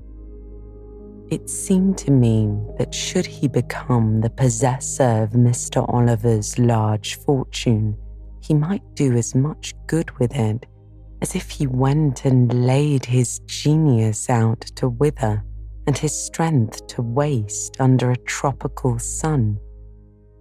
With this persuasion, I now answered, "As far as I can see, it would be wiser and more judicious if you were to take yourself the original at once." By this time he had sat down. He laid the picture on the table before him, and with his brow supported on both hands, hung fondly over it. I discerned he was now neither angry nor shocked at my audacity. I saw even that he was thus frankly addressed on a subject he had deemed unapproachable. To hear it thus freely handled was beginning to be felt by him as a new pleasure, an unhoped-for relief. Reserved people often really need the frank discussion of their sentiments and griefs more than the expansive. The sternness, seeming stoic, is human after all, and to burst with boldness and goodwill into the silent sea of their souls is often to confer them on the first of obligations. "She likes you," I'm sure, said I as I stood behind the chair, that her father respects you. Moreover, she's a sweet girl, rather thoughtless, but you would have sufficient thought for both yourself and her. You ought to marry her. Does she like me? He asked. Certainly, better than she likes anyone else. She talks of you continually. There is no subject she enjoys so much or touches upon so often. It is very pleasant to hear this, he said. Very. Go on for another quarter of an hour. And he actually took out his watch and laid it upon the table to measure the time. But where is the use of going on? I asked, when you are probably preparing some iron blow of contradiction or forging a fresh chain to letter your heart. Don't imagine such hard things. Fancy me yielding and melting as I am doing. Human love rising like a freshly opened fountain in my mind and overflowing with sweet inundation all the field I have so carefully, with such labour prepared, so assiduously sown with seeds of good intentions, of self-denying plans. Now it is deluged with a nectarous flood, the young seeds swamped, delicious poison cankering them. Now I see myself stretched on an ottoman in the drawing room at Vale Hall, at my bride, Rosamond Oliver's feet. She's talking to me with her sweet voice, gazing down on me with those eyes your skillful hand has copied so well, smiling at me with these coral lips. She is mine. I am hers. This present life and passing world suffice to me. Hush, say nothing. My heart is full of delight. My senses are entranced. Let the time I marked pass in peace. I humoured him. The watch ticked on. He breathed fast and low. I stood silent. Amidst this hush, the quarter sped. He replaced the watch, laid the pitcher down, rose and stood on the hearth. Now, said he, that little space was given to delirium and delusion. I rested my temples on the altar of temptation and put my neck voluntarily under the yoke of flowers. I tasted her cup. The pillow was burning. There is an asp in the garland. The wine has a bitter taste. Her promises are hollow. Her offers false. I see and know all this. I gazed at him in wonder. "'Tis strange," pursued he, "that while I love Rosamond Oliver so wildly, with all the intensity indeed of a first passion, the object of which is exquisitely beautiful, graceful, fascinating, I experience at the same time a calm, unwarped consciousness she would not make me a good wife, that she is not the partner suited to me, that I should discover this within a year after marriage, and that 12 months' rapture would succeed a lifetime of regret. This I know." "Strange indeed," I could not help saying. "While something in me," he went on, "is acutely sensible to her charms, something else is as deeply impressed with her defects. They are such that she could not sympathize in nothing I aspired to, cooperate in nothing I undertook. Rosamond a sufferer a labourer, a female apostle, Rosamond, a missionary's wife. No. But you need not be a missionary. You might relinquish that scheme. Relinquish? What? My vocation? My great work? My foundation laid on earth for a mansion in heaven? My hopes of being numbered in the band who have merged all ambitions in the glorious one of bettering their kind, of substituting peace for war, for the hope of heaven, for the fear of hell. Must I relinquish that? It is dearer than the blood in my veins. It is what I have to look forward to and to live for. After a considerable pause, I said, "And Miss Oliver? Her disappointment and sorrow of no interest to you? Miss Oliver is ever surrounded by suitors and flatterers. In less than a month, my image will be effaced from her heart. She will forget me and will marry probably someone who will make her far happier than I should do." You speak coolly enough, but you suffer in the conflict. You are wasting away. No, if I get a little thin, it is with anxiety about my prospects, yet unsettled, my departure continually procrastinated. Only this morning I received intelligence that the successor, whose arrival I have been so long expecting, cannot be ready to replace me for 3 months to come yet. Perhaps the 3 months may extend to 6. You tremble, become flushed whenever Miss Oliver enters the schoolroom.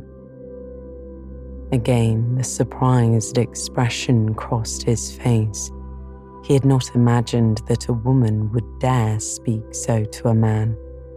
For me, I felt at home in this sort of discourse. I could never rest in communication with strong, discreet and refined minds, whether male or female, till I had passed the outworks of conventional reserve and crossed the threshold of confidence and won a place by their heart's very hearthstone. "You are original," said he, "and not timid. There is something brave in your spirit, as well as penetrating in your eye. But allow me to assure you that you partially misinterpret my emotions. You think them more profound and potent than they are. You give me a larger allowance of sympathy than I have a just claim to. When I colour, when I shake before Miss Oliver, I do not pity myself. I scorn the weakness. I know it is ignoble, a mere fever of the flesh, not, I declare, the convulsion of the soul. It is just fixed as a rock, firm, set in the depths of a restless sea. Know me to be what I am, a cold, hard man." I smiled incredulously. "You have taken my confidence by storm," he continued, "and now it is much at your service. I am, simply, in my original state, stripped of that blood-bleached robe with which Christianity covers human deformity. Cold, hard, ambitious man. Natural affection only of the sentiments has permanent power over me. Reason and not feeling is my guide. My ambition is unlimited. My desire to rise lighter, to do more than others, is insatiable. I honour endurance, perseverance, industry, talent, because these are the means by which men achieve great ends and mount to lofty eminence. I watch your career with interest because I consider you a specimen of diligent, orderly, energetic woman not because I am deeply compassionate to what you have gone through or what you still suffer. You would describe yourself as a mere pagan philosopher, I said.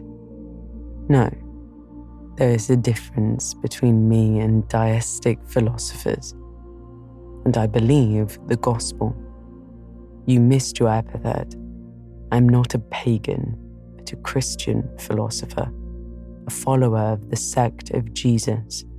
As his disciple, I adopt his pure, his merciful, his benignant doctrines. I advocate them. I'm sworn to spread them. Won in youth to religion, she has cultivated my original qualities thus. From the minute seed, natural affection, she has developed the overshadowing tree, philanthropy. From the wild, stringy root of human uprightness, she has reared a due sense of the divine justice, of the ambition to win power and renown for my wretched self. She has formed the ambition to spread my master's kingdom, to achieve victories for the standard of the cross. So much has religion done for me, turning the original materials to the best account, pruning and training nature. But she could not eradicate nature, nor will it be eradicated till this mortal shall put on immortality. Having said this, he took his hat, which lay on the table beside my pallet. Once more, he looked at the portrait. She is lovely, he murmured. She is well named the Rose of the World, indeed. And may not I paint one like it for you? I asked. No, he replied. He drew over the picture the sheet of thin paper on which I was accustomed to rest my hand in painting to prevent the cardboard from being sullied. What he suddenly saw on this blank paper, it was impossible for me to tell, but something had caught his eye. He took it up with a snatch. He looked at the edge, then shot a glance at me, inexpressibly peculiar and quite incomprehensible, glance that seemed to take and make note of every point in my shape, face, and dress, for it traversed all, quick, keen as lightning. His lips parted as if to speak, but he checked the coming sentence, whatever it was. What is the matter? I asked. Nothing in the world, was the reply, and replacing the paper, I saw him dexterously tear a narrow slip from the margin. It disappeared in his glove, and with one hasty nod and good afternoon, he vanished. Well, I said, using an expression of the district. That caps the globe, however. I, in my turn, scrutinized the paper, but saw nothing on it save a few dingy stains of paint where I had tried the tint in my pencil. I pondered the mystery a minute or two, but finding it insolvable, and being certain it should not be of much moment, I dismissed and soon forgot it.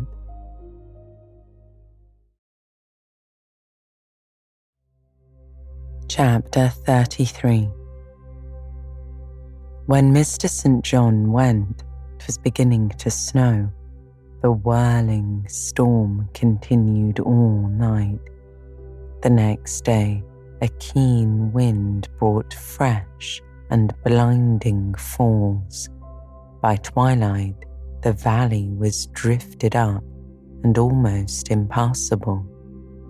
I had closed my shutter, laid a mat to the door to prevent the snow from blowing in under it, trimmed my fire, and after sitting nearly an hour on the hearth, listening to the muffled fury of the tempest, I lit a candle, took down Marmion, and beginning, day set on Norham's castled steep, and Tweed's fair river, broad and deep, and Cheviot's mountains lone, the massive towers, the donjon keep, the flanking walls that round them sweep, in yellow lustre shone. I soon forgot storm in music. I heard a noise. The wind, I thought, shook the door. No, it was St. John Rivers, who, lifting the latch, came in out of the frozen hurricane, the howling darkness, and stood before me. The cloak that covered his tall figure, all white as a glacier. I was almost in consternation, so little had I expected any guest from the blocked-up Vale that night. "Any ill news?" I demanded. "Has anything happened?" "No, how very easily alarmed you are," he answered, removing his cloak and hanging it up against the door, towards which he again coolly pushed the mat which his entrance had deranged. He stamped the snow from his boots. "I shall sully the purity of your floor," said he, "but you must excuse me for once." Then he approached the fire. "I have had hard work to get here, I assure you," he observed as he warmed his hands over the flame. "One drift took me up to the waist. Happily the snow is quite soft yet." "But why are you come?" I could not forbear saying. "Rather an inhospitable question to put to a visitor, but since you ask it, I answer simply to have a little talk with you. I got tired of my mute books and empty rooms. Besides, since yesterday, I have experienced the excitement of a person to whom a tale has been half told and who is impatient to hear the sequel." He sat down. I recalled his singular conduct of yesterday, and really I began to fear his wits were touched. If he were insane, however, his was a very cool and collected insanity. I had never seen that handsome-featured face of his look more like chiseled marble than it did just now, as he put aside his snow-wet hair from his forehead and let the firelight shine free on his pale brow and cheek as pale, where it grieved me to discover the hollow trace of care or sorrow now so plainly graved. I waited, expecting he would say something I could at least comprehend, but his hand was now at his chin, his finger on his lip. He was thinking. It struck me that his hand looked wasted like his face. A perhaps uncalled for gush of pity came over my heart. I was moved to say, "I wish Diana or Mary would come and live with you. It is too bad that you should be quite alone, and you are recklessly rash about your own health." "Not at all," said he. "I care for myself when necessary. I'm well now. What do you see amiss in me?" This was said with a careless, abstracted indifference, which showed that my solicitude was, at least in his opinion, wholly superfluous. I was silenced. He still slowly moved his finger over his upper lip, and still his eye dwelt dreamily on the glowing grate. Thinking it urgent to say something, I asked him presently if he felt any cold draught from the door which was behind him. No, he responded shortly and somewhat testily. Well, I reflected, if you won't talk, you may be still. I'll let you alone now and return to my book. So I snuffed the candle and resumed the perusal of Marmion. He soon stirred. My eye was instantly drawn to his movements. He only took out a morocco pocket-book, thence produced a letter, which he read in silence, folded it, put it back, relapsed into meditation. It was vain to try to read with such an inscrutable fixture before me, nor could I, in impatience, consent to be quiet. He might rebuff me if he liked, but talk I would. Have you heard from Diana and Mary lately? I asked. Not since the letter I showed you a week ago. Has not been any change made about your own arrangements? You will not be summoned to leave England sooner than you expected? I fear not, indeed. Such chance is too good to befall me. Baffled so far, I changed my ground. I bethought myself to talk about the school and my scholars. Mary Garrett's mother is better, and Mary came back to the school this morning, and I shall have 4 new girls next week from the Foundry Close. They would have come today but for the snow. Indeed, he replied. Mr. Oliver pays for 2. Does he? He means to give the whole school a treat at Christmas. I know. Was it your suggestion? No. Whose then? His daughter's, I think. It is like her. She's so good-natured. Yes, said he. Again came the blank of a pause. The clock struck 8 strokes. It aroused him. He uncrossed his legs, sat erect, turned to me. Leave your book a moment and come a little nearer the fire, he said. Wondering, and of my wonder finding no end, I complied. Half an hour ago, he pursued, I spoke of my impatience to hear the sequel of a tale. On reflection, I find the matter will be better managed by my assuming the narrator's part and converting you into a listener. Before commencing, 'tis but fair to warn you that the story will sound somewhat hackneyed in your ears, but stale details often regain a degree of freshness when they pass through new lips.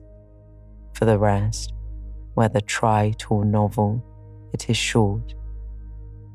20 years ago, a poor curate, never mind his name at this moment, fell in love with a rich man's daughter. She fell in love with him and married him, against the advice of all her friends, who consequently disowned her immediately after the wedding.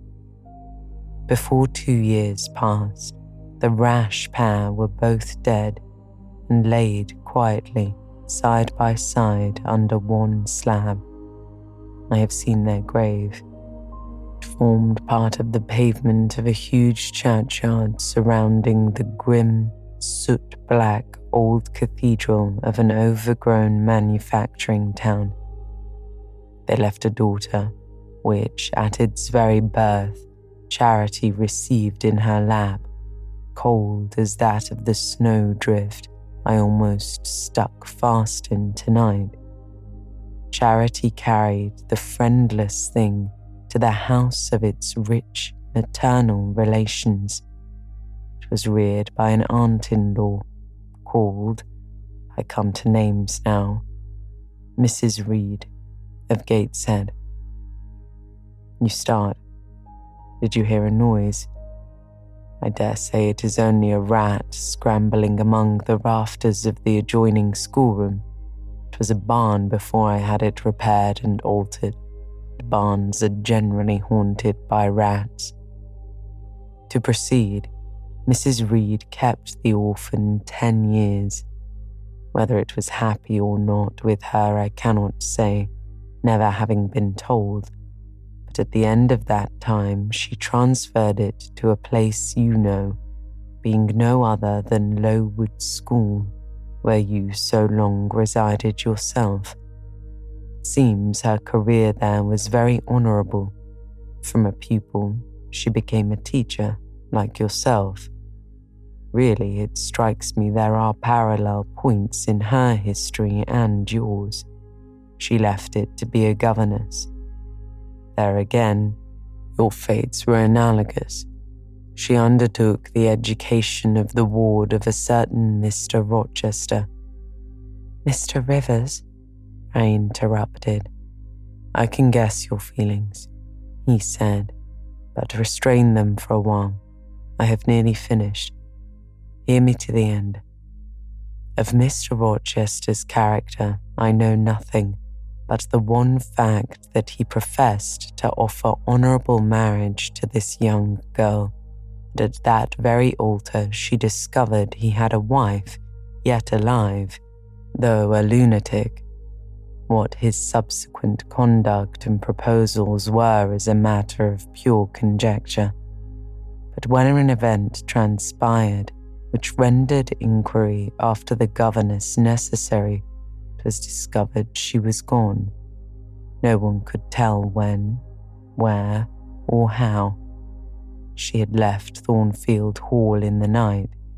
Every research after her course had been in vain.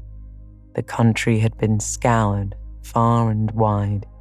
No vestige of information could be gathered respecting her.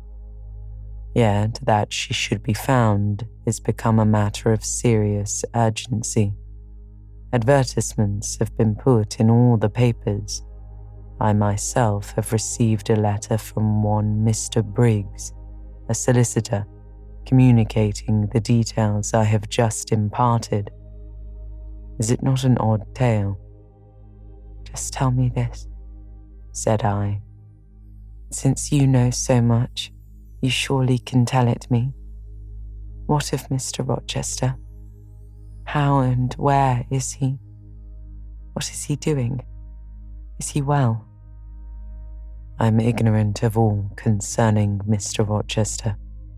The letter never mentions him but to narrate the fraudulent and illegal attempt I have adverted to. You should rather ask the name of the governess, the nature of the event which requires her appearance. Did no one go to Thornfield Hall then? Did no one see Mr. Rochester? I suppose not. But they wrote to him. Of course. And what did he say? Who has his letters? Mr. Briggs intimates that the answer to his application was not from Mr. Rochester, but from a lady. It is signed Alice Fairfax. I felt cold and dismayed. My worst fears then were probably true. He had in all probability left England and rushed in reckless desperation to some former haunt on the continent. What opiate for his severe sufferings? What object for his strong passions had he sought there? I dared not answer the question. Oh, my poor master, once almost my husband, whom I had often called my dear Edward. He must have been a bad man, observed Mr. Rivers. You don't know him. Don't pronounce an opinion upon him. I said with warmth. Very well, he answered quietly. And indeed my head is otherwise occupied than with him. I have my tale to finish. Since you won't ask the governess's name, I must tell it of my own accord. But stay, I have it here. It is always more satisfactory to see important points written down, fairly committed to black and white. And the pocket-book was again deliberately produced, opened, sought through. From one of its compartments was extracted a shabby slip of paper, hastily torn off. I recognized in its texture and stains of ultramarine and lake and vermilion the ravished margin of the portrait cover. He got up, held it close to my eyes, and I read, traced in Indian ink, in my own handwriting, the words Jane Eyre, the work doubtless of some moment of abstraction. Briggs wrote to me of a Jane Eyre, he said. The advertisements demanded a Jane Eyre. I knew a Jane Elliot. I confess I had my suspicions, but it was only yesterday afternoon they were at once resolved into certainty. You own the name and renounce the alias. Yes, but where is Mr. Briggs? He perhaps knows more of Mr. Rochester than you do. Briggs is in London. I should doubt his knowing anything at all about Mr. Rochester. It is not in Mr. Rochester he is interested. Meantime, you forget essential points in pursuing trifles. You do not inquire why Mr. Briggs sought after you, what he wanted with you. Well, what did he want? Merely to tell you that your uncle, Mr. Eyre of Madeira, is dead, that he has left you all his property, and that you are now rich. Merely that, nothing more. I? Rich? Yes, you, rich, quite an heiress. Silence succeeded. You must prove your identity, of course, resumed St. John presently, a step which will offer you no difficulties. You can then enter on immediate possession. Your fortune is vested in the English funds. Briggs has the will and the necessary documents. Here was a new card turned up. 'Tis a fine thing, reader, to be lifted in a moment from indigence to wealth. A very fine thing, but not a matter one can comprehend or consequently enjoy all at once. And then there are other chances in life far more thrilling and rapture-giving.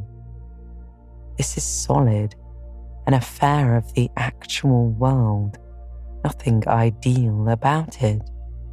All its associations are solid and sober, and its manifestations are the same. One does not jump and spring and shout hurrah at hearing one has got a fortune. One begins to consider responsibilities, to ponder business. On a base of steady satisfaction rise certain grave cares, and we contain ourselves and brood over our bliss with a solemn brow. Besides, the words legacy, bequest go side by side with the words death, funeral. My uncle, I had heard, was dead, my only relative. Ever since being made aware of his existence, I had cherished the hope of one day seeing him. Now I never should. And then this money came only to me, not to me and a rejoicing family, but to my isolated self. It was a grand boon, doubtless, and independence would be glorious. Yes, I felt that. That thought swelled my heart. "You unbed your forehead at last," said Mr. Rivers. "Thought Medusa had looked at you and that you were turning to stone. Perhaps you will now ask how much you are worth?" "How much am I worth?" "Oh, a trifle. Nothing, of course, to speak of. £20,000, I think they say. But what is that?" £20,000. Here was a new stunner. I had been calculating on 4,000 or 5,000. This news actually took my breath for a moment. Mr. St. John, whom I had never heard laugh before, laughed now. "Oh, well," said he, "if you had committed a murder and I had told you your crime was discovered, you could scarcely look more aghast." "It is a large sum. Don't you think there is a mistake?" "No mistake at all." "Perhaps you have read the figures wrong. It may be 2,000. It is written in letters, not figures. 20,000. I again felt rather like an individual of but average gastronomical powers, sitting down to feast alone at a table spread with provisions for 100. Mr. Rivers rose now and put his cloak on. "If it were not such a very wild night," he said, "I would send Hannah down to keep you company. You look too desperately miserable to be left alone." But Hannah, poor woman, could not stride the drift so well as I. Her legs are not quite so long, so I must leave you to your sorrows. Good night." He was lifting the latch. A sudden thought occurred to me. "Stop 1 minute," I called. "Well," he replied. "Puzzles me to know why Mr. Briggs wrote to you about me, or how he knew you, or could fancy that you, living in such an out-of-the-way place, had the power to aid in my discovery." "Oh, I am a clergyman," he said. "The clergy are often appealed to about odd matters." Again the latch rattled. "No, that does not satisfy me," I returned. And indeed there was something in the hasty and unexplanatory reply which, instead of allaying, piqued my curiosity more than ever. "It is a very strange piece of business," I added. "I must know more about it." "Another time," said he. "No, tonight." And as he turned from the door, I placed myself between it and him. He looked rather embarrassed. "You certainly shall not go till you have told me all," I said. "I would rather not just now." "You shall. You must." "I would rather Diana or Mary informed you." Of course, these objections wrought my eagerness to a climax. Gratified it must be, and that without delay, and I told him so. "But I apprised you that I was a hard man," he said, "difficult to persuade." "And I am a hard woman, impossible to put off." And then, he pursued, "I'm cold. No fervour infects me, whereas I am hot, and fire dissolves ice. The blaze there has thawed all the snow from your cloak. By the same token, it has streamed onto my floor and made it like a trampled street. as you hope ever to be forgiven, Mr. Rivers, the high crime and misdemeanour of spoiling a sanded kitchen, tell me what I wish to know." "Well then," he said, "I yield, if not to your earnestness, to your perseverance, as stone is worn by continual dropping. Besides, you must know some day, as well now as later. Your name is Jane Eyre. Of course, that was all settled before. You are not perhaps aware that I am your namesake, that I was christened St. John Eyre Rivers." "No, indeed. I remember now seeing the letter E comprised in your initials written in books you have at different times lent me, but I never asked for what name it stood. But what then?" I stopped, could not trust myself to entertain, much less to express the thought that rushed upon me, that embodied itself, that in a second stood out a strong, solid probability. Circumstances knit themselves, fitted themselves, shot into order. Chain that had been lying hitherto a formless lump of links was drawn out straight. Every ring was perfect, the connection complete. I knew by instinct how the matter stood before St. John had said another word, but I cannot expect the reader to have the same intuitive perception, so I must repeat his explanation. "My mother's name was Eyre," he continued. "She had 2 brothers, one a clergyman who married Miss Jane Reed of Gateshead, the other John Eyre, Esquire, merchant late of Funchal, Madeira. Mr. Briggs, being Mr. Eyre's solicitor, wrote to us last August to inform us of our uncle's death, and to say that he had left his property to his brother, the clergyman's orphaned daughter, overlooking us in consequence of a quarrel never forgiven between him and my father. He wrote again a few weeks since to intimate that the heiress was lost and asking if we knew anything of her. A name casually written on a slip of paper has enabled me to find her out. You know the rest. Again he was going, but I set my back against the door. "Do let me speak," I said. "Let me have one moment to draw breath and reflect." I paused.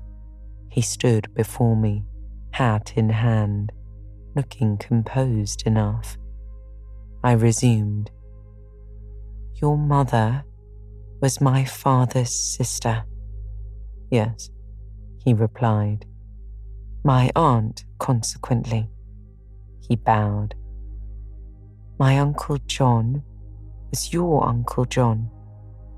You, Diana and Mary are his sister's children, as I am his brother's child." "Undeniably." "You 3 then are my cousins. Half our blood on each side flows from the same source." "We are cousins, yes." I surveyed him. It seemed I had found a brother, one I could be proud of, one I could love, and 2 sisters whose qualities were such that, when I knew them but as strangers, they had inspired me with genuine affection and admiration. The 2 girls on whom, kneeling down on the wet ground and looking through the low, latticed window of Moore House kitchen, I had gazed with so bitter a mixture of interest and despair, were my near kinswomen. and the young and stately gentleman who had found me almost dying at his threshold was my blood relation. Glorious discovery to a lonely wretch. This was wealth indeed, wealth to the heart, a mine of pure, genial affections. This was a blessing, bright, vivid and exhilarating, not like the ponderous gift of gold, rich and welcome enough in its way, but sobering from its weight. I now clapped my hands in sudden joy.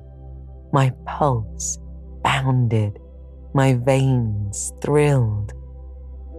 "Oh, I am glad, I am glad," I exclaimed. St. John smiled. "Did I not say you neglected essential points to pursue trifles?" he asked. "You were serious when I had told you you had got a fortune. Now, for a matter of no moment, you are excited." "What can you mean? It may be of no moment to you. You have sisters and don't care for a cousin. But I had nobody. And now 3 relations, or 2 if you don't choose to be counted, are born into my world, full grown. I say again, I am glad."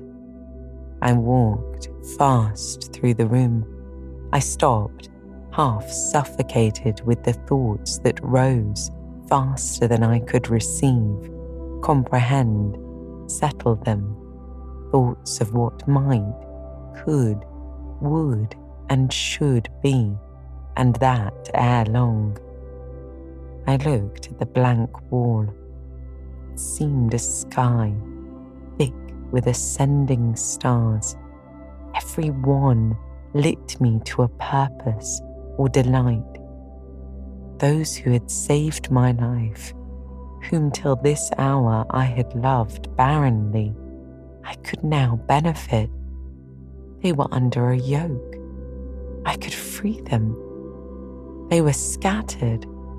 I could reunite them. The independence, the affluence which was mine might be theirs too. Were we not 4? £20,000 shared equally would be 5,000 each. Justice enough and to spare. Justice would be done. Mutual happiness secured. Now the wealth did not weigh on me. Now it was not a mere bequest of coin. It was a legacy of life, hope, enjoyment.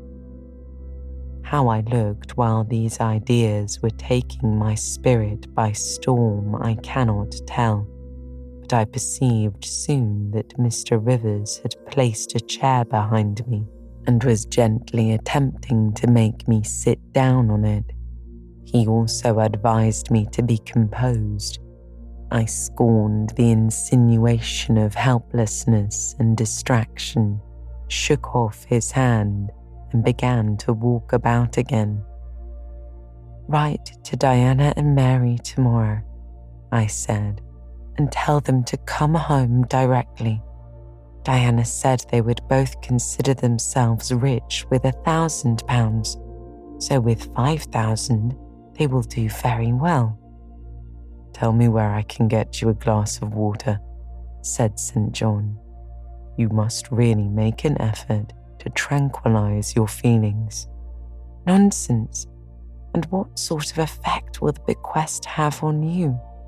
Will it keep you in England, induce you to marry Miss Oliver, and settle down like an ordinary mortal?" You wonder. Your head becomes confused. I've been too abrupt in communicating the news. It has excited you beyond your strength. "Mr. Rivers, you put me quite out of patience. I am rational enough. It is you who misunderstand, or rather who affect to misunderstand. Perhaps if you explain yourself a little more fully, I should comprehend better. Explain? What is there to explain? You cannot fail to see that £20,000, the sum in question, divided equally between the nephew and 3 nieces of our uncle, will give 5,000 to each. What I want is that you should write to your sisters and tell them of the fortune that has accrued to them. To you, you mean? I have intimated my view of the case. I am incapable of taking any other. I am not brutally selfish, blindly unjust, or fiendishly ungrateful. Besides, I am resolved I will have a home and connections. I like Moor House, and I will live at Moor House. I like Diana and Mary, and I will attach myself for life to Diana and Mary. It would please and benefit me to have £5,000. It would torment and oppress me to have 20,000, which, moreover, could never have been mine in justice, though it might in law. I abandon to you, then, what is absolutely superfluous to me. Let there be no opposition and no discussion about it. Let us agree amongst each other and decide the point at once. This is acting on first impulses. You must take days to consider such a matter ere your word can be regarded as valid. Oh, if all you doubt is my sincerity, I am easy. You see the justice of the case. I do see a certain justice, but it is contrary to all custom. Besides, the entire fortune is your right. My uncle gained it by his own efforts. He was free to leave it to whom he would. He left it to you. After all, justice permits you to keep it.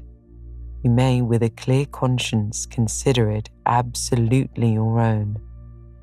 With me, said I, it is fully as much a matter of feeling as conscience. I must indulge my feelings. I so seldom have the opportunity of doing so.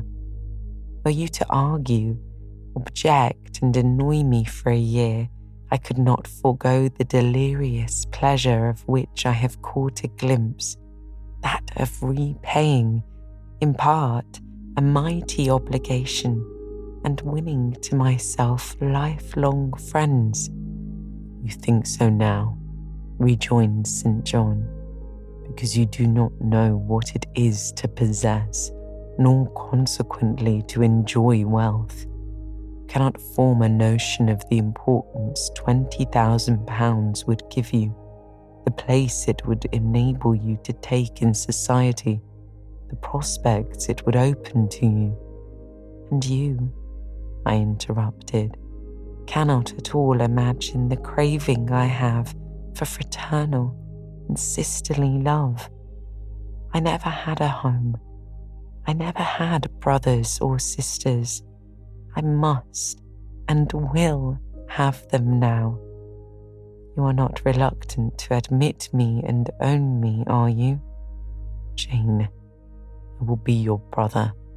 My sisters will be your sisters, without stipulating for this sacrifice of your just rights. Brother, yes, at the distance of 1,000 leagues. Sisters, yes, working amongst strangers. I, wealthy, gorged with gold I never earned and do not merit. You, penniless, famous equality and fraternization, close union, intimate attachment. But Jane, your aspirations after family ties and domestic happiness may be realized otherwise than by the means you contemplate. You may marry. Nonsense again. Marry. I don't want to marry and never shall marry. That is saying too much. Such hazardous affirmations are proof of the excitement under which you labour. It is not saying too much. I know what I feel, and how averse are my inclinations to the bare thought of marriage. No one would take me for love, and I will not be regarded in the light of a mere money speculation. And I do not want a stranger, unsympathizing, alien, different from me. I want my kindred, those with whom I have a full fellow feeling. Say again you will be my brother. When you uttered the words, I was satisfied, happy. Repeat them if you can. Repeat them sincerely. I think I can. I know I have always loved my own sisters, and I know on what my affection for them is grounded: respect for their worth and admiration of their talents. You too have principle and mind. Your tastes and habits resemble Diana's and Maria's. Your presence is always agreeable to me. In your conversation, I have already for some time found a salutary solace. I feel I can easily and naturally make room in my heart for you as my third and youngest sister. Thank you. That contents me for tonight. Now you had better go, for if you stay longer, you will perhaps irritate me afresh by some mistrustful scruple. And the school, Miss Eyre? It must now be shut up, I suppose. No, I will retain my post of mistress till you get a substitute. He smiled approbation. We shook hands, and he took leave. I need not narrate in detail the further struggles I had and arguments I used to get matters regarding the legacy settled as I wished. My task was a very hard one, but as I was absolutely resolved, as my cousins saw at length that my mind was really and immutably fixed on making a just division of the property, as they must in their own hearts have felt the equity of the intention, and must, besides, have been innately conscious that in my place they would have done precisely what I wished to do, they yielded at length so far as to consent to put the affair to arbitration. The judges chosen were Mr. Oliver and an able lawyer. Both coincided in my opinion. I carried my point. The instruments of transfer were drawn out. St. John, Diana, Mary, and I each became possessed of a competency. Chapter 34. It was near Christmas by the time all was settled. The season of general holiday approached. I now closed Morton School, taking care that the parting should not be barren on my side. Good fortune opens the hand as well as the heart wonderfully, and to give somewhat when we had largely received is but to afford a vent to the unusual ebullition of the sensations. I had long felt with pleasure that many of my scholars liked me, and when we parted, that consciousness was confirmed. They manifested their affection plainly and strongly. Deep was my gratification to find I really had a place in their hearts.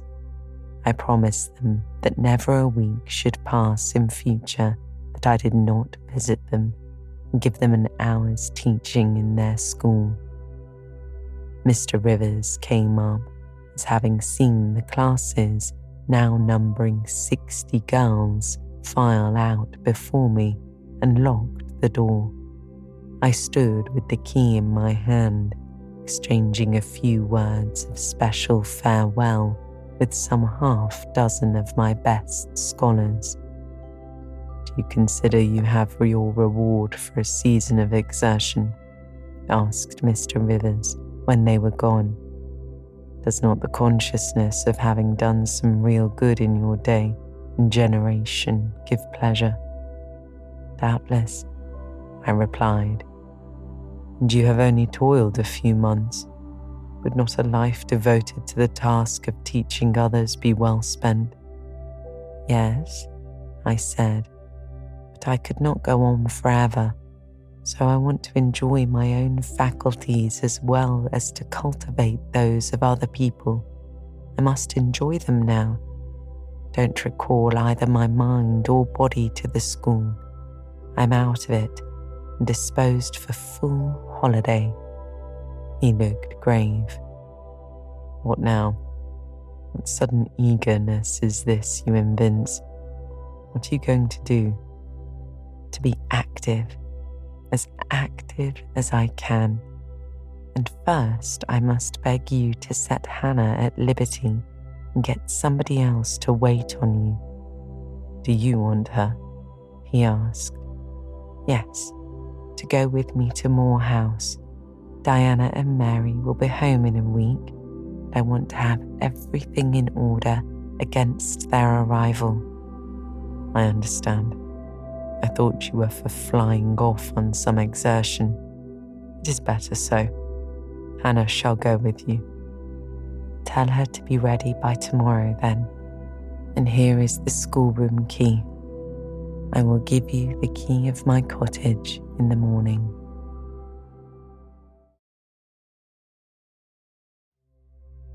Chapter 34 continued. He took the schoolroom key from me. "You give it up very gleefully," said he. "I don't quite understand your light-heartedness, because I cannot tell what employment you propose to yourself as a substitute for the one you are relinquishing. What aim, what purpose, what ambition in life have you now?" "My first aim will be to clean down. Do you comprehend the full force of the expression? To clean down Moor House from chamber to cellar," I replied. "My next, to rub it up with beeswax oil and an indefinite number of cloths till it glitters again. My third, to arrange every chair, table, bed, carpet with mathematical precision. Afterwards, I shall go near to ruin you in coals and peat to keep up good fires in every room. And lastly, the 2 days preceding that on which your sisters are expected will be devoted by Hannah and me to such a beating of eggs, sorting of currants, grating of spices, compounding of Christmas cakes, chopping up of materials for mince pies, and solemnizing of other culinary rites as words can convey but an inadequate notion of to the uninitiated like you.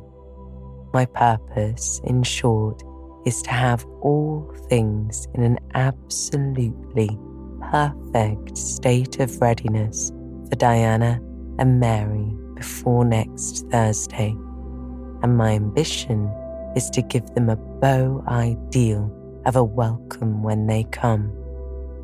St. John smiled slightly.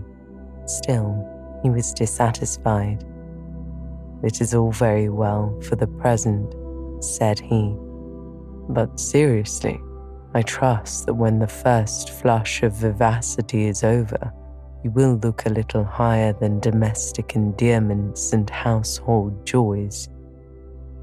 "The best things the world has," I interrupted. "No, Jane, no. This world is not the scene of fruition.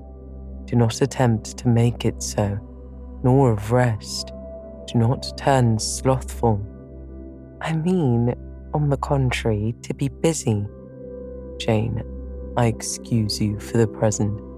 2 months' grace I allow you for the full employment of your new position and for pleasing yourself with this late-found charm of relationship. But then, I hope you will begin to look beyond Moor House and Morton and sisterly society and the selfish calm and sensual comfort of civilized affluence. I hope your energies will then once more trouble you with their strength. I looked at him with surprise. St. John, I said, I think you are almost wicked to talk so. I'm disposed to be as content as a queen, and you try to stir me up to restlessness. To what end? To the end of turning to profit with talents which God has committed to your keeping, and of which he will surely one day demand a strict account. Jane, I shall watch you closely and anxiously, I warn you of that, and try to restrain the disproportionate fervour with which you throw yourself into commonplace home pleasures. Do not cling so tenaciously to ties of the flesh. Save your constancy and ardour for an adequate cause. Forbear to waste them on trite, transient objects. Do you hear, Jane? Yes, just as if you were speaking Greek. I feel I have adequate cause to be happy, and I will be happy. Goodbye. Happy at Moor House I was, and hard I worked, and so did Hannah.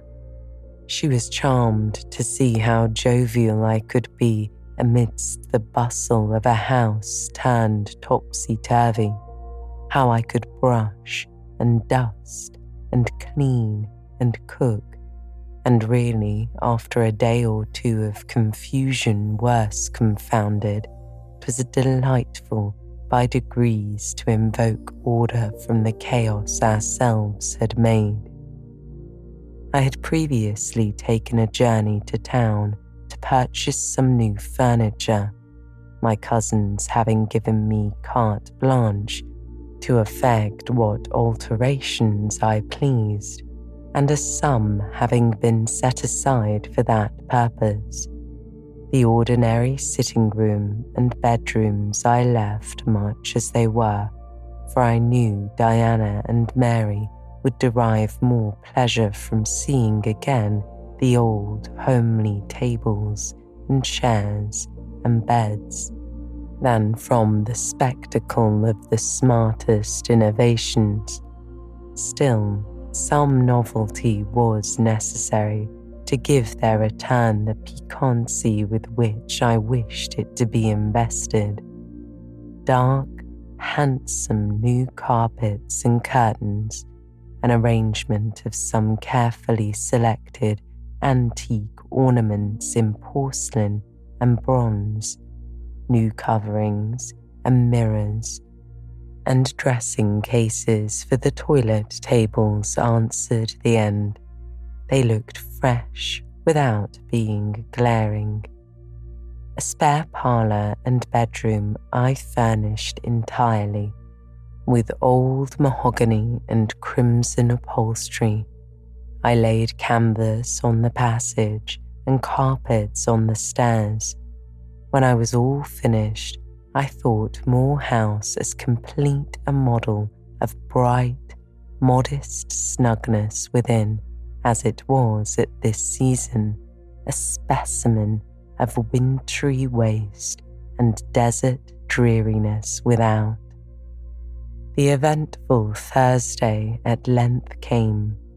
They were expected about dark, and ere dusk fires were lit upstairs and below. The kitchen was in perfect trim. Hannah and I were dressed, and all was in readiness. St. John arrived first. I had entreated him to keep quite clear of the house till everything was arranged, and indeed, the bare idea of the commotion at once sordid and trivial going on within its walls sufficed to scare him to estrangement. He found me in the kitchen, watching the progress of certain cakes for tea, then baking. Approaching the hearth, he asked if I was at last satisfied with housemaid's work. I answered by inviting him to accompany me on a general inspection of the result of my labours. With some difficulty, I got him to make a tour of the house. He just looked in at the doors I opened, and when he had wandered upstairs and downstairs, he said I must have gone through a great deal of fatigue and trouble to have effected such considerable changes in so short a time. But not a syllable did he utter indicating pleasure in the improved aspect of his abode. This silence dampened me. I thought perhaps the alterations had disturbed some old associations he valued. I inquired whether this was the case, no doubt in a somewhat crestfallen tone. "Not at all," he said. He had, on the contrary, remarked that I had scrupulously respected every association. He feared, indeed, I must have bestowed more thought on the matter than it was worth. How many minutes, for instance, had I devoted to studying the arrangement of this very room? By the by, could I tell him where such a book was? I showed him the volume on the shelf. He took it down, and withdrawing to his accustomed window recess, he began to read it. Now, I did not like this, reader. St. John was a good man, but I began to feel he had spoken truth of himself when he said he was hard and cold. The humanities and amenities of life had no attraction for him, its peaceful enjoyments no charm. Literally, he lived only to aspire, after what was good and great certainly, but still he would never rest, nor approve of others resting round him. As I looked at his lofty forehead, still and pale as white stone, at his fine lineaments fixed in study, I comprehended all at once that he would hardly make a good husband, that it would be a very trying thing to be his wife. I understood, as by inspiration, the nature of his love for Miss Oliver. I agreed with him that it was but a love of the senses. I comprehended how he should despise himself for the feverish influence it exercised over him, how he should wish to stifle and destroy it, how he should mistrust its ever conducting permanently to his happiness or hers. I saw he was of the material from which nature hews her heroes, Christian and pagan, her lawgivers, her statesmen, her conquerors, a steadfast bulwark for great interests to rest upon, but at the fireside too often a cold, cumbrous column, gloomy and out of place. This parlour is not his sphere, I reflected. Well may he eschew the calm of domestic life. It is not his element. There his faculties stagnate. They cannot develop or appear to advantage. It is in scenes of strife and danger, where courage is proved and energy exercised and fortitude tasked, that he will speak and move. the leader and superior. A merry child would have the advantage of him on his hearth. He is right to choose a missionary's career. I see it now. "They are coming," called Hannah, throwing open the parlour door. At the same moment, old Carlo barked joyfully. Out I ran. It was now dark, but a rumbling of wheels was audible. Hannah soon had a lantern lit. The vehicle had stopped at the wicket. The driver opened the door. First one well-known form, then another stepped out. In a minute, I had my face under their bonnets, in contrast first with Mary's soft cheek, then with Diana's flowing curls. They laughed, kissed me, then Hannah. They patted Carlo, who was half wild with delight, asked eagerly if all was well, and being assured in the affirmative, hastened into the house. They were stiff with their long and jolting drive from Whitcross and chilled with the frosty night air, but their pleasant countenances expanded to the cheerful firelight. While the driver and Hannah brought in the boxes, they demanded St. John. At this moment he advanced from the parlour. They both threw their arms round his neck at once. He gave each one a quiet kiss and said in a low tone a few words of welcome, stood a while to be talked to, and then, intimating that he supposed they would soon rejoin him in the parlour, withdrew there as to a place of refuge. I had lit their candles to go upstairs, but Diana had first to give hospitable orders respecting the driver. This done, both followed me. They were delighted with the renovation and decorations of their rooms, with the new drapery and fresh carpets and rich tinted china vases. They expressed their gratification ungrudgingly. I had the pleasure of feeling that my arrangements met their wishes exactly, and that what I had done added a vivid charm to their joyous return home. Sweet was that evening. My cousin's full exhilaration was so eloquent in narrative and comment that their fluency covered St. John's taciturnity. He was sincerely glad to see his sisters, but in their glow of fervour and flow of joy he could not sympathise. The event of the day, that is, the return of Diana and Mary, pleased him, but the accompaniments of that event, the glad tumult, the garrulous glee of reception irked him. I saw he wished the calmer morrow was come. In the very meridian of the night's enjoyment, about an hour after tea, a rap was heard at the door.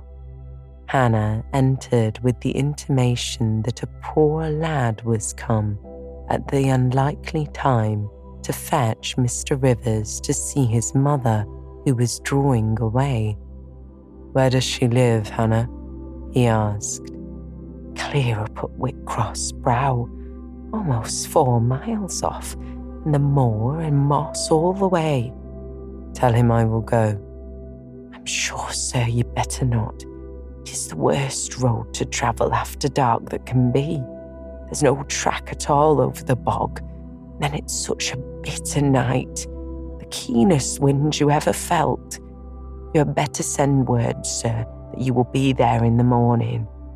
But he was already in the passage, putting on his cloak, and without one objection, one murmur, he departed. It was then 9 o'clock. He did not return till midnight, Starved and tired enough he was, but he looked happier than when he set out. He had performed an act of duty, made an exertion, felt his own strength to do and deny, and was on better terms with himself. I'm afraid the whole of the week ensuing tried his patience. It was Christmas week. We took no settled employment, but spent it in a sort of merry domestic dissipation. The air of the moors, the freedom of home, the dawn of prosperity acted on Diana and Mary's spirits like some life-giving elixir. They were happy from morning till noon, and from noon till night. They could always talk, and their discourse, witty, pithy, original, had such charms for me that I preferred listening to and sharing in it to doing anything else. St. John did not rebuke our vivacity, but he escaped from it. He was seldom in the house. His parish was large, the population scattered, and he found daily business in visiting the sick and poor in its different districts. One morning at breakfast, Diana, after looking a little pensive for some minutes, asked him if his plans were yet unchanged. "Unchanged and unchangeable," was the reply, and he proceeded to inform us that his departure from England was now definitively fixed for the ensuing year. "And Rosamond Oliver?" suggested Mary, the words seeming to escape her lips involuntarily, for no sooner had she uttered them than she made a gesture as if wishing to recall them. St. John had a book in his hand. It was his unsocial custom to read at meals. He closed it and looked up. "Rosamond Oliver," said he, "is about to be married to Mr. Granby, one of the best connected and most estimable residents, grandson and heir to Sir Frederick Granby. I had the intelligence from her father yesterday." His sisters looked at each other and at me. We all three looked at him. He was serene as glass. "The match must have been got up hastily," said Diana. "They cannot have known each other long." "But 2 months. They met in October at the county hall. But there are no obstacles to a union as in the present case, where the connection is in every point desirable. Delays are unnecessary. They will be married as soon as the estate, which Sir Frederick gives up to them, can be refitted for their reception." The first time I found St. John alone after this communication, I felt tempted to inquire if the event distressed him, but he seemed so little to need sympathy that, so far from venturing to offer him more, I experienced some shame at the recollection of what I had already hazarded. Besides, I was out of practice in talking to him. His reserve was again frozen over, and my frankness was congealed beneath it. He had not kept his promise of treating me like his sisters. He continually made little chilling differences between us, which did not at all tend to the development of cordiality. In short, now that I was acknowledged his kinswoman and lived under the same roof with him, I felt the distance between us to be far greater than when he had known me only as the village schoolmistress. When I remembered how far I had once been admitted to his confidence, I could hardly comprehend his present frigidity. Such being the case, I felt not a little surprised when he raised his head suddenly from the desk over which he was stooping and said, "You see, Jane, the battle is fought and the victory won." Startled at being thus addressed, I did not immediately reply. After a moment's hesitation, I answered, "But are you sure you are not in the position of those conquerors whose triumphs have cost them too dear? Would not such another ruin you?" "I think not, and if I were, it does not much signify. I shall never be called upon to contend for such another. The event of the conflict is decisive. My way now clear. I thank God for it." So saying, he returned to his papers and his silence.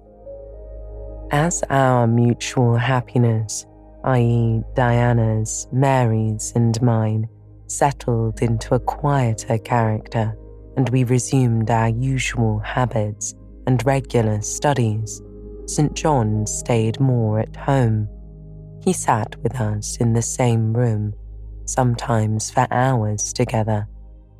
While Mary drew, Diana pursued a course of encyclopedic reading she had, to my awe and amazement, undertaken, and I worked away at German. He pondered a mystic lore of his own, that of some Eastern tongue, the acquisition of which he thought necessary to his plans. Thus engaged, he appeared, sitting in his own recess, quiet and absorbed enough, but that blue eye of his had a habit of leaving the outlandish-looking grammar and wandering over, sometimes fixing upon us, his fellow students, with a curious intensity of observation. If caught, it would be instantly withdrawn, yet ever and anon it returned searchingly to our table. I wondered what it meant, wondered too at the punctual satisfaction he never failed to exhibit on an occasion that seemed to me of small moment, namely my weekly visit to Morton School.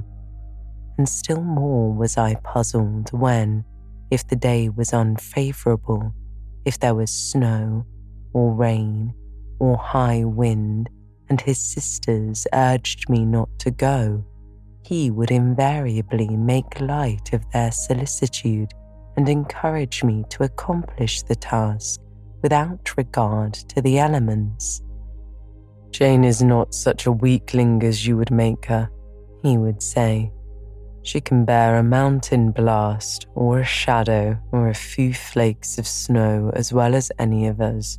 Her constitution is both sound and elastic, better calculated to endure variations of climate than many more robust."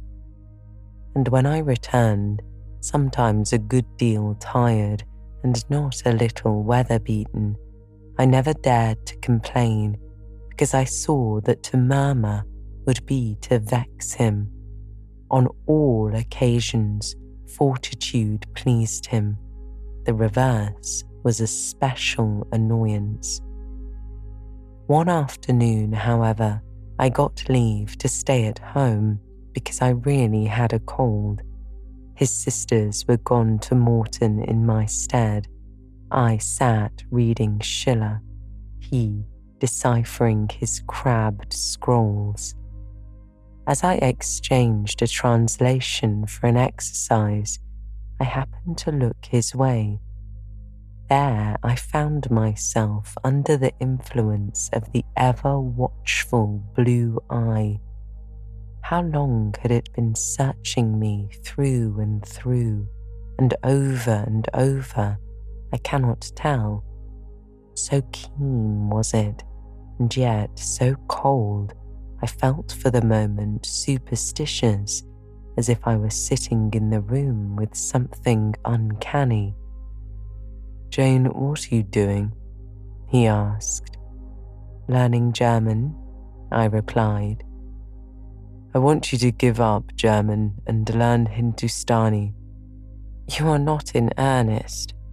"In such earnest that I must have it so, and I will tell you why." He then went on to explain that Hindustani was the language he was himself at present studying, that as he advanced, he was apt to forget the commencement, that it would assist him greatly to have a pupil with whom he might again and again go over the elements, and so fix them thoroughly in his mind, that his choice had hovered for some time between me and his sisters, that he had fixed on me because he saw I could sit at a task longest of the three. Would I do him this favour? I should not, perhaps, have to make the sacrifice long, as it wanted now barely 3 months to his departure.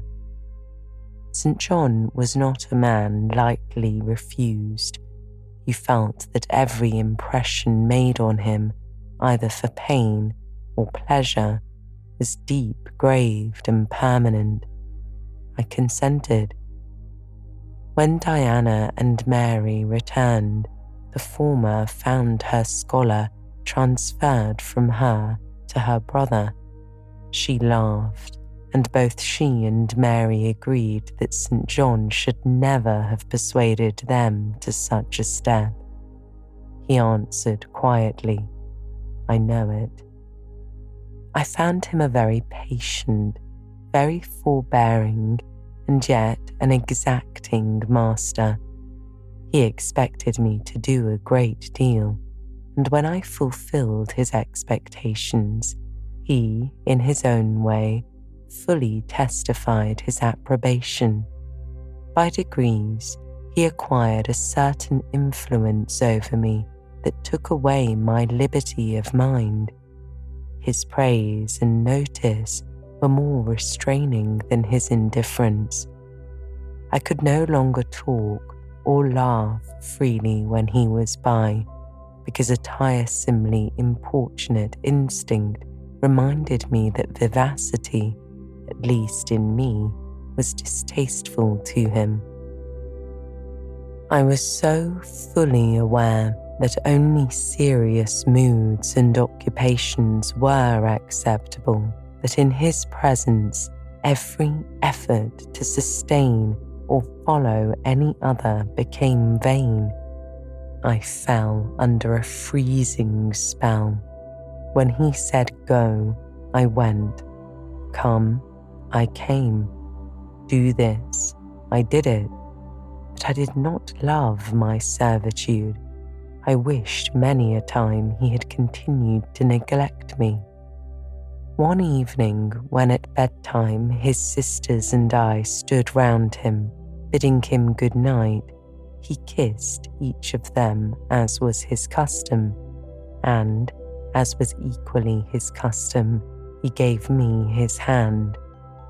Diana, who chanced to be in a frolicsome humour, she was not painfully controlled by his will, for hers in another way was as strong, said, "St. John, you used to call Jane your third sister, but you don't treat her as such. You should kiss her too." She pushed me towards him. I thought Diana very provoking and felt uncomfortably confused, and while I was thus thinking and feeling, St. John bent his head. His Greek face was brought a level with mine. His eyes questioned my eyes piercingly. He kissed me.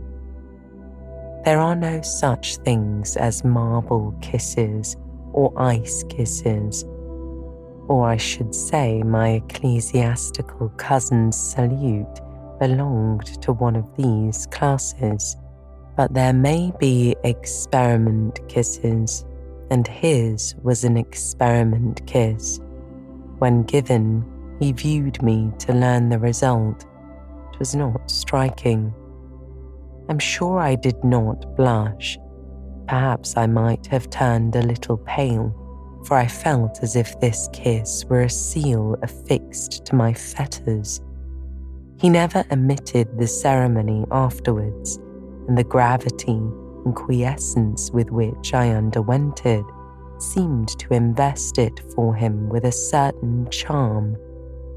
As for me, I daily wished more to please him, but to do so, I felt daily more and more that I must disown half my nature, stifle half my faculties, wrest my tastes from their original bent, force myself to the adoption of pursuits for which I had no natural vocation.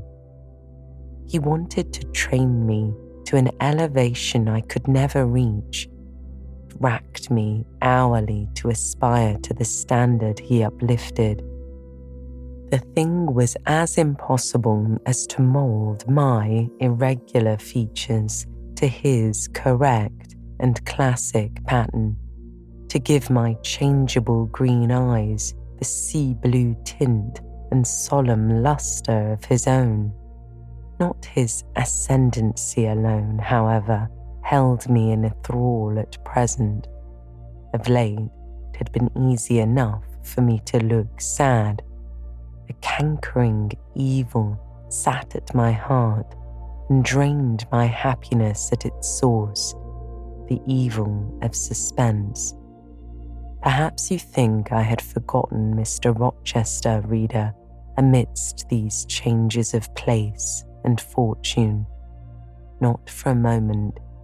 His idea was still with me, because it was not a vapour sunshine could disperse, nor a sand-traced effigy storms could wash away. It was a name graven on a tablet, fated to last as long as the marble it inscribed. The craving to know what had become of him followed me everywhere. When I was at Morton, I re-entered my cottage every evening to think of that, and now at Moor House, I sought my bedroom each night to brood over it. In the course of my necessary correspondence with Mr. Briggs about the will, I had inquired if he knew anything of Mr. Rochester's present residence and state of health, but as St. John had conjectured, he was quite ignorant of all concerning him. I then wrote to Mrs. Fairfax, entreating information on the subject. I had calculated with certainty on this step answering my end. I felt sure it would elicit an early answer. I was astonished when a fortnight passed without reply. But when 2 months wore away, and day after day the post arrived and brought nothing for me, I fell a prey to the keenest anxiety. I wrote again. There was a chance of my first letter having missed. Renewed hope followed renewed effort. It shone like the former for some weeks. Then, like it faded, flickered. Not a line, not a word reached me. When half a year wasted in vain expectancy, my hope died out, and then I felt dark indeed. A fine spring shone round me, which I could not enjoy. Summer approached. Diana tried to cheer me. She said I looked ill and wished to accompany me to the seaside. This St. John opposed. He said I did not want dissipation, I wanted employment. My present life was too purposeless. I required an aim, and I suppose, by way of supplying deficiencies, he prolonged still further my lessons in Hindustani and grew more urgent in requiring their accomplishment. And I, like a fool, never thought of resisting him. I could not resist him. One day I had come to my studies in lower spirits than usual. The ebb was occasioned by a poignantly felt disappointment. Hannah had told me in the morning there was a letter for me, and when I went down to take it, almost certain that the long-looked-for tidings were vouchsafed me at last, I found only an unimportant note from Mr. Briggs on business. The bitter check had wrung from me some tears, and now, as I sat poring over the characters of an Indian scribe, my eyes filled again. St. John called me to his side to read. In attempting to do this, my voice failed me. Words were lost in sobs. He and I were the only occupants of the parlour.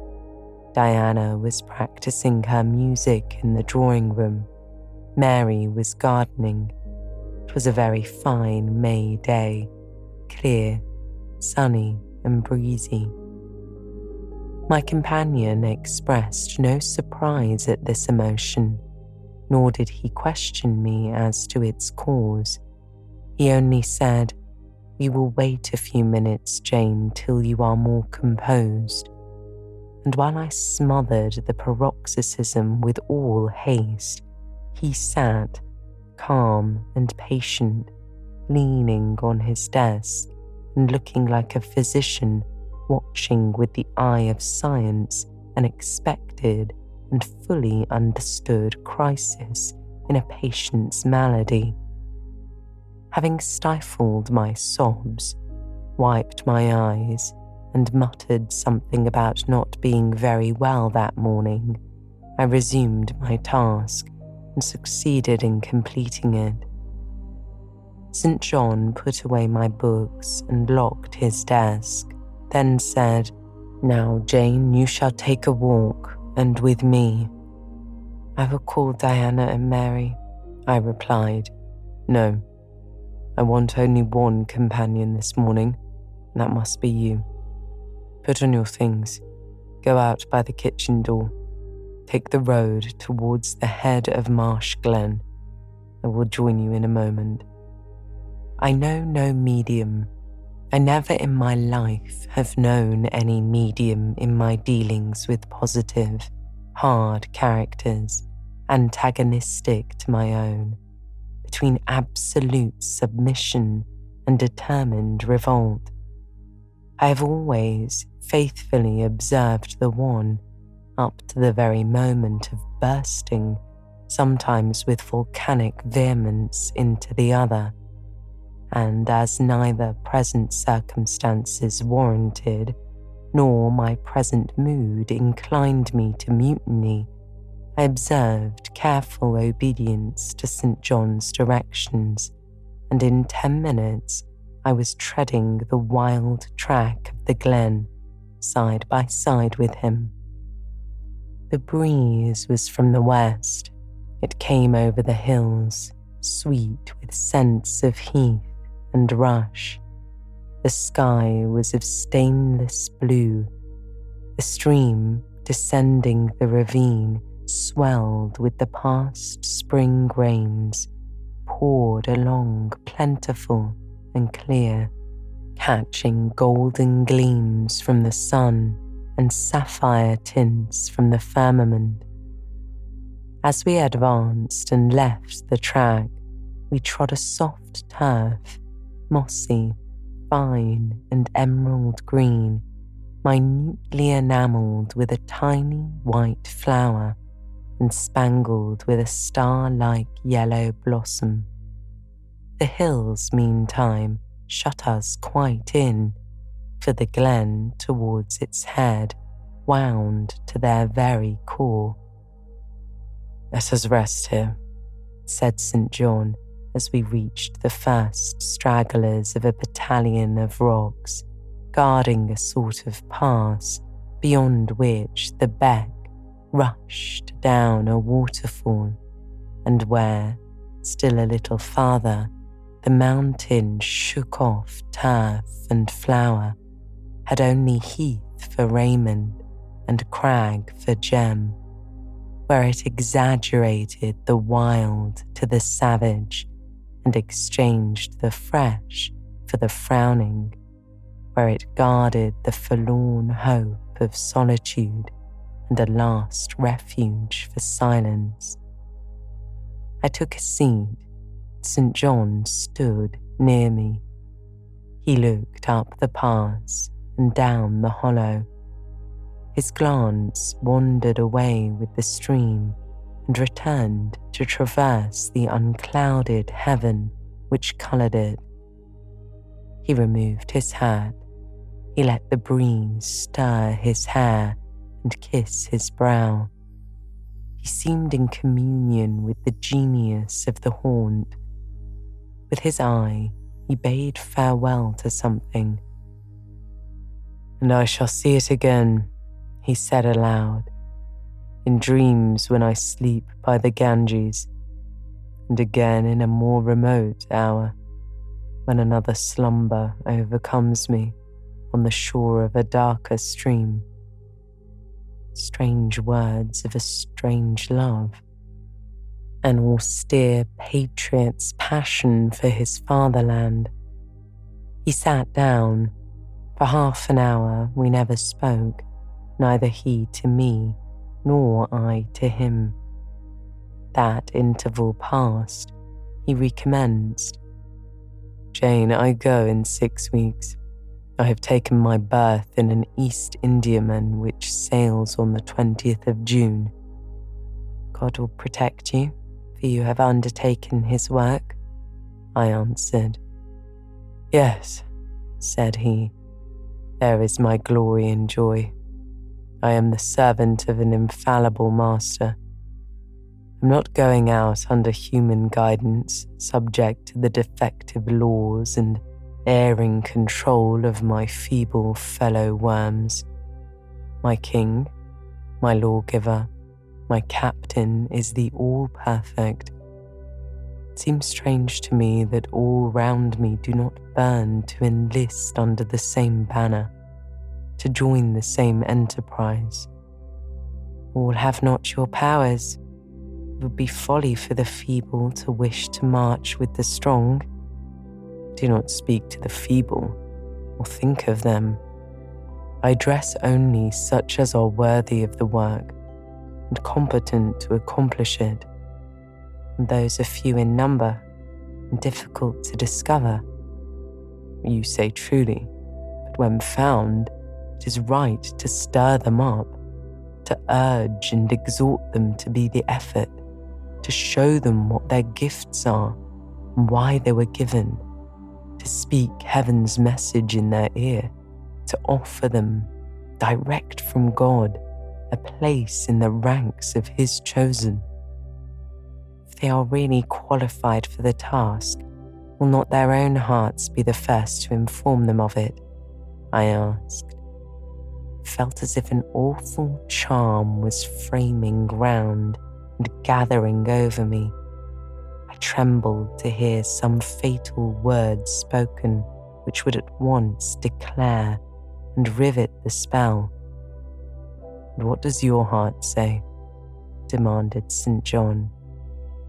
"My heart is mute," I answered, struck and thrilled. "Then I must speak it," continued the deep, relentless voice. "Jane, come with me to India. Come as my helpmeet and fellow labourer." The glen and sky spun round. The hills heaved. It was as if I had heard a summons from heaven, as if a visionary messenger, like him of Macedonia, had announced, "Come over and help us." But I was no apostle. I could not behold the herald. I could not receive his call.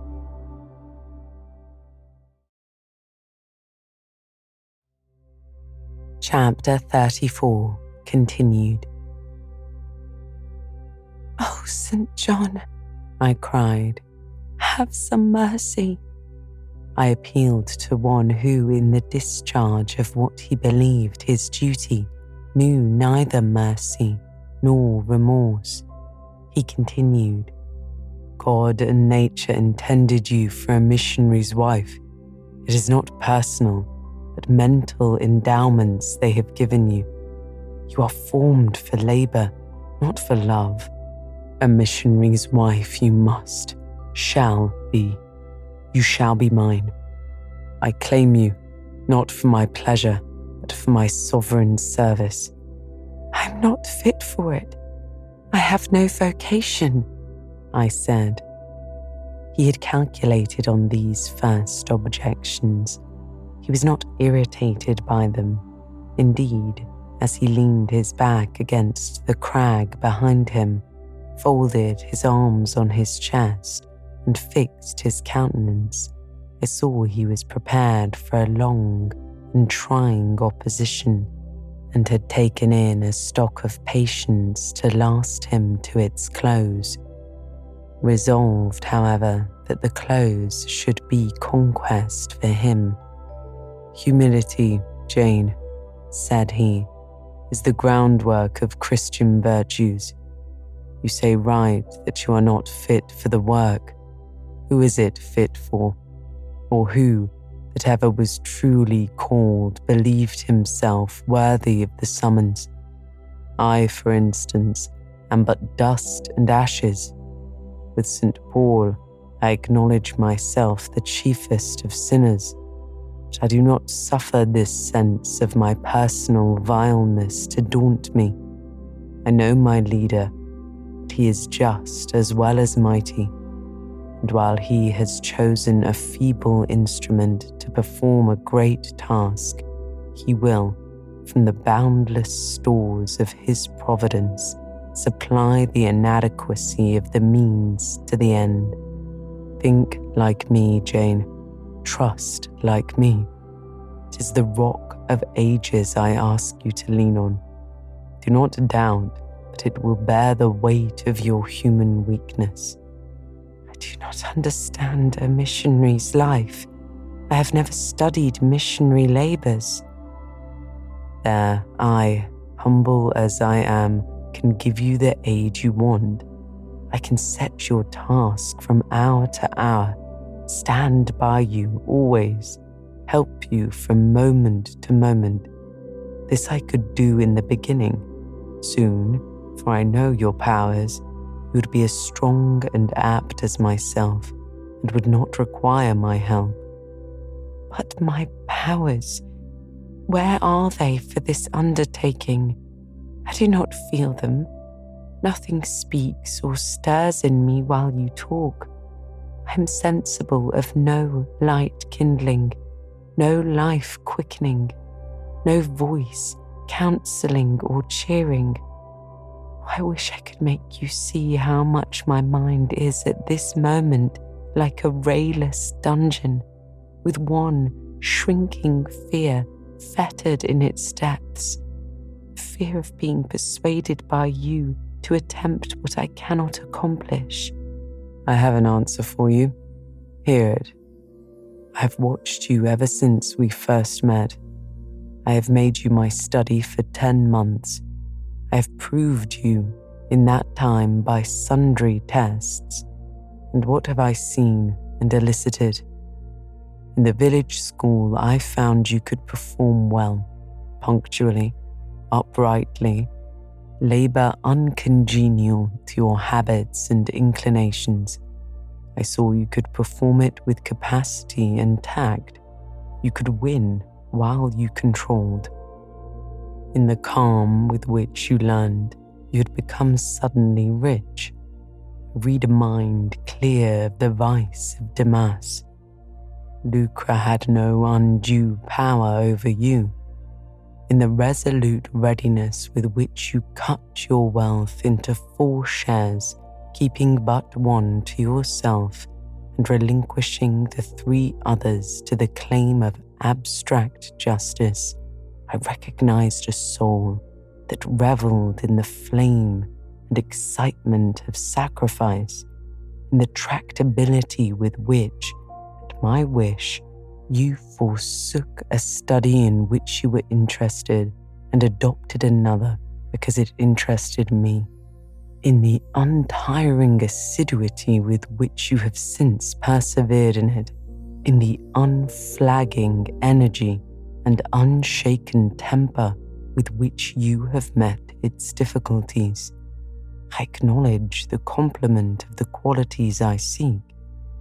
Jane, you are docile, diligent, disinterested, faithful, constant, and courageous, very gentle and very heroic. Cease to mistrust yourself. I can trust you unreservedly. As the conductress of Indian schools and a helper amongst women, your assistance will be to me invaluable. My iron shroud contracted round me. Persuasion advanced with slow, sure step. Shut my eyes as I would, these last words of his succeeded in making the way which had seemed blocked up comparatively clear. My work, which had appeared so vague, so hopelessly diffuse, condensed itself as he proceeded and assumed a definite form under his shaping hand. He waited for an answer. I demanded a quarter of an hour to think before I again hazarded a reply. Very willingly, he rejoined, and rising, he strode a little distance up the pass, threw himself down on a swell of heath, and there lay still. I can do what he wants me to do. I am forced to see and acknowledge that. I meditated. That is, if life be spared me. I feel mine is not the existence to be long protracted under an Indian sun. What then? He does not care for that. When my time came to die, he would resign me, in all serenity and sanctity, to the God who gave me. The case is very plain before me. In leaving England, I should leave a loved but empty land. Mr. Rochester is not there, and if he were, what is? What can that ever be to me? My business is to live without him now. Nothing so absurd, so weak as to drag on from day to day as if I were waiting some impossible change in circumstances which might reunite me to him. Of course, as St. John once said, I must seek another interest in life to replace the one lost. It is not the occupation he now offers me truly the most glorious man can adopt or God can assign? Is it not, by its noble cares and sublime results, the one best calculated to fill the void left by uptorn affections and demolished hopes? I believe I must say yes, and yet I shudder. Oh, alas, if I join St. John, I abandon half of myself. If I go to India, I go to premature death. And how will the interval between leaving England for India and India for the grave be filled? Oh, I know well. That too is very clear to my vision. By straining to satisfy St. John till my sinews ache, I shall satisfy him to the finest central point and farthest outward circle of his expectations. If I do go with him, if I do make the sacrifice he urges, I will make it absolutely. I will throw all on the altar, heart, vitals, the entire victim. He will never love me, but he shall approve me. I will show him energies he has not yet seen, resources he has never suspected. Yes, I can work as hard as he can, and with as little grudging. Consent, then, to his demand is possible, but for one item. One dreadful item. It is that he asks me to be his wife, and he has no more of a husband's heart for me than that frowning giant of a rock down which the stream is foaming in yonder gorge. He prizes me as a soldier would a good weapon, and that is all. Unmarried to him, this would never grieve me. But can I let him complete his calculations, coolly put into practice his plans, go through the wedding ceremony? Can I receive from him the bridal ring, endure all the forms of love, which I doubt not he would scrupulously observe, and know that the spirit was quite absent? Can I bear the consciousness that every endearment he bestows is a sacrifice made on principle? No, such a martyrdom would be monstrous. I will never undergo it. As his sister, I might accompany him, not as his wife. I will tell him so. I looked towards the knoll.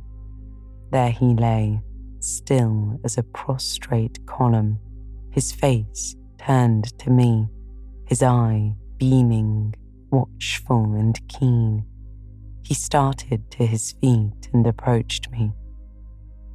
I am ready to go to India, if I may go free, I said.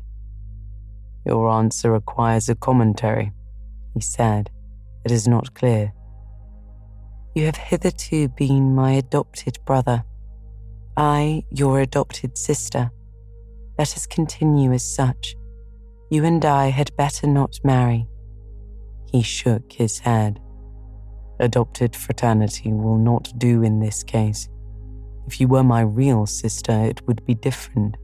I should take you and seek no wife. But as it is, either our union must be consecrated and sealed by marriage, or it cannot exist. Practical obstacles oppose themselves to any other plan. Do you not see it, Jane? Consider a moment. Your strong sense will guide you. I did consider, and still my sense, such as it was, distracted me only to the fact that we did not love each other as man and wife should, and therefore it inferred we ought not to marry. I said so. St. John, I retorted, I regard you as a brother, you me as a sister, so let us continue. We cannot, he answered, with short, sharp determination. It would not do. You have said you will go with me to India. Remember, you have said that. Conditionally, I replied. Well, to the main point, the departure with me from England, the cooperation with me in my future labours, you do not object. You have already as good as put your hand to the plough. You are too consistent to withdraw it.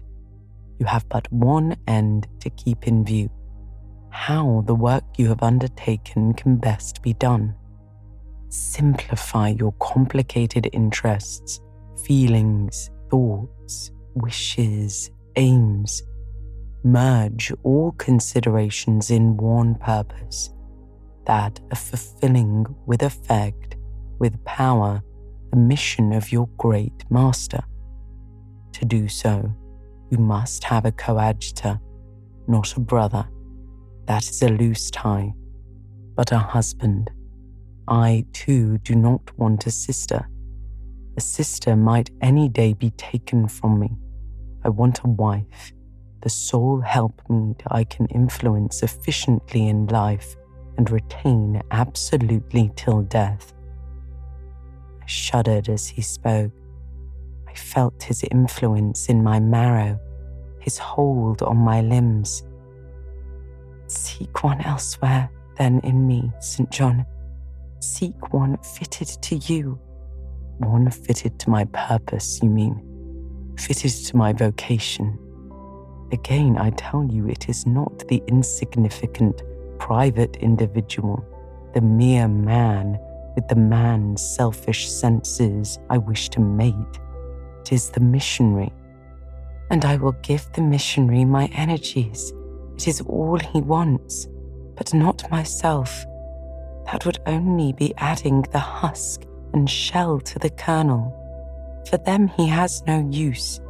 I retain them. You cannot. You ought not. Do you think God will be satisfied with half an oblation? Will he accept a mutilated sacrifice? It is the cause of God I advocate. It is under his standard I enlist you. I cannot accept on his behalf a divided allegiance. It must be entire. Oh, I will give my heart to God, I said. You do not want it.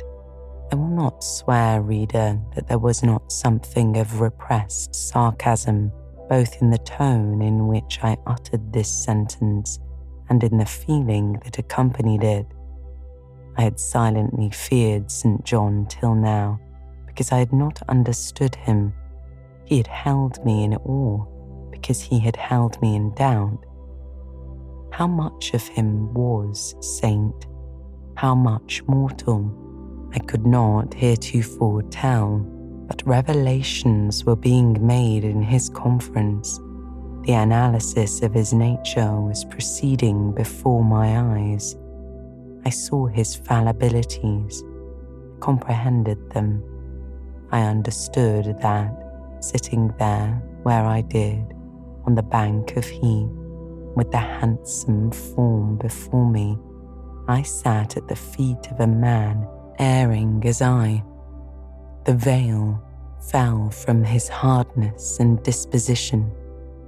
Having felt in him the presence of these qualities, I felt his imperfection and took courage. I was with an equal, one whom I might argue, one whom, if I saw good, I might resist. He was silent after I had uttered the last sentence, and I presently risked an upward glance at his countenance. His eye, bent on me, expressed at once stern surprise and keen inquiry. Is she sarcastic? And sarcastic to me, it seemed to say. What does this signify? Don't let us forget, this is a solemn matter, he said ere long, one of which we may neither think nor talk lightly without sin. I trust, Jane, you are in earnest when you say you will serve your heart to God. It is all I want. Once wrench your heart from man and fix it on your Maker. The advancement of that Maker's spiritual kingdom on earth will be your chief delight and endeavour. You will be ready to do at once whatever furthers that end. You will see what impetus would be given to your efforts and mine by our physical and mental union in marriage, the only union that gives a character of permanent conformity to the destinies and deigns of human beings, and passing over all minor caprices, all trivial difficulties and delicacies of feeling, all scruple about the degree, kind, strength, or tenderness of more personal inclination, you will hasten to enter into that union at once. Shall I said briefly.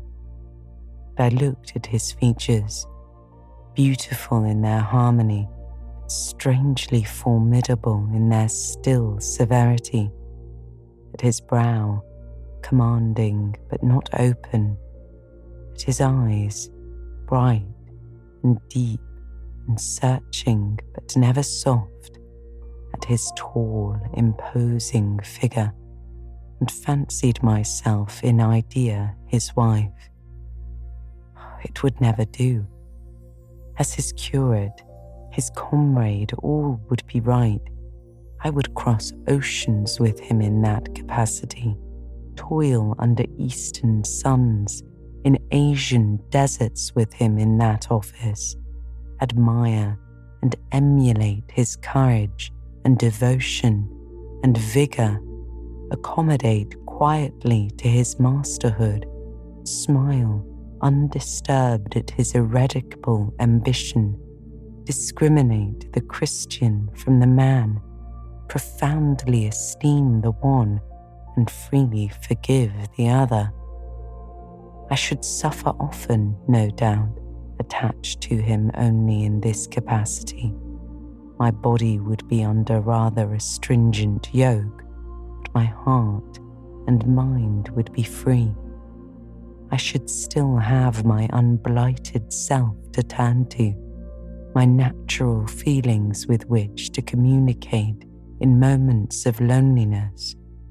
There would be recesses in my mind which would only be mine, to which he never came, and sentiments growing there fresh and sheltered, which his austerity could never blight, nor his measured warrior march trample down.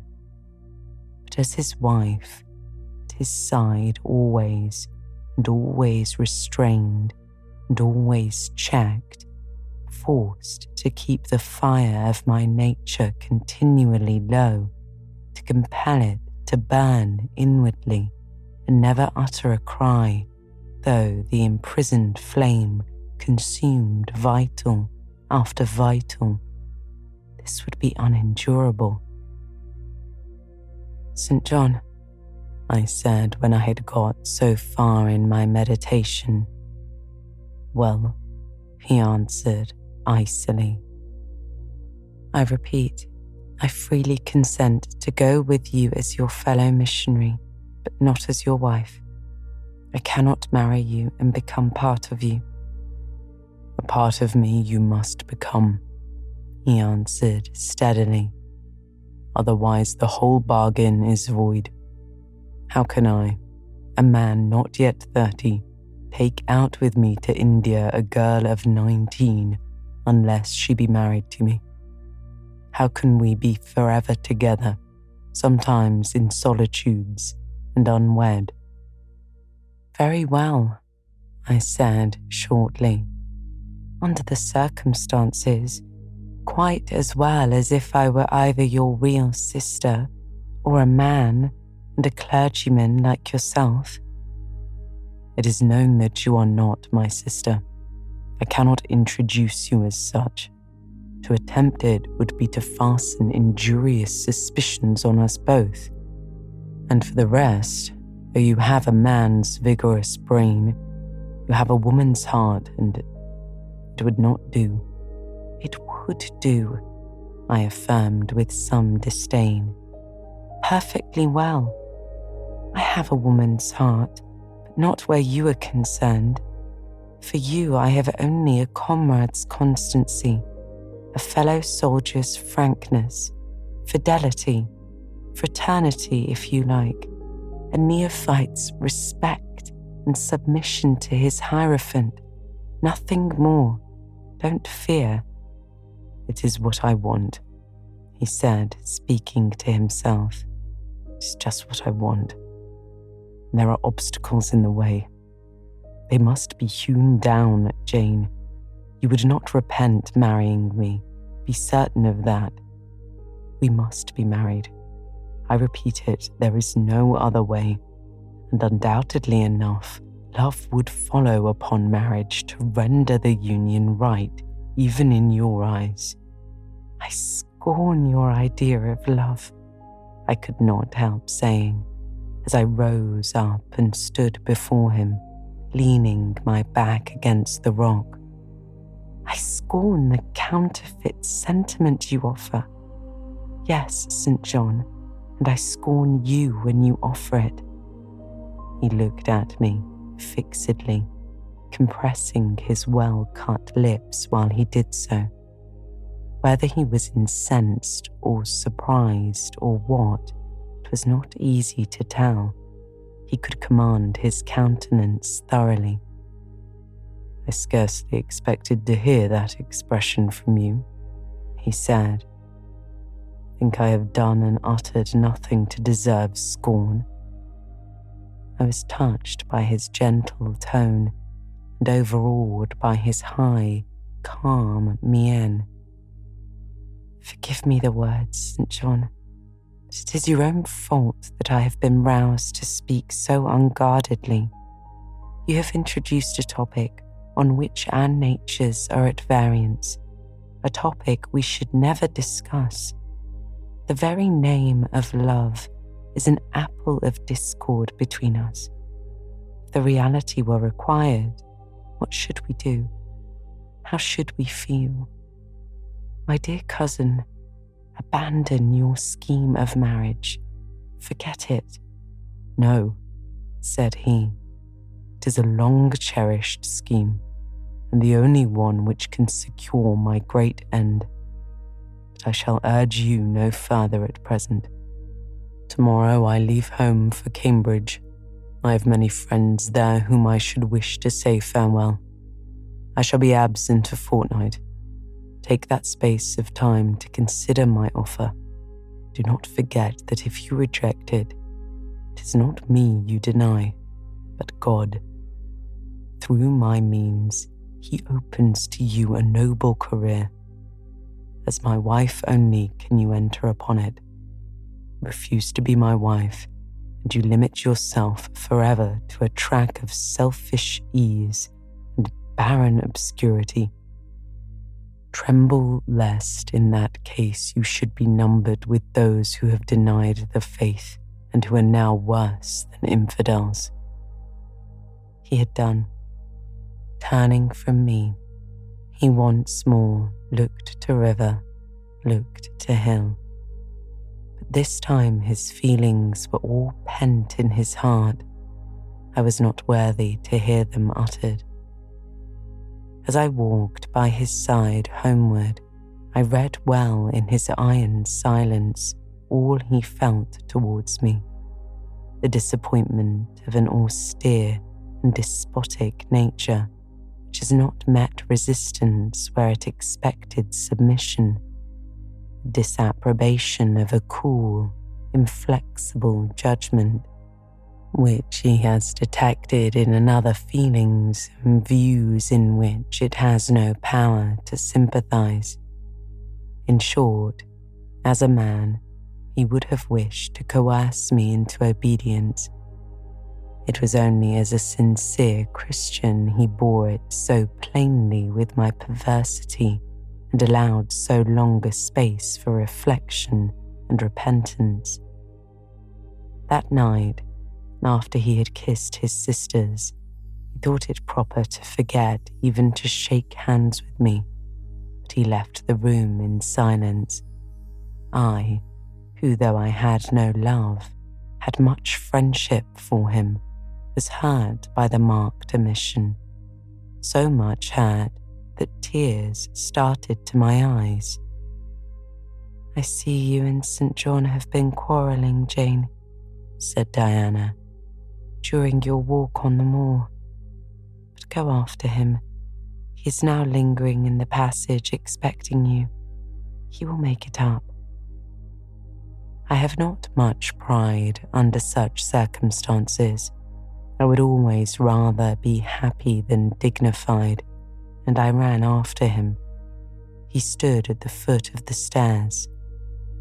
"Good night, St. John," said I. "Good night, Jane," he replied calmly. "Then shake hands," I added. What a cold, loose touch he impressed on my fingers. He was deeply displeased with what had occurred that day.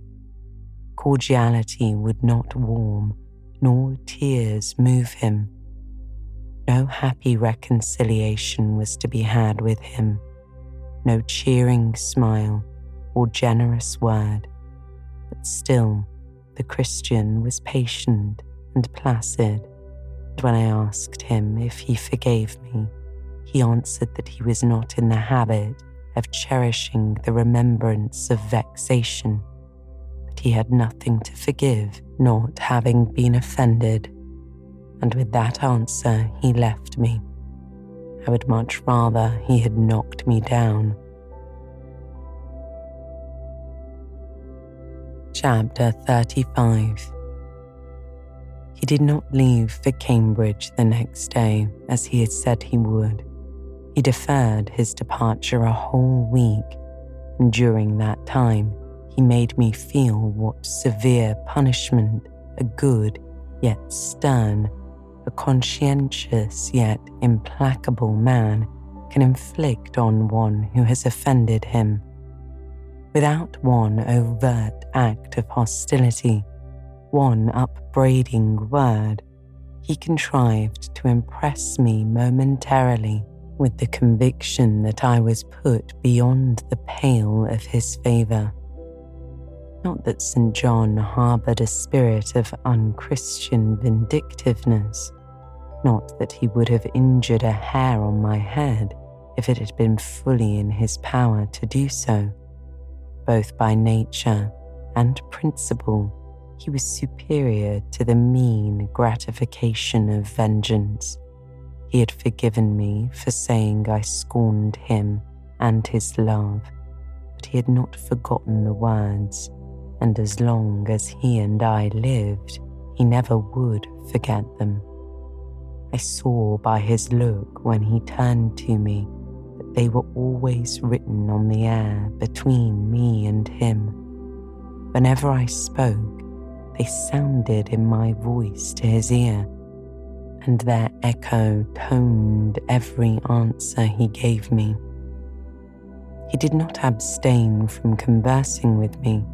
He even called on me as usual each morning to join him at his desk, and I fear the corrupt man within him had a pleasure unimparted to and unshared by the pure Christian, in evincing with what skill he could, while acting and speaking apparently just as usual, extract from every deed and every phrase the spirit of interest and approval which had formerly communicated a certain austere charm to his language and manner.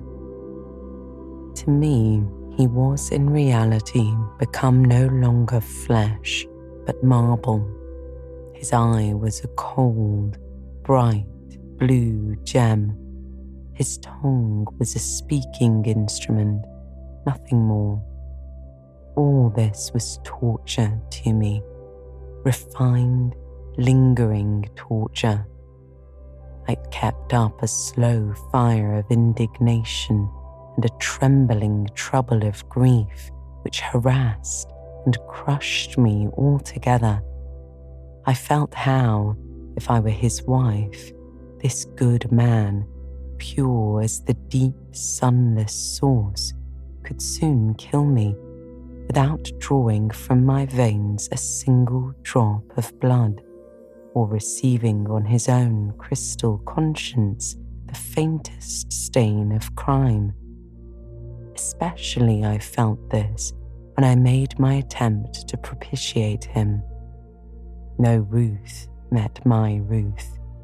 He experienced no suffering from estrangement, no yearning after reconciliation, and though more than once my fast falling tears blistered the page over which we both bent, they produced no more effect on him than if his heart had been really a matter of stone or metal. To his sisters, meantime, he was somewhat kinder than usual, as if afraid that mere coldness would not sufficiently convince me how completely I was banished and banned. He added the force of contrast, and this I am sure he did not by malice, but on principle. The night before he left home, happening to see him walking in the garden about sunset and remembering as I looked at him that this man, alienated as he now was, had once saved my life and that we were near relations, I was moved to make a last attempt to regain his friendship. I went out and approached him as he stood leaning over the little gate. I spoke to the point at once. "St. John, I am unhappy because you are still angry with me. Let us be friends." "I hope we are friends," was the unmoved reply, while he still watched the rising of the moon, which he had been contemplating as I approached. "No, St. John, we are not friends as we were. You know that." "Are we not? That is wrong. For my part, I wish you no ill and all good." "I believe you, St. John, for I am now sure you are incapable of wishing anyone ill. But as I am your kinswoman, I should desire somewhat more of affection than that sort of general philanthropy you extend to mere strangers." "Of course," he said. "Your wish is reasonable, though I'm far from regarding you as a stranger." This, spoken in a cool, tranquil tone, was mortifying and baffling enough. Had I attended to the suggestions of pride and ire, I should immediately have left him. But something worked within me more strongly than those feelings could. I deeply venerated my cousin's talent and principle. His friendship was of value to me. To lose it tried me severely. I would not so soon relinquish the attempt to reconquer it. "Must we part this way, St. John? And when you go to India, will you leave me so, without a kinder word than you have yet spoken?" He now turned quite from the moon and faced me. "When I go to India, Jane, will I leave you?" "What? Do you not go to India?" "You said I could not unless I married you." "And you will not marry me. You adhere to that resolution." Reader, do you know, as I do, what terror these cold people can put into the ice of their questions? How much the fall of the avalanche is their anger, or the breaking up of the frozen sea in their displeasure? No, St. John, I will not marry you. I adhere to my resolution. The avalanche had shaken and slid a little forward, but it did not yet crash down. "Once more, why this refusal?" he asked. "Formerly," I answered, "because you did not love me. Now I reply, because you almost hate me. If I were to marry you, you would kill me. You are killing me now." His lips and cheeks turned white, quite white. "I should kill you. I am killing you." "Your words are such as ought not to be used. Violent, unfeminine, and untrue. They betray an unfortunate state of mind. They merit severe reproof. They would seem inexcusable. That is the duty of man to forgive his fellow, even until 77 times. I had finished the business now, while earnestly wishing to erase from his mind the trace of my former offence. I had stamped on that tenacious surface another and far deeper impression. I had burnt it in. "Now you will indeed hate me," I said. "It is useless to attempt to conciliate you. I I see I have made an eternal enemy of you. A fresh wrong did these words inflict. The worse because they touched on the truth. That bloodless lip quivered to a temporary spasm.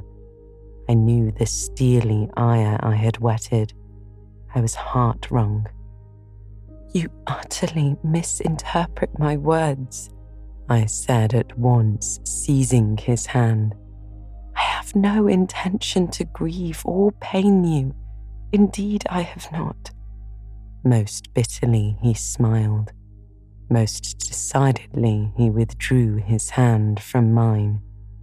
And now you recall your promise and will not go to India at all, I presume, said he after a considerable pause. Yes, I will, as your assistant, I answered. A very long silence succeeded. What struggle there was in him between nature and grace in this interval I cannot tell.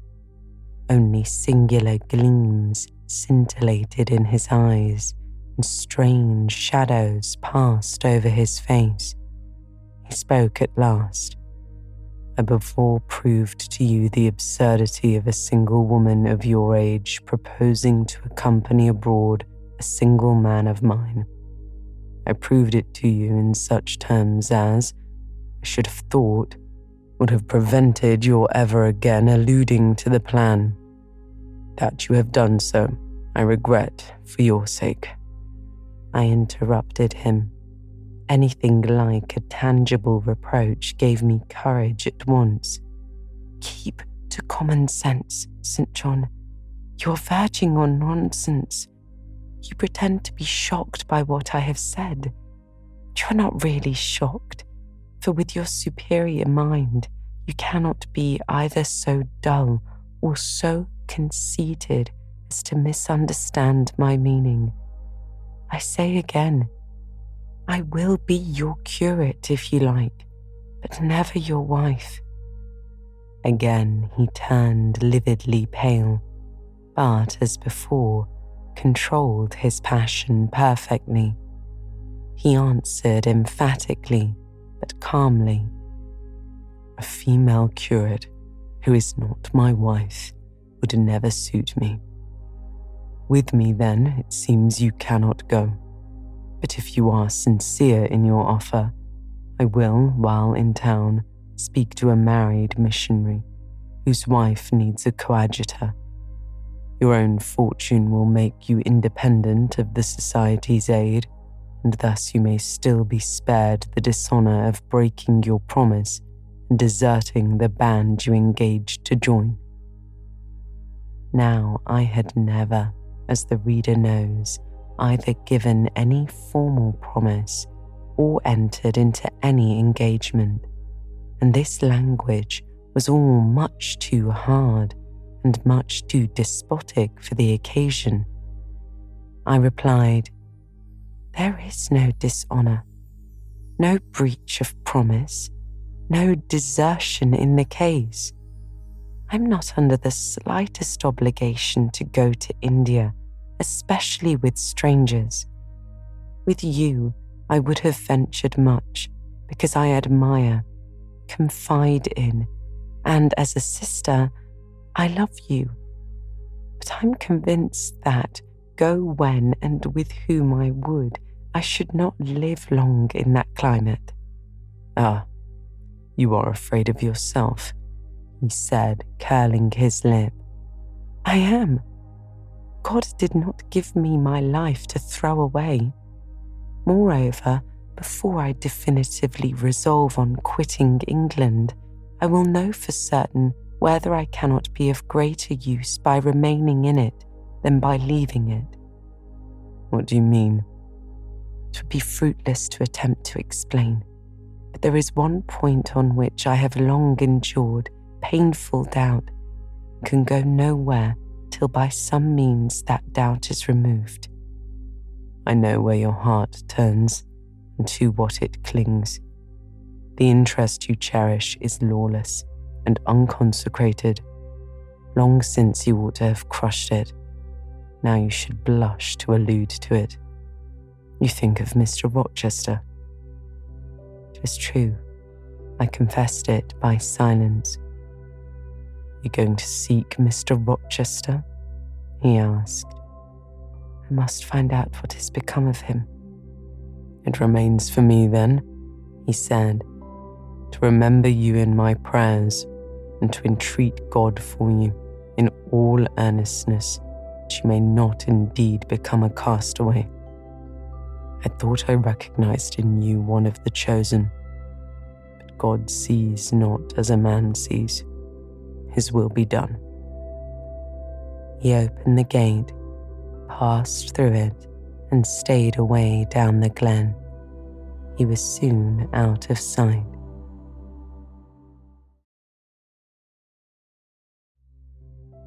Chapter 35 continued. On re-entering the parlour, I found Diana standing at the window, looking very thoughtful. Diana was a great deal taller than I. She put her hand on my shoulder and, stooping, examined my face. Jane, she said, you are always so agitated and pale now. I'm sure there is something the matter. Tell me what business you and St. John have on your hands. I've watched you this half hour from the window. You must forgive my being such a spy, but for a long time I have fancied I hardly know what. St. John is a strange being. She paused. I did not speak. Soon she resumed. That brother of mine cherishes peculiar views of some sort respecting you, I'm sure.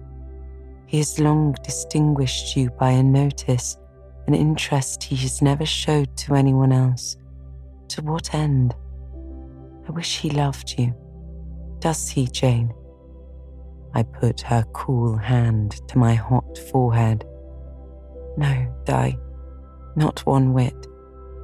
Then why does he follow you so with his eyes, get you so frequently alone with him, and keep you so continually at his side? Mary and I had both concluded he wished you to marry him. He does. He has asked me to be his wife. Diana clapped her hands. This is just what we hoped and thought. And you will marry him, Jane, won't you? And then he will stay in England? Far from that, Diana. His sole idea in proposing to me is to procure a fitting fellow labourer in his Indian toils. What? He wishes you to go to India? Yes, I replied. Madness, she said. You would not live 3 months there, I am certain. You shall never go. You have not consented, have you, Jane? I have refused to marry him, and have consequently displeased him, she suggested. Deeply. He will never forgive me, I fear. Yet I offered to accompany him as his sister. It was frantic folly to do so, Jane. Think of the task you undertook, one of incessant fatigue, where fatigue kills even the strong, and you are weak. St. John, you know him, would urge you to impossibilities. With him there would be no permission to rest during the hot hours, and unfortunately I have noticed, whatever he exacts, you force yourself to perform. I am astonished you found courage to refuse his hand. Do you not love him then, Jane? Not as a husband, I answered. Yet he is a handsome fellow, she said. And I am so plain, you see, Di. We should never suit. Plain? You? Not at all. Again, Diana earnestly conjured me to give up all thoughts of going out with her brother. I must indeed, I said, for just now when I repeated the offer of serving him for a deacon, He expressed himself shocked at my want of decency. He seemed to think I had committed an impropriety in proposing to accompany him unmarried, as if I had not from the first hoped to find in him a brother and habitually regarded him as such. What makes you say he does not love you, Jane? You should hear himself on the subject. He has again and again explained that it is not himself, but his office he wishes to mate. He has told me I am formed for labour, not for love, which is true, no doubt. But in my opinion, if I am not formed for love, it follows that I am not formed for marriage. Would it not be strange, Di, to be changed to life to a man who regarded one but as a useful tool? Insupportable, unnatural, out of the question, she replied. And then, I continued, though I have only sisterly affection for him now, yet if forced to be his wife, I can imagine the possibility of conceiving an inevitable, strange, torturing kind of love for him, because he is so talented, and there is often a certain heroic grandeur in his look, manner, and conversation.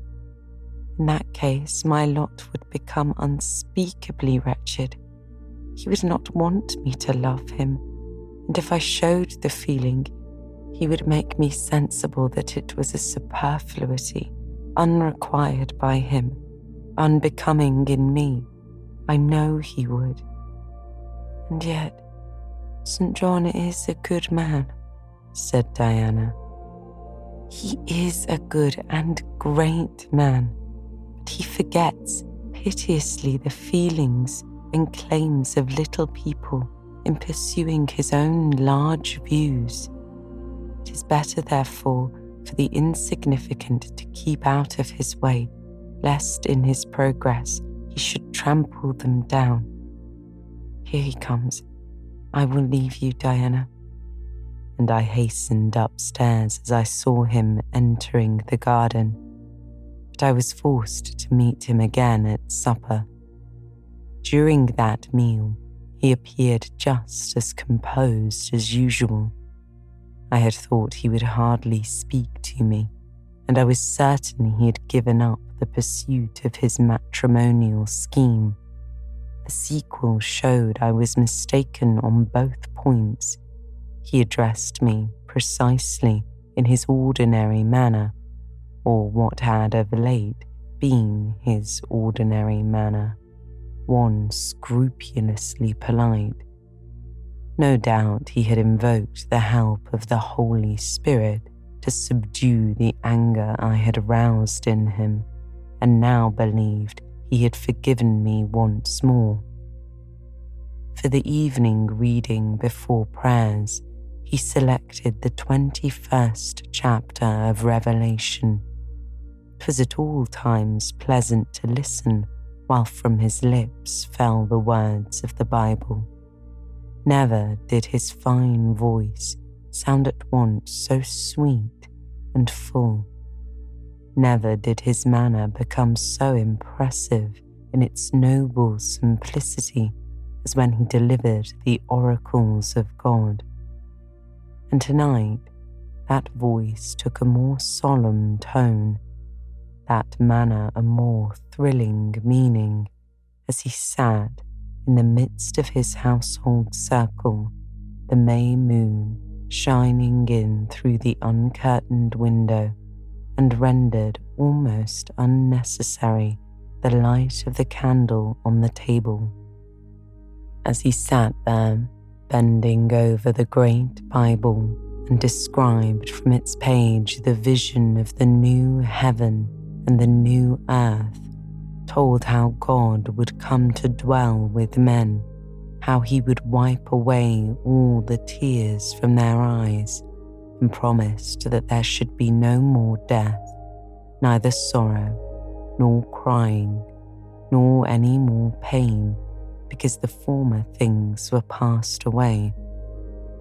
The succeeding words thrilled me strangely as he spoke them, especially as I felt by the slight, indescribable alteration in sound that in uttering them his eye had turned on me. He that overcometh shall inherit all things, and I will be his God, and he shall be my son. But was slowly, distinctly read. The fearful, the unbelieving, shall have their part in the lake which burneth with fire and brimstone, which is the second death. Henceforward, I knew what fate St. John feared for me. A calm, subdued triumph, bent with a longing earnestness, marked his enunciation of the last, glorious verses of that chapter. The reader believed his name was already written in the Lamb's book of life, and he yearned after the hour which should admit him to the city to which the kings of earth bring their glory and honour, which has no need of sun or moon to shine in it, because the glory of God lightens it, and the Lamb is the light thereof. In the prayer following the chapter, all his energy gathered, all his stern zeal woke. He was in deep earnest, wrestling with God and resolved on a conquest. He supplicated strength for the weak-hearted, guidance for the wanderers from the fold, a return 11th hour for those of whom the temptations of the world and the flesh were luring from the narrow path. He asked, he urged, he claimed the boon of a brand snatched from the burning. Earnestness is ever deeply solemn. First, as I listened to that prayer, I wondered at his.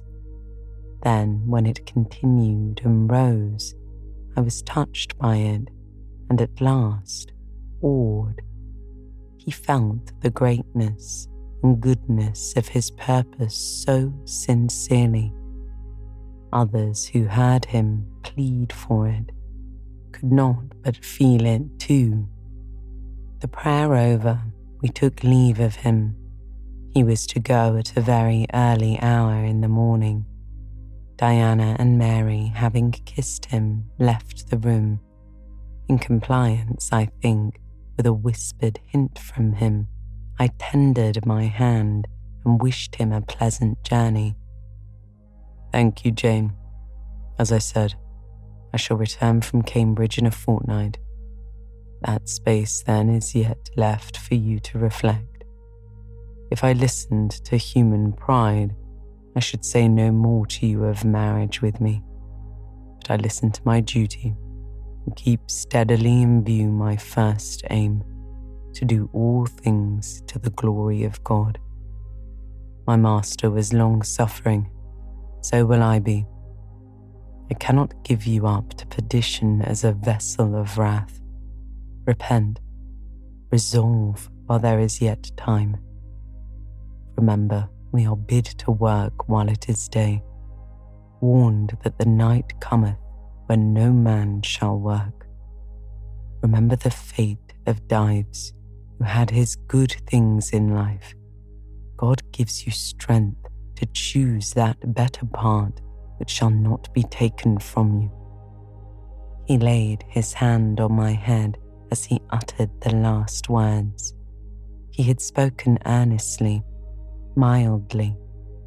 His look was not, indeed, that of a lover beholding his mistress, but was that of a pastor recalling his wandering sheep, or better, of a guardian angel watching the soul for which he is responsible.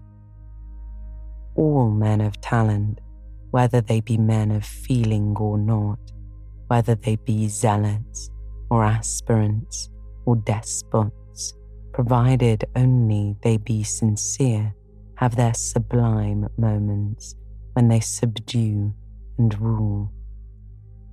I felt veneration for St. John, veneration so strong that its impetus thrust me at once to the point I had so long shunned. I was tempted to cease struggling with him, to rush down the torrent of his will into the gulf of his existence and there lose my own. I was almost as hard beset by him now as I had been once before, in a different way, by another. I was a fool both times. To have yielded then would have been an error of principle. To have yielded now would have been an error of judgment. So I think at this hour, when I look back to the crisis through the quiet medium of time, I was unconscious of folly at the instant. I stood motionless under my hierophant's touch. My refusals were forgotten, my fears overcome, my wrestlings paralyzed. The impossible, my marriage with St. John, was fast becoming the possible. All was changing utterly with a sudden sweep.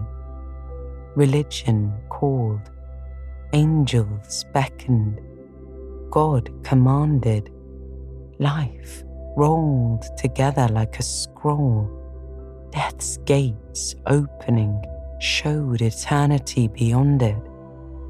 It seemed that for safety and bliss there, all here might be sacrificed in a second. The dim room was full of visions. "Could you decide now?" asked the missionary. The inquiry was put in gentle tones. He drew me to him as gently. Oh, that gentleness! How far more potent it is than force.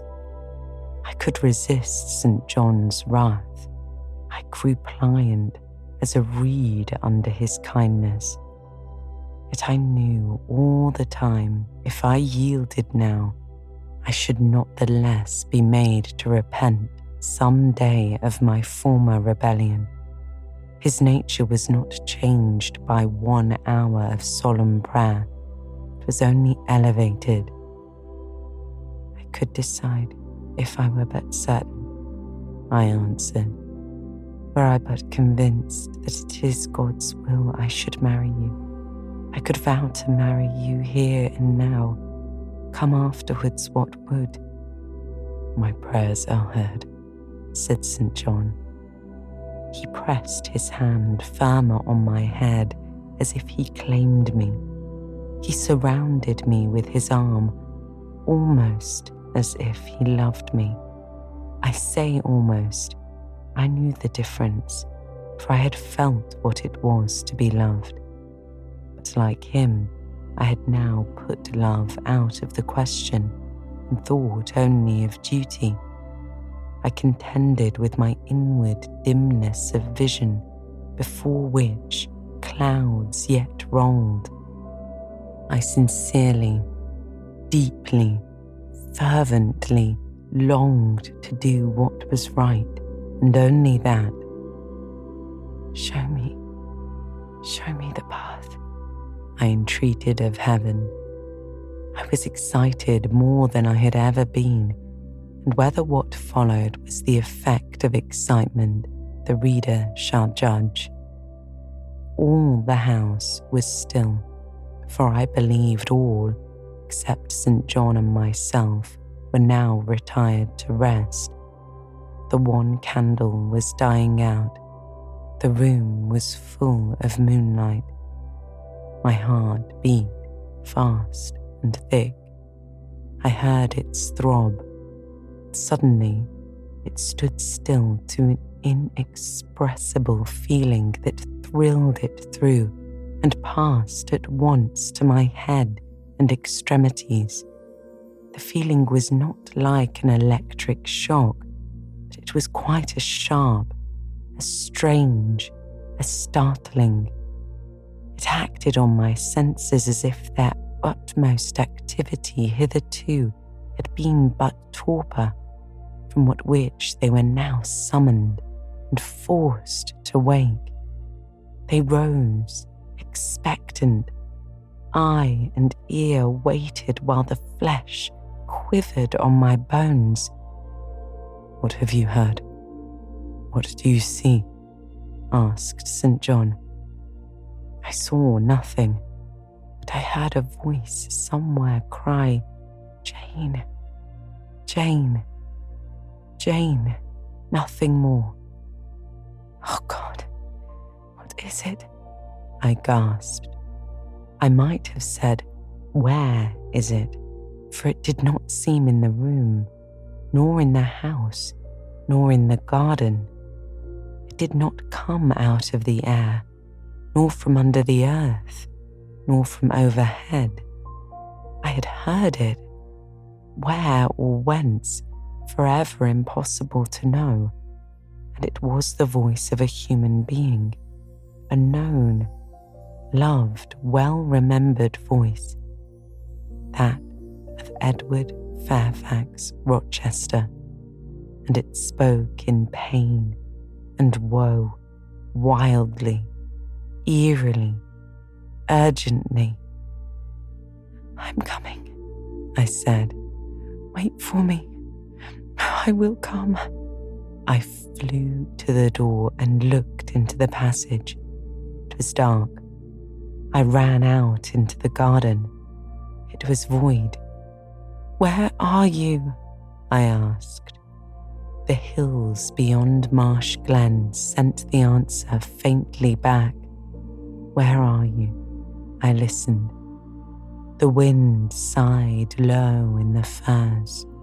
All was moorland, loneliness, and midnight hush. "Down superstition," I commented as that spectre rose up, black by the black yew at the gate. "This is not thy deception, nor thy witchcraft. 'Tis the work of nature. She was roused and did no miracle, but her best." I broke from St. John, who had followed and would have detained me. It was my time to assume ascendancy. My powers were in play and in force. I told him to forbear question or remark. I desired him to leave me. I must and would be alone. He obeyed at once.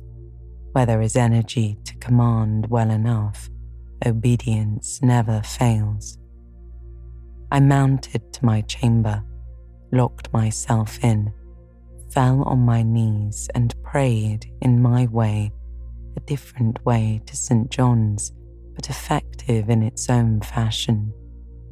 I seemed to penetrate very near a mighty spirit, and my soul rushed out in gratitude at his feet. I rose from the thanksgiving, took a resolve, and lay down, unscared, enlightened, eager but for the daylight.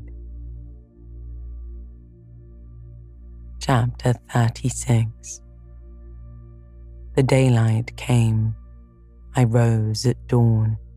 I busied myself for an hour or two with arranging my things in my chamber, drawers and wardrobe, in the order wherein I should wish to leave them during a brief absence.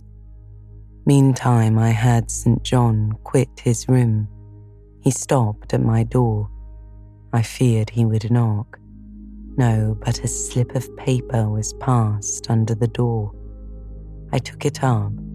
It bore these words: "You left me too suddenly last night. Had you stayed but a little longer, you would have laid your hand on the Christian's cross and the angel's crown. I shall expect to hear your clear decision when I return this day fortnight. Meantime, watch and pray that you enter not into temptation. The spirit I trust is willing, but the flesh I see is weak. I shall pray for you hourly. Yours, St. John. My spirit, I answered mentally, is willing to do what is right, and my flesh, I hope, is strong enough to accomplish the will of heaven when once that will is distinctly known to me.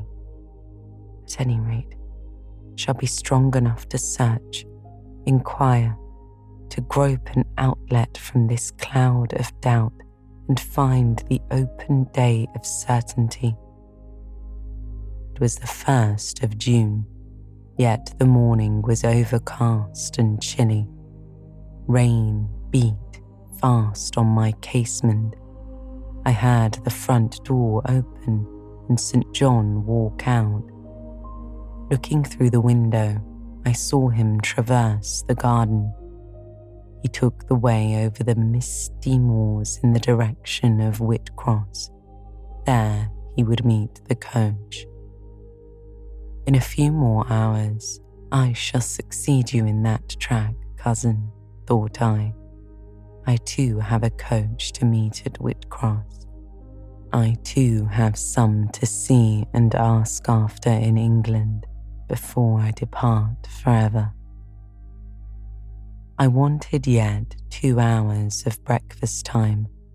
I filled the interval in walking softly about my room and pondering the visitation which had given my plans for their present bent. I recalled that inward sensation I had experienced, for I could recall it with all its unspeakable strangeness. I recalled the voice I had heard. Again, I questioned whence it came as vainly as before. It seemed in me, not in the external world. I asked, was it a mere nervous impression, a delusion? I could not conceive or believe. It was more like an inspiration.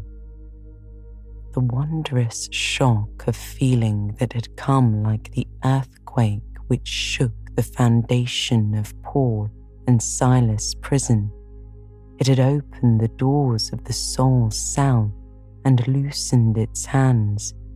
It had wakened out of its sleep, whence it sprang, trembling, listening, aghast, then vibrated thrice a cry on my startled ear and in my quaking heart and through my spirit, which neither feared nor shook, but exulted as if in joy over the success of one effort it had been privileged to make, independent of the cumbrous body. Ere many days, I said as I terminated my musings, I will know something of him whose voice seemed last night to summon me. Letters have proved of no avail. Personal inquiry shall replace them. At breakfast, I announced to Diana and Mary that I was going on a journey and should be absent at least 4 days. Alone, Jane? They asked. Yes, it was to see or hear news of a friend about whom I had been for some time uneasy, I told them. They might have said, as I have no doubt they thought, that they believed me to be without any friends save them, for indeed I had often said so. But with their true natural delicacy, they abstained from comment, except that Diana asked me if I was sure I was well enough to travel. I looked very pale, she observed. I replied that nothing ailed me save anxiety of the mind, which I hoped soon to alleviate. It was easy to make my further arrangements, for I was troubled with no inquiries, no surmises. Having once explained to them that I could not now be explicit about my plans, they kindly and wisely acquiesced in the silence with which I pursued them, according to me the privilege of free action I should under similar circumstances have accorded them. I left Moor House at 3:00 p.m, and soon after 4 I stood at the foot of the signpost of Whitcross, waiting the arrival of the coach which was to take me to distant Thornfield. Amidst the silence of the solitary roads and desert hills, I heard it approach from a great distance. It was the same vehicle whence, a year ago, I had alighted one summer evening on this very spot. How desolate and hopeless and objectless. It stopped as I beckoned. I entered, not now obliged to part with my whole fortune as the price of its accommodation. Once more on the road to Thornfield, I felt like the messenger pigeon flying home. It was a journey of 36 hours. I had set out from Whitcross on a Tuesday afternoon, and early on the succeeding Thursday morning, the coach stopped to water the horses at the wayside inn, situated in the midst of scenery whose green hedges and large fields and low pastoral hills, how mild of feature and verdant of hue compared with the stern North Midland moors of Morton, met my eye like the lineaments of a once familiar face. Yes, I knew the character of this landscape. I was sure we were near my bourne. "How far is Thornfield Hall from here?" I asked of the ostler. "Just 2 miles, ma'am, across the fields." My journey is closed, I thought to myself. I got out of the coach, gave a box I had to the ostler's charge to be kept till I called for it, paid my fare, satisfied the coachman, and was going. The brightening day gleamed on the sign of the inn, and I read in gilt letters, "The Rochester Arms." My heart leapt up. I was already on my master's very lands. It fell again. A thought struck it. Your master himself may be beyond the British Channel for aught you know. And then, if he is at Thornfield Hall, towards which you hasten, who besides him is there? His lunatic wife, and you have nothing to do with him. You dare not speak to him or seek his presence. You have lost your labour. You had better not go further, urged the monitor. Ask information of the people at the inn. They can give you all they seek. They can solve your doubts at once. Go up to that man and inquire if Mr. Rochester be at home. The suggestion was sensible, yet I could not force myself to act on it, so I dreaded a reply that would crush me with despair. To prolong doubt was to prolong hope. I might yet once see that hall under the ray of her star. There was a stile before me, the very fields through which I had hurried, blind, deaf, distracted with a revengeful fury, tracking and scourging me on the morning I fled from Thornfield, ere I well knew what course I had resolved to take. I was in the midst of them.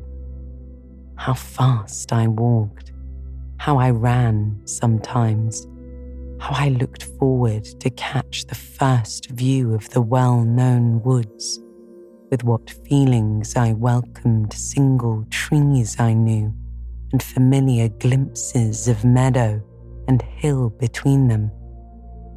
At last, the wood rose, the rookery clustered dark, a loud cawing broke the morning stillness. Strange delight inspired me. On I hastened. Another field crossed, a lane threaded, and there were the courtyard walls, the back offices, the house itself, the rookery still hid. My first view of it shall be in front, I determined, where its bold battlements will strike the eye nobly at once, and where I can single out my master's very window. Perhaps he will be standing at it. He rises early. Perhaps he is now walking in the orchard or on the pavement in front. Could I but see him but a moment, surely in that case I should not be so mad as to run to him. I cannot tell. I am not certain. And if I did, what then? God bless him. What then? Who would be hurt by my once more tasting the life his glance can give me? I rave. Perhaps at this moment he is watching the sunrise over the Pyrenees or on the tideless sea of the south. I had coasted along the lower wall of the orchard, turned its angle. There was a gate just there, opening into the meadow between two stone pillars crowned by stone balls. From behind one pillar, I could peep round quietly at the full front of the mansion. I advanced my head with precaution, desirous to ascertain if any bedroom window blinds were yet drawn up. Battlements, windows, long front, all from this sheltered station were at my command. The crows, sailing overhead, perhaps watched me while I took this survey. I wonder what they thought. They must have considered I was very careful and timid at first, and that gradually I grew very bold and reckless. A peep, and then a long stare, and then a departure from my niche, and a straying out into the meadow, and a sudden stop, full in front of the great mansion, and a protracted, hardy gaze towards it. What affectation of diffidence was this at first, they might have demanded. What stupid regardlessness now? Here an illustration, reader. A lover finds his mistress asleep on a mossy bank. He wishes to catch a glimpse of her fair face without waking her. He steals softly over the grass, careful to make no sound.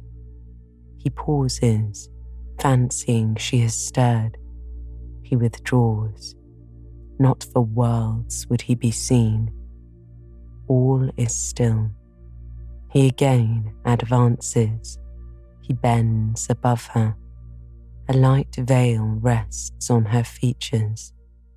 He lifts it, bends lower. Now his eyes anticipate the vision of beauty, warm and blooming and lovely in rest. How hurried was their first glance, but how they fix, how he starts, how he suddenly and vehemently clasps in both arms the form he dared not, a moment since, touch with his finger. How he calls aloud a name and drops his burden and gazes on it wildly. He thus grasps and cries and gazes, because he no longer fears to waken by any sound he can utter, by any movement he can make. He thought his love slept sweetly. He finds she is stone dead. I looked with timorous joy towards a stately house. I saw a blackened ruin. No need to cower behind a gatepost, indeed, to peep up at chamber lattices, fearing life was astir behind them. No need to listen for doors opening, to fancy steps on the pavement or the gravel walk. The lawn, the grounds were trodden and waste. The portal yawned void. The front was, as I had once seen in a dream, but a shell-like wall, very high and very fragile looking, perforated with painless windows. No roof, no battlements, no chimneys. All had crashed in. And there was the silence of death about it, the solitude of a lonesome wild. No wonder that letters addressed to people here had never received an answer. As well dispatch epistles to a vault in a church aisle. The grim blackness of the stones told by what fate the hall had fallen, by conflagration. But how kindled? What story belonged to this disaster? What loss, besides mortar and marble and woodwork, had followed upon it? Had life been wrecked as well as property? If so, whose? Dreadful question. There was no one here to answer it, not even dumb sign, mute token. In wandering round the shattered walls and through the devastated interior, I gathered evidence that the calamity was not of late occurrence. Winter snows, I thought, had drifted through that void arch. Winter rains beaten in at those hollow casements, for amidst the drenched piles of rubbish, spring had cherished vegetation. Grass and weed grew here and there between the stones and fallen rafters. And oh, where meantime was the hapless owner of this wreck? In what land? Under what auspices? My eye involuntarily wandered to the grey church tower near the gates, and I asked, "Is he with Dame de Rochester, sharing the shelter of his narrow marble house?"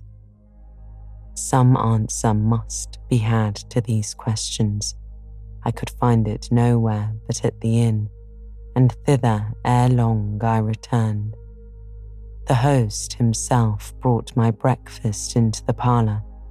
I requested him to shut the door and sit down. I had some questions to ask him, but when he complied, I scarcely knew how to begin. Such horror had I of the possible answers, and yet the spectacle of desolation I had just left prepared me in measure for a tale of misery. The host was a respectable-looking, middle-aged man. "You know Thornfield Hall, of course," I managed to say at last. "Yes, Mom, I lived there once," he answered. "Did you?" "Not in my time," I thought. "You are a stranger to me."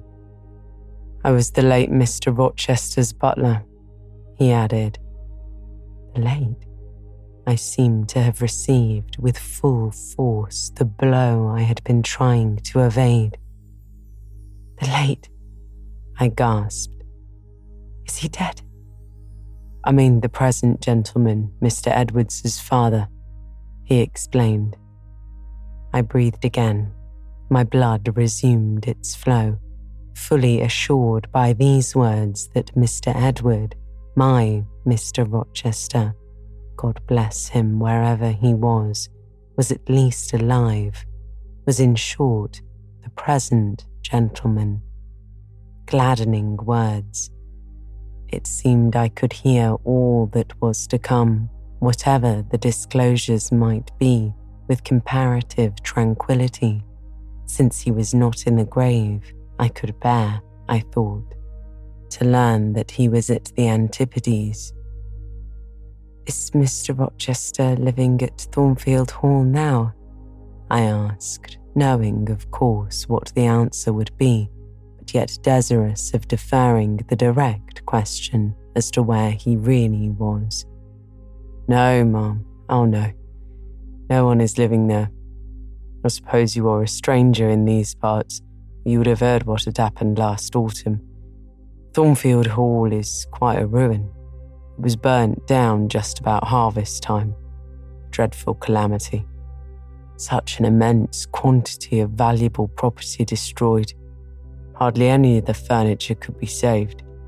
The fire broke out at the dead of night, and before the engines arrived from Millcote, the building was one mass of flame. It was a terrible spectacle. I witnessed it myself. At dead of night, I muttered. Yes, that was ever the hour of fatality at Thornfield. Was it known how it originated? I asked. They guessed, Mum. They guessed, indeed, I should say it was ascertained beyond a doubt. You're not perhaps aware, he continued, edging his chair a little nearer and speaking low. There was a lady kept in the house. I have heard something of it. She was kept in very close confinement, Mum. People, even for some years, was not absolutely certain of her existence. No one saw her. They knew her by rumour that such a person was at the hall, and who or what she was difficult to conjecture. They said Mr. Edward had brought her from abroad, and some believed she had been his mistress. A strange thing happened a year since. A very strange thing. I feared now to hear my own story. I endeavoured to recall him to the main fact. And this lady? I asked. This lady, Ma'am, he answered, turned out to be Mr. Rochester's wife. The discovery was brought about in the strangest way. There was a young lady, a governess, at the hall. But the fire, I suggested, I'm coming to that, Mum, that Mr. Edward fell in love with. The servants say he never saw anybody so much in love as he was. He was after her continually. They used to watch him. Servants will, you know, Mum. And he set store on her past everything. For all, nobody but him thought her so very handsome.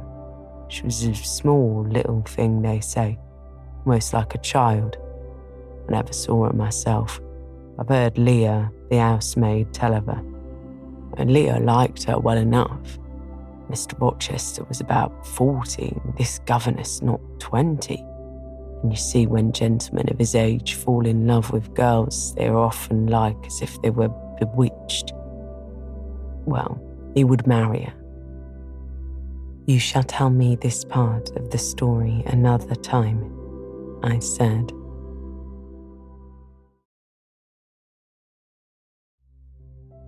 Chapter 36 continued. But now I have a particular reason for wishing to hear all about the fire, I said to the host. Was it suspected that the wife, Mrs. Rochester, had any hand in it? You've hit it, Mum, he replied. It's quite certain that it was her, and nobody but her that set it going. She had a woman to take care of her called Mrs. Poole, an able woman in her time and very trustworthy, but for one fault, fault common to a deal of them nurses and matrons. She kept a private bottle of gin by her, and now and then took a drop overmuch. It is excusable, for she had a hard life out of it. Still, it was dangerous, for when Mrs. Poole was fast asleep after the gin and water, the mad lady, who was as cunning as a witch, would take the keys out of her pocket, let herself out of the chamber, and go roaming about the house, doing any wild mischief that came into her head. They say she'd nearly burnt her husband in his bed once, but I don't know about that. However, on this night, she set fire first to the hangings of the room next to her own. Then she got down to a lower story and made her way into the chamber that had been the governess's. She was like as if she knew somehow matters had gone on and had a spite at her, and she kindled the bed there, but there was nobody sleeping in it, fortunately.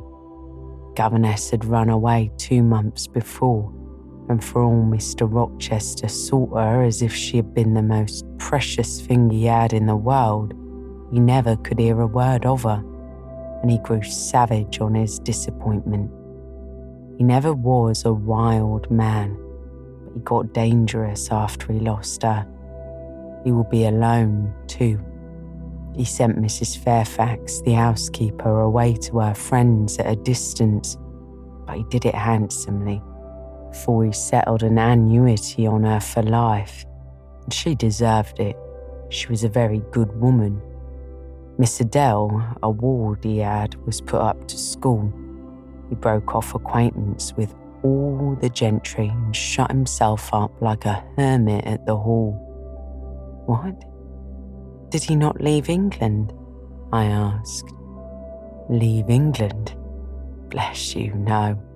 He would not cross the doorstones of the house except at night, and he walked just like a ghost about the grounds and in the orchard, as if he'd lost his senses, which it is my opinion he had, for a more spirited, bolder, keener gentleman than he was before that midge of a governess crossed him, you never saw, ma'am.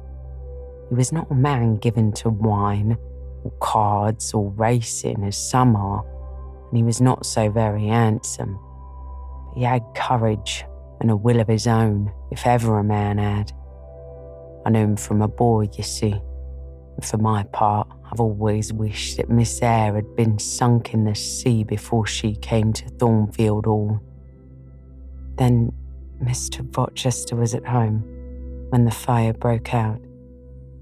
Yes, indeed was he. And he went up to the attics when all was burning above and below, and got the servants out of their beds and helped them down himself, and went back to get his mad wife out of her cell. Then they called out to him that she was on the roof, where she was standing, waving her arms above the battlements, shouting out till they could hear her a mile off. I saw her and heard her with my own eyes. She was a big woman, had long black hair. You could see it streaming against the flames as she stood. I witnessed, and several more witnessed, Mr. Rochester ascend through the skylight to the roof. We heard him call, "Bertha!" We saw him approach her, and then Mum, she yelled and gave a spring. The next minute, she lay on the pavement. Dead. Dead. Aye, dead as the stones on which she lay. Good God. You may well say so, Ma'am. It was frightful. He shuddered. And afterwards? I urged. Well, Ma'am, afterwards the house was burnt to the ground. There were only some bits of walls standing now. Were any other lives lost? No. Perhaps it would have been better if there had. What do you mean? Poor Mr. Edward, he said. I little thought ever to have seen it. Some say it was just a judgment on him for keeping his first marriage secret and wanting to take another wife while he had one living. I pity him for my part. You said he was alive, I replied. Yes, he is alive. Many think he had better be dead. Why? How? My blood was again running cold. Where is he? I demanded. Is he in England? Aye, he's in England. Can't get out of England, I fancy. He's a fixture now. What agony was this? And the man seemed resolved to protract it. He's stone blind, he said at last. Yes, he is stone blind, is Mr. Edward. I had dreaded worse. I had dreaded he was mad. I summoned strength to ask what had caused this calamity. It was all his own courage, and a body may say his kindness in a way, ma'am. He wouldn't leave the house till everyone else was out before him. As he came down the great staircase at last, after Mrs. Rochester had flung herself from the battlements, there was a great crash. All fell. He was taken out from under the ruins, alive but sadly hurt. A beam had fallen in such a way as to protect him partly, but one eye was knocked out and one hand so crushed that Mr. Carter, the surgeon, had to remove it directly. The other eye was inflamed. He lost the sight of that also. He's now helpless indeed, blind and a cripple. Where is he? Where does he now live? At Ferndean, a manor house on a farm he has about 30 miles off. Quite a desolate spot. Who is with him? Old John and his wife. He would have none else. He's quite broken down, they say. Have you any sort of conveyance?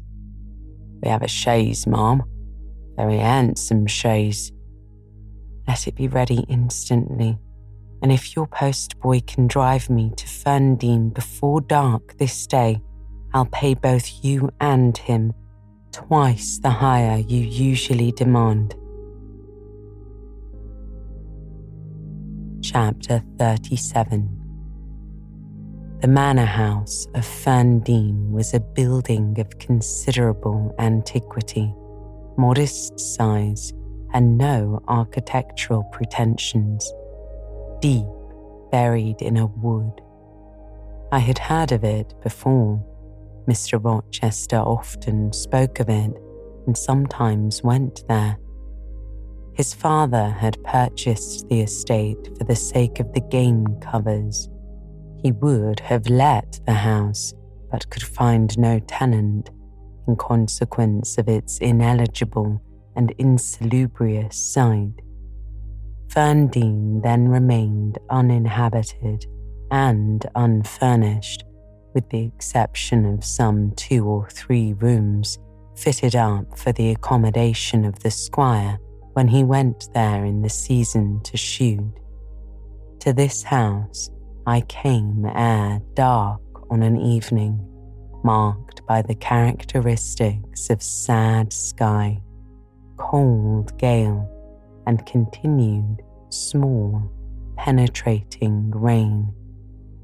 The last mile I performed on foot, having dismissed the chaise and driver with the double remuneration I had promised. Even when within a very short distance of the manor house you could see nothing of it, so thick and dark grew the timber of the gloomy wood about it. Iron gates between granite pillars showed me where to enter, and passing through them, I found myself at once in the twilight of close ranked trees. There was a grass-grown track descending the forest aisle between hoar and knotty shafts and under branched arches. I followed it, expecting soon to reach the dwelling, but it stretched on, and it wound farther and farther. No sign of habitation or grounds was visible. I thought I had taken a wrong direction and lost my way. The darkness of natural as well as of sylvan dusk gathered over me. I looked round in search of another road. There was none. All was interwoven stem, columnar trunk, dense summer foliage, no opening anywhere. I proceeded. At last my way opened. The trees thinned a little. Presently I beheld a railing, then the house, scarce by this dim light distinguishable from the trees, so dank and green were its decaying walls. Entering a portal, fastened only by a latch, I stood amidst a space of enclosed ground from which the wood swept away in a semicircle. There were no flowers, no garden beds, only a broad gravel walk girdling a grass plat, and this set in the heavy frame of the forest. The house presented two pointed gables in its front. The windows were latticed and narrow. The front door was narrow too. One step led up to it. The whole looked, as the host of the Rochester Arms had said, quite a desolate spot. It was as still as a church on a weekday. The pattering rain on the forest leaves was the only sound audible in its vicinage. "Can there be life here?" I asked. Yes, life of some kind there was, for I heard a movement. That narrow front door was unclosing, and some shape was about to issue from the grange. It opened slowly. A figure came out into the twilight and stood on the step, a man without a hat. He stretched forth his hand as if to feel whether it rained. Dusk as it was, I had recognized him. It was my master, Edward Fairfax Rochester, and no other. I stayed my step, almost my breath, and stood to watch him, to examine him, myself unseen, and alas, to him invisible. It was a sudden meeting, and one in which rapture was kept well in check by pain. I had no difficulty in restraining my voice from exclamation, my step from hasty advance. His form was of the same strong and stalwart contour as ever. His port was still erect. His hair was still raven black, nor were his features altered or sunk. Not in 1 year's space by any sorrow could his athletic strength be quelled, or his vigorous prime blighted. But in his countenance I saw a change that looked desperate and brooding, that reminded me of some wronged and fettered wild beast or bird, dangerous to approach in his sullen woe. The caged eagle, whose gold-ringed eyes cruelty has extinguished, might look as looked that sightless Samson. And reader, do you think I feared him in his blind ferocity? If you do, you little know me. A soft hope blent with my sorrow that soon I should dare to drop a kiss on that brow of rock and those lips so sternly sealed beneath it. But not yet. I would not accost him yet. He descended the one step and advanced slowly and gropingly towards the grass plat. Where was his daring stride now? Then he paused, as if he knew not which way to turn. He lifted his hand and opened his eyelids, gazed blank and with a straining effort on the sky and toward the amphitheatre of trees. One saw that all to him was void darkness. He stretched his right hand, the left arm, the mutilated one, he kept hidden in his bosom. He seemed to wish by touch to gain an idea of what lay around him. He met but vacancy still, for the trees were some yards off where he stood. He relinquished the endeavour, folded his arms, and stood quiet and mute in the rain, now falling fast on his uncovered head. At this moment, John approached him from some quarter. "Will you take my arm, sir?" he said. "There is a heavy shower coming on. Had you not better go in?" "Let me alone," was the answer. John withdrew without having observed me. Mr. Rochester now tried to walk about, vainly. All was too uncertain. He groped his way back to the house and, re-entering it, closed the door. I now drew near and knocked. John's wife opened for me. "Mary," I said, "how are you?" She started as if she had seen a ghost. I calmed her. To her hurried, "Is it really you, miss, come at this late hour to this lonely place?" I answered by taking her hand, and then I followed her into the kitchen, where John now sat by a good fire. I explained to them in few words that I had heard all which had happened since I left Thornfield, and that I was come to see Mr. Rochester. I asked John to go down to the Turnpike House, where I had dismissed the chaise, and bring my trunk which I had left there. And then, while I removed my bonnet and shawl, I questioned Mary as to whether I could be accommodated at the manor house for the night, and finding that arrangements to that effect, though difficult, were not impossible, I informed her I should stay. Just at this moment, the parlour bell rang. "When you go in," said I, "tell your master that a person wishes to speak to him, but do not give my name." "I don't think he will see you," she answered. "He refuses everybody." When she returned, I inquired what he had said. "You are to send in your name and your business," she replied.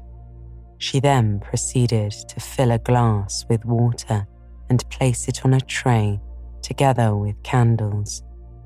"Is that what he rang for?" I asked. "Yes. He always has candles brought in at dark, though he is blind." "Give that tray to me. I will carry it in," I told her. I took it from her hand. She pointed me out the parlour door. The tray shook as I held it. The water spilt from the glass. My heart struck my ribs, loud and fast. Mary opened the door for me and shut it behind me. This parlour looked gloomy, A neglected handful of fire burned low in the grate, and leaning over it, with his head supported against the high, old-fashioned mantelpiece, appeared the blind tenant of the room. His old dog, Pilot, lay on one side, removed out of the way and coiled up as if afraid of being inadvertently trodden upon. Pilot pricked up his ears when I came in. Then he jumped up with a yelp and a whine and bounded towards me. He almost knocked the tray from my hands. I set it on the table, then patted him and said softly, "Lie down." Mr. Rochester turned mechanically to see what the commotion was, but as he saw nothing, he returned and sighed. "Give me the water, Mary," he said. I approached him with now only a half-filled glass. Pilot followed me, still excited. "What is the matter?" he inquired. "Down, Pilot," I said again. He checked the water on its way to his lips and seemed to listen. He drank and put the glass down. "This is you, Mary, is it not?" "Mary is in the kitchen," I answered. He put out his hand with a quick gesture, but not seeing where I stood, he did not touch me. "Who is this? Who is this?" he demanded, trying as it seemed to see with those sightless eyes, unavailing and distressing attempt. "Answer me. Speak again," he ordered, imperiously and aloud. "Will you have a little more water, sir? I spilt half of what was in the glass," I said. "Who is it? What is it? Who speaks?" "Pilot knows me, and John and Mary know I am here. I came only this evening," I answered. Great God, what delusion has come over me? What sweet madness has seized me? "No delusion, no madness. Your mind, sir, is too strong for delusion. Your health too sound for frenzy." And where is the speaker? Is it only a voice?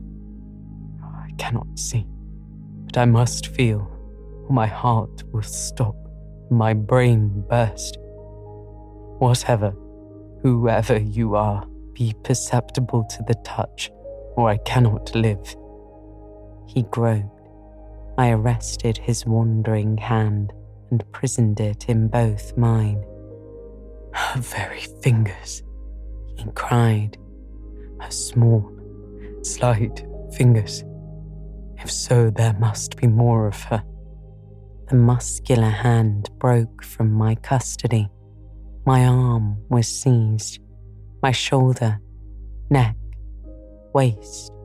I was entwined and gathered to him. "Is it Jane?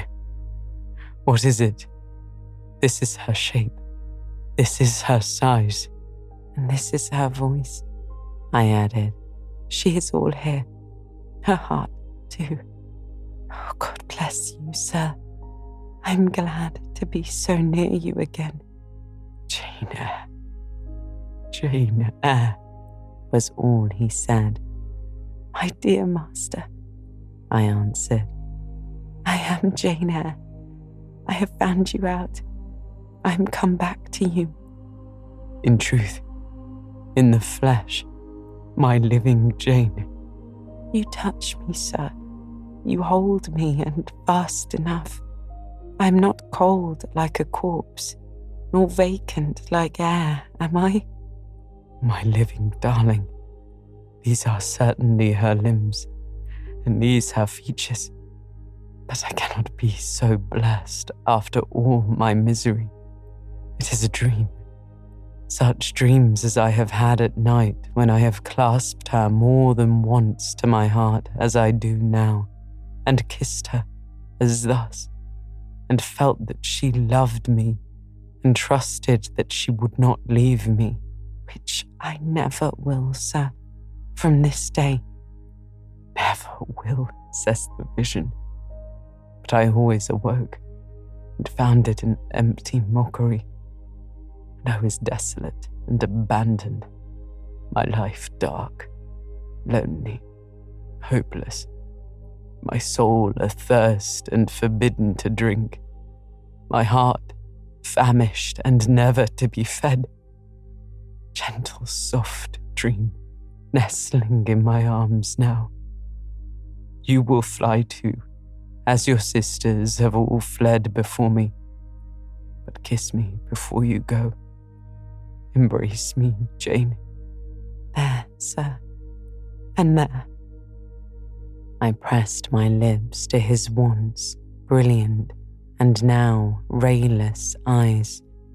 I swept his hair from his brow and kissed that too. He suddenly seemed to arouse himself.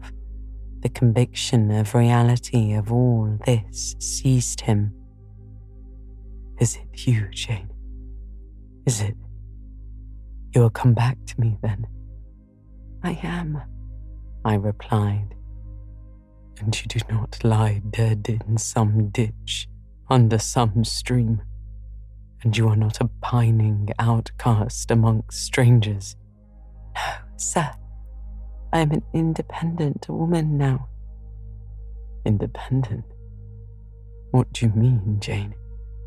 My uncle in Madeira is dead, and he left me £5,000.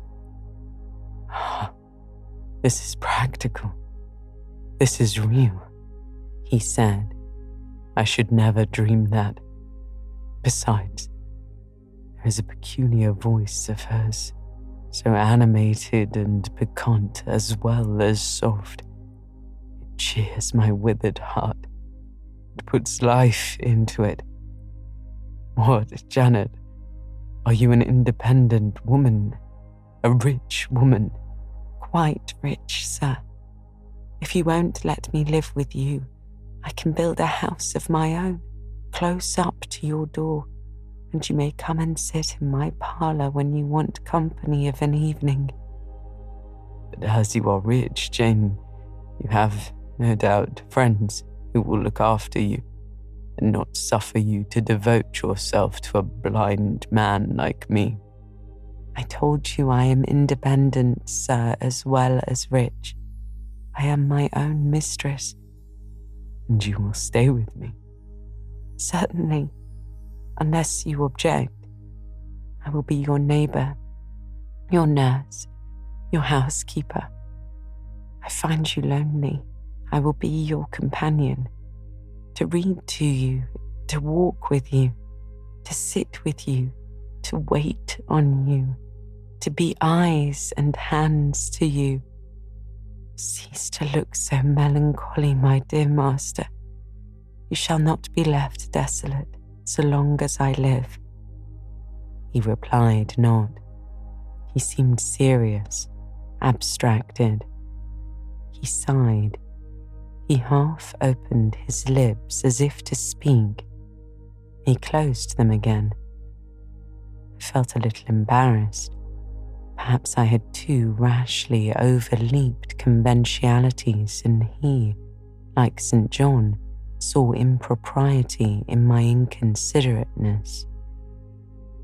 I had indeed made my proposal from the idea that he wished and would ask me to be his wife, an expectation not the less certain because unexpressed had buoyed me up that he would claim me at once as his own. But no hint to that effect escaping him and his countenance becoming more overcast, I suddenly remembered that I might have been all wrong, was perhaps playing the fool unwittingly. And I began gently to withdraw myself from his arms, but he eagerly snatched me closer. No, Jane, you must not go. No, I have touched you, heard you, felt the comfort of your presence, the sweetness of your consolation. I cannot give up these joys. I have little left in myself. I must have you. The world may laugh, may call me absurd, selfish, but it does not signify. My very soul demands you. It will be satisfied, or it will take deadly vengeance on its frame. Well, sir, I will stay with you. I have said so. Yes, but you understand one thing by staying with me, and I understand another. You perhaps could make up your mind to be about my hand and chair, to wait on me as kind little nurse, if you have an affectionate heart and a generous spirit which prompt you to make sacrifices for those you pity, and that ought to suffice me, no doubt. I suppose I should now entertain none but fatherly feelings for you. Do you think so? Come, tell me. I will think what you like, sir. I'm content to be only your nurse if you think it better. But you cannot always be my nurse, Janet. You are young. You must marry one day. I don't care about being married. You should care, Janet. If I were what I once was, I would make you care, but sightless block. He relapsed again into gloom. I, on the contrary, became more cheerful and took fresh courage. These last words gave me an insight as to where the difficulty lay, and as it was no difficulty with me, I felt quite relieved from my previous embarrassment. I resumed a livelier vein of conversation. It is time someone undertook to rehumanize you, said I, parting his thick and long uncut locks. For I see you are being metamorphosed into a lion or something of that sort. Have a faux air of Nebuchadnezzar in the fields about you, that is certain. Your hair reminds me of eagle's feathers. Whether your nails are grown like birds' claws or not, I have not yet noticed. On this arm, I have neither hand nor nails, he said, drawing the mutilated limb from where it was covered and showing it to me. It is a mere stump, a ghastly sight. Don't you think so, Jane? It is a pity to see it, and a pity to see your eyes, and the scar of fire on your forehead. And the worst of it is, one is in danger of loving you too well for all of this, and making too much of you. I thought you would be revolted, Jane, when you saw my arm and my visage. Did you? Don't tell me so, lest I should say something disparaging to your judgment. Now let me leave you an instant to make a better fire and have the hearth swept up. Can you tell when there is a good fire? Yes, with the right eye I see a glow, a ruddy haze. And you see the candles? Very dimly. Each is a luminous cloud. Can you see me? No, my fairy. But I'm only too thankful to hear and feel you. When do you take supper? I never take supper. But you shall have some tonight. I'm hungry. So are you, I dare say, only you forget. Summoning Mary, I soon had the room in a more cheerful order. I prepared him, likewise, a comfortable repast. My spirits were excited, and with pleasure and ease, I talked to him during supper and for a long time after. There was no harassing restraint, no repressing of glee and vivacity with him, for with him I was at perfect ease because I knew I suited him. All I said or did seemed either to console or revive him. Delightful consciousness. It brought to life and light my whole nature. In his presence, I thoroughly lived, and he lived in mine. Blind as he was, smiles played over his face. Joy dawned on his forehead, his lineaments softened and warmed. After supper, he began to ask me many questions of where I had been, what I had been doing, how I had found him out, but I gave him only very partial replies. It was too late to enter into particulars that night. Besides, I wished to touch no deep, thrilling chord, to open no fresh well of emotion in his heart. My sole present aim was to cheer him. Cheered, as I have said, he was, and yet but by fits. If a moment's silence broke the conversation, he would turn restless, touch me, and then say, "Jane." "You are altogether a human being, Jane. You were certain of that." "I conscientiously believe so, Mr. Rochester." "Yet how, on this dark and doleful evening, could you so suddenly rise on my lone hearth?" I stretched my hand to take a glass of water from a hireling. It was given me by you. I asked a question, expecting John's wife to answer me, and your voice spoke at my ear. Because I had come in Mary's stead with the tray. And there is enchantment in the very hour I am now spending with you. Who can tell what a dark, dreary, hopeless life I have dragged on for the months past, doing nothing, expecting nothing, merging night in day, feeling but the sensation of cold when I let the fire go out, of hunger when I forgot to eat, then a ceaseless sorrow, and at times a very delirium of desire to behold my Jane again. Yes, for her restoration I longed, far more than for that of my lost sight. How can it be that Jane is with me and says she loves me? Will she not depart as suddenly as she came? Tomorrow I fear I shall find her no more. A commonplace, practical reply out of the train of his own disturbed ideas was, I was sure, the best and most reassuring for him in this frame of mind. I passed my finger over his eyebrows and remarked that they were scorched, that I would apply something which would make them grow as broad and black as ever.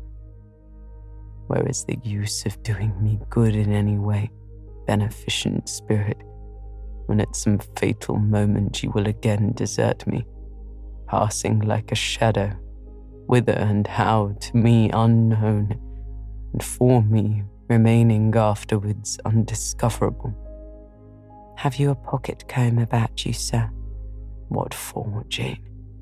Just to comb out this shaggy black mane. I find you rather alarming when I examine you close at hand. Talk of my being a fairy, but I'm sure you are more like a brownie. Am I hideous, Jane? Yes, sir. You always were, you know. The wickedness has not been taken out of you. Wherever have you sojourned? Yet I have been with good people, far better than you. 100 times better people, possessed of ideas and views you never entertained in your life, quite more refined and exalted. Who the deuce have you been with? He asked. If you twist in that way, you will make me pull the hair out of your head, and I think you will cease to entertain doubts of my substantiality. Who have you been with, Jane? You shall not get it out of me tonight, sir. You must wait till tomorrow. To leave my tale half told will, you know, be a sort of security that I shall appear at your breakfast table to finish it. By the by, I must mind to not rise on your hearth with only a glass of water then. I must bring an egg at the least, to say nothing of fried ham. You mocking changeling, fairy-born and human-bred, make me feel as if I have not felt these 12 months. If Saul could have you for his David, the evil spirit would have been exorcised without the aid of the harp. There, sir, you are made decent. Now I will leave you. I've been travelling these last 3 days and I believe I'm tired. Good night. Just one word, Jane. Were there only ladies in the house where you have been? I laughed and made my escape, still laughing as I ran upstairs. A good idea, I thought with glee. I see I have the means of fretting him out of his melancholy for some time to come. Very early the next morning, I heard him up and astir, wandering from one room to another. As soon as Mary came down, I heard the question, "Is Miss Eyre here?" Then, "Which room did you put her into? Was it dry? Is she up? Go and ask if she wants anything and when she will come down." I came down as soon as I thought there was a prospect of breakfast. Entering the room very softly, I had a view of him before he discovered my presence. It was mournful indeed to witness the subjugation of that vigorous spirit into a corporeal infirmity. He sank in his chair, still but not at rest, expectant evidently, the lines of now habitual sadness marking his strong features. His countenance reminded one of a lamp quenched, waiting to be relit. And alas, it was not himself that could now kindle the lustre of animated expression. He was dependent on another for that office. I had meant to be happy and careless, but the powerlessness of the strong man touched my heart to the quick. Still, I accosted him with what vivacity I could. "It is a bright, sunny morning, sir," I said. "The rain is over and gone, and there is a tender shining after it. You shall have a walk soon." I had wakened the glow. His features beamed. "Oh, you are indeed there, my skylark. Come to me. You are not gone, not vanished. I heard one of your kind an hour ago singing high over the wood, but its song had no music for me, any more than the rising sun had rays. All the melody on earth is concentrated in my Jane's tongue to my ear. I'm glad it is not naturally a silent one. All the sunshine I can feel is in her presence." The water stood in my eyes to hear this avowal of his dependence, just as if a royal eagle, chained to a perch, should be forced to entreat a sparrow to become its purveyor. But I would not be lachrymose. I dashed off the salt drops and busied myself with preparing breakfast.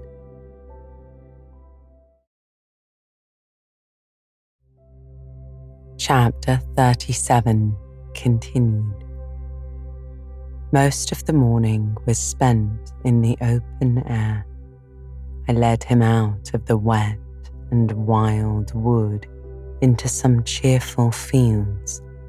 I described to him how brilliantly green they were, how the flowers and hedges looked refreshed, how sparklingly blue was the sky. I sought a seat for him in a hidden and lovely spot, a dry stump of a tree, nor did I refuse to let him, when seated, place me on his knee. Why should I, when both he and I were happier near than apart? Pilate lay beside us. All was quiet. He broke out suddenly while clasping me in his arm. Cruel, cruel deserter. Jane, what did I feel when I discovered you had fled from Thornfield, and when I could nowhere find you, and after examining your apartment, ascertained that you had taken no money, nor anything which could serve as an equivalent. A pearl necklace I had given you lay untouched in its little casket. Your trunks were left corded and locked as they had been prepared for the bridal tour. What could my darling do, I asked, left, destitute and penniless? And what did she do? Let me hear now. Thus urged, I began the narrative of my experience for the last year. I softened considerably what related to the 3 days of wandering and starvation, because to have told him all would have been to inflict unnecessary pain. The little I did say lacerated his faithful heart deeper than I wished. I should not have left him thus, he said, without any means of making my way. I should have told him my intention. I should have confided in him. He would never have forced me to be his mistress. Violent as he had seemed in his despair, he in truth loved me far too well and too tenderly to constitute himself my tyrant. He would have given me half his fortune without demanding so much as a kiss in return, rather than I should have flung myself friendless on the wide world. I had endured, he was certain, more than I had confessed to him. Well, whatever my sufferings had been, they were very short, I answered. And then I proceeded to tell him how I had been received at Moor House, how I had obtained the office of schoolmistress, the ascension of fortune, and the discovery of my relations followed in due order. Of course, St. John Rivers's name came in frequently in the progress of my tale. When I had done, that name was immediately taken up. This St. John, then, is your cousin? Yes. You have spoken of him often. Do you like him? He was a very good man, sir. I could not help liking him. A good man. Does that mean a respectable, well-conducted man of 50? Or what does it mean? St. John was only 29, sir. Is he a person of low stature, phlegmatic and plain? A person whose goodness consists rather in his guiltlessness of vice than his prowess in virtue? He is untiringly active. Great and exalted deeds are what he lives to perform. But his brain, that is probably rather soft. He means well, but you shrugged your shoulders to hear him talk. Well, he talks little, sir. What he does say is ever to the point. His brain is first rate. I should think not impressible, but vigorous. Is he an able man, then? Truly able. A thoroughly educated man? St. John is an accomplished and profound scholar. His manners, I think you said, are not to your taste, priggish and platonic. I never mentioned his manners. But unless I had very bad taste, they must suit it. They are polished, calm and gentlemanlike. His appearance, I forgot what description you gave of his appearance. Sort of raw curate, half straggled, with his white neckcloth and stilted up on his thick-soled high-lows, eh? St. John dresses well. He is a handsome man, tall, fair, with blue eyes and a Grecian profile. Did you like him, Jane? Yes, Mr. Rochester. I liked him, but you asked me that before. I perceived, of course, the drift of my interlocutor. Jealousy had got the hold of him. She strung him, but the string was salutary. It gave him respite from the gnawing fang of melancholy. I would not, therefore, immediately charm the snake. Perhaps you would rather not sit any longer on my knee, Miss Eyre, was the next somewhat unexpected observation. Why not, Mr. Rochester? The picture you have drawn is suggestive of a rather too overwhelming contrast. Your words have delineated very prettily a graceful Apollo. He is present to your imagination, tall, blue-eyed, and with a Grecian profile. Your eyes dwell on a Vulcan, a real blacksmith, broad-shouldered and blind, and lame into the bargain. I never thought of it before, but you certainly are rather like Vulcan, sir. Well, you can leave me, ma'am, but before you go, and he retained me by a firmer grasp than ever, you will be pleased just to answer me a question or two. He paused. What question, Mr. Rochester? Then followed this cross-examination. St. John made you schoolmistress of Morton before he knew you were his cousin? Yes, I replied. You would often see him. He would visit the school sometimes. Daily. He would approve of your plans, Jane. I know they would be clever, for you are a talented creature. He approved of them, yes. He would discover many things in you he could not have expected to find. Some of your accomplishments are not ordinary. I don't know about that. You had a little cottage near the school, you say. Did he ever come there to see you? Now and then. Of an evening? Once or twice. A pause.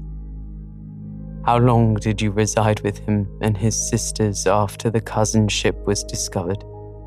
5 months. Did Rivers spend much time with the ladies of his family? Yes. The back parlour was both his study and ours.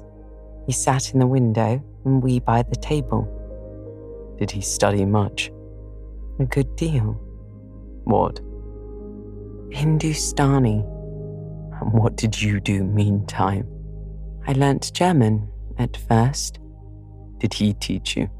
He did not understand German. Did he teach you nothing? A little Hindustani. Rivers taught you Hindustani? Yes, sir. And his sisters also? No, I answered. Only you? Only me. Did you ask to learn? No. He wished to teach you? Yes. A second pause. Why did he wish it? Of what use could Hindustani be to you? He intended me to go with him to India. Ah, here I reach the root of the matter. He wanted you to marry him. He asked me to marry him. That is fiction, an impudent invention to vex me. I beg your pardon. It is the literal truth. He asked me more than once, and was as stiff about urging his point as ever you could be. Miss Eyre, I repeated, you can leave me. How often am I to say the same thing? Why do you remain pertinaciously perched on my knee when I have given you notice to quit? Because I am comfortable there. No, Jane, you are not comfortable there, because your heart is not with me. It is with this cousin, this St. John. Until this moment I thought my little Jane was all mine. I had a belief she loved me even when she left me. That was an atom of sweet in much bitter. Long as we have been parted, hot tears as I have wept over our separation, I never thought that while I was mourning her, she was loving another. But it is useless grieving, Jane. Leave me. Go and marry Rivers. Shake me off then, sir. Push me away, for I'll not leave you of my own accord. Jane, I ever like your tone of voice. It still renews hope. It sounds so truthful. When I hear it, it carries me back a year. I forget that you have formed a new tie, but I'm not a fool. Go. Where must I go, sir? Your own way, with the husband you have chosen. Who is that? You know, this St. John Rivers. He is not my husband, nor ever will be. He does not love me. I do not love him. He loves as he can love, and that is not as you love, a beautiful young lady called Rosamond. He wanted to marry me only because he thought I should make a suitable missionary's wife, which she would not have done. He's good and great, but severe, and for me cold as an iceberg. He is not like you, sir. I am not happy at his side, nor near him, nor with him. He has no indulgence for me, no fondness. He sees nothing attractive in me, not even youth, only a few useful mental points. Then I must leave you, sir, to go to him. I shuddered involuntarily and clung instinctively closer to my blind but beloved master. He smiled. What, Jane? Is this true? Is such really the state of matters between you and Rivers? Absolutely, sir. Oh, you need not be jealous. I wanted to tease you a little to make you less sad. I thought anger would be better than grief. But if you wish me to love you, could you but see how much I do love you, you would be proud and content. All my heart is yours, sir. It belongs to you, and with you it would remain, were fate to exile the rest of me from your presence forever. Again, as he kissed me, painful thoughts darkened his aspect. My seared vision, my crippled strength, he murmured regretfully. I caressed in order to soothe him. I knew of what he was thinking and wanted to speak for him, but dared not.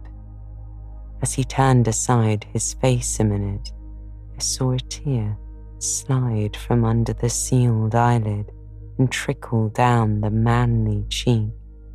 My heart swelled. I'm no better than the old lightning-struck chestnut tree in Thornfield Orchard, he remarked ere long. And what right would that ruin have to bid a building woodbine cover its decay with freshness? You are no ruin, sir. No lightning-struck tree. You are green and vigorous. Plants will grow about your roots, whether you ask them or not, because they take delight in your bountiful shadow. And as they grow, they will lean towards you and wind round you, because your strength offers them so safe a prop. Again he smiled. I gave him comfort. You speak of friends, Jane? He asked.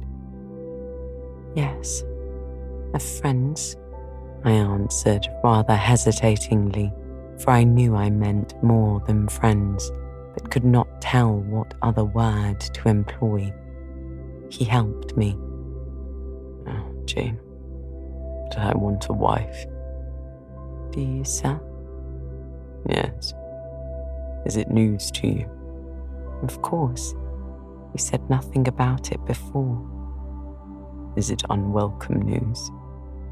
That depends on circumstances, sir. On your choice. Which you shall make for me, Jane. I will abide by your decision. Choose then, sir, her who loves you best.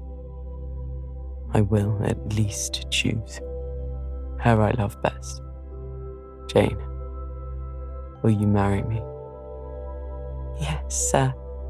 A poor blind man whom you will have to lead about by the hand. Yes, sir. A crippled man, 20 years older than you, whom you will have to wait on. Yes, sir. Truly, Jane? Most truly, sir. Oh, my darling. God bless and reward you. Mr. Rochester, if I ever did a good deed in my life, if I ever thought a good thought, if I ever prayed a sincere and blameless prayer, if I ever wished a righteous wish, I am rewarded now. To be your wife is, for me, to be as happy as I can be on earth. Because you delight in sacrifice. Sacrifice? What do I sacrifice? Famine for food, expectation for content. To be privileged to put my arms round what I value, to press my lips to what I love, to repose on what I trust. Is that to make a sacrifice? If so, then certainly I delight in sacrifice. And to bear with my infirmities, Jane, to overlook my deficiencies. Which are none, sir, to me. I love you better now, when I can really be useful to you, than I did in your proud state of independence, when you disdained every part but that of the giver and protector. Hitherto I have hated to be helped, to be led. Henceforth I feel I shall hate it no more. I did not like to put my hand into a hireling's, but it is pleasant to feel it encircled by Jane's little fingers. I preferred utter loneliness to the constant attendance of servants, but Jane's soft ministry will be a perpetual joy. Jane suits me. Do I suit her? To the finest fibre of my nature, sir. The case being so, we have nothing in the world to wait for. We must be married instantly. He looked and spoke with eagerness. His old impetuosity was rising. We must become one flesh without any delay, Jane. There is but the license to get. Then we marry. Mr. Rochester, I have just discovered the sun is far declined from its meridian, and Pilot has actually gone home to his dinner. Let me look at your watch. Fasten it to your girdle, Jane, and keep it henceforward. I have no use for it. It is nearly 4 o'clock in the afternoon, sir. Don't you feel hungry? The 3rd day from this must be our wedding day, Jane. Never mind fine clothes and jewels now. All that is not worth a fillip. The sun has dried up all the raindrops, sir. The breeze is still. It is quite hot. Do you know, Jane, I have your little pearl necklace at this moment fastened round my bronze scrag under my cravat. I have worn it since the day I lost my only treasure, as a memento of her. We will go home through the wood. That will be the shadiest way. He pursued his own thoughts without heeding me. Jane, you think me, I dare say, an irreligious dog, but my heart swells with gratitude to the beneficent God of this earth just now. He sees not as a man sees, but far clearer, judges not as man judges, but far more wisely. I did wrong. I would have sullied my innocent flower, breathed guilt on its purity. The Omnipotent snatched it from me. I, in my stiff-necked rebellion, almost cursed the dispensation. Instead of bending to the decree, I defied it. Divine justice pursued its course. Disasters came thick on me. I was forced to pass through the valley of the shadow of death. His chastisements are mighty, and one smote me which has humbled me forever. You know I was proud of my strength. What is it now, when I must give it over to foreign guidance as a child does its weakness? Of late, Jane, only of late, I began to see and acknowledge the hand of God in my doom. I began to experience remorse, the wish for reconcilement to my Maker. I began sometimes to pray. Very brief prayers they were, but very sincere. Some days since, nay, I can number them, 4. It was last Monday night. A singular mood came over me, one in which grief replaced frenzy, sorrow, sullenness. I had long had the impression that since I could nowhere find you, you must be dead. Late that night, perhaps it might be between 11 and 12 o'clock, ere I retired to my dreary rest, I supplicated God that if it seemed good to him, I might soon be taken from this life and admitted to that world to come, where there was still hope of rejoining Jane. I was in my own room, sitting by the window which was open. It soothed me to feel the balmy night air, though I could see no stars, and only by a vague, luminous haze knew the presence of a moon. I longed for thee, Jane. Oh, I longed for thee both with soul and flesh. I asked of God, at once in anguish and humility, if I had not been long enough desolate, afflicted, tormented, and might not soon taste bliss and peace once more. That I merited all I endured. I acknowledged that I could scarcely endure more. I pleaded, and the Alpha and Omega of my heart's wishes broke involuntarily from my lips in the words, Jane, Jane, Jane. Did you speak these words aloud? I did, Jane. If any listener had heard me, he would have thought me mad. I pronounced them with such frantic energy. And it was last Monday night, somewhere near midnight. Yes, but the time is of no consequence. What followed is the strange point. You will think me superstitious. Some superstition I have in my blood and always have. Nevertheless, this is true. True at least it is that I heard what I now relate. As I exclaimed, "Jane, Jane, Jane," a voice. I cannot tell whence the voice came, but I know whose voice it was, replied, "I am coming. Wait for me." And a moment after went whispering on the wind the words, "Where are you?" I'll tell you if I can. The idea, the picture these words opened to my mind, yet it is difficult to express what I want to express.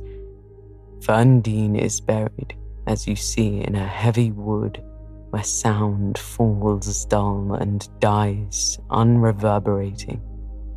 "Where are you?" seemed spoken amongst mountains, for I heard a hill-sent echo repeat the words. Cooler and fresher at the moment the gale seemed to visit my brow. I could have deemed that in some wild, lone scene I and Jane were meeting. In spirit, I believe we must have met.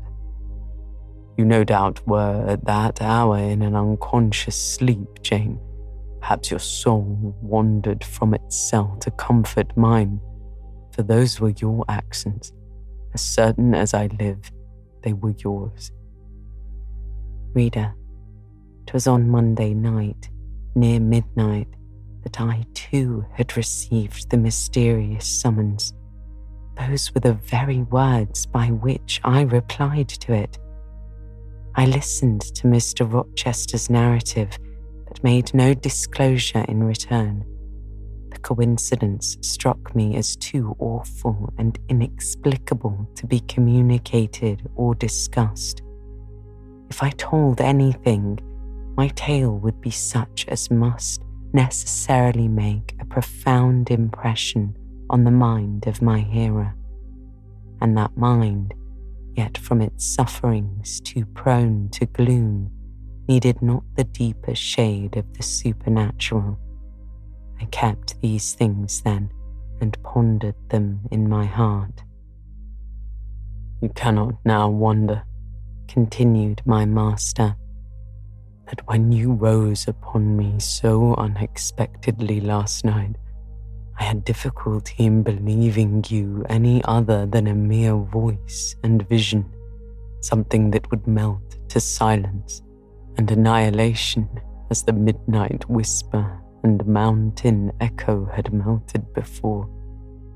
Now I thank God, I know it to be otherwise. Yes, I thank God. He put me off his knee, rose, and reverently lifting his hat from his brow and bending his sightless eyes to the earth, he stood in mute devotion. Only the last words of worship were audible. I thank my Maker that, in the midst of judgment, he has remembered mercy. I humbly entreat my Redeemer to give me strength to lead henceforth a purer life than I have done hitherto. Then he stretched his hand out to be led. I took that dear hand, held it a moment to my lips, then let it pass round my shoulder. Being so much lower of stature than he, I served both for his prop and guide. We entered the wood and wended homeward. Chapter 38. Conclusion. Reader, I married him. A quiet wedding we had. He and I, the parson and clerk, were alone present. When we got back from church, I went into the kitchen of the manor house where Mary was cooking the dinner and John cleaning the knives, and I said, "Mary, I have been married to Mr. Rochester this morning." The housekeeper and her husband were both of that decent, phlegmatic order of people to whom one may at any time safely communicate a remarkable piece of news without incurring the danger of having one's ears pierced by some shrill exclamation, and subsequently stunned by a torrent of wordy wonderment. Mary did look up, and she did stare at me. The ladle with which she was basting a pair of chickens, roasting at the fire, did for some 3 minutes hang suspended in air, and for the same space of time John's knives also had a rest from the polishing process. But Mary, bending again over the roast, said only, "Have you, miss?" "Well, for sure."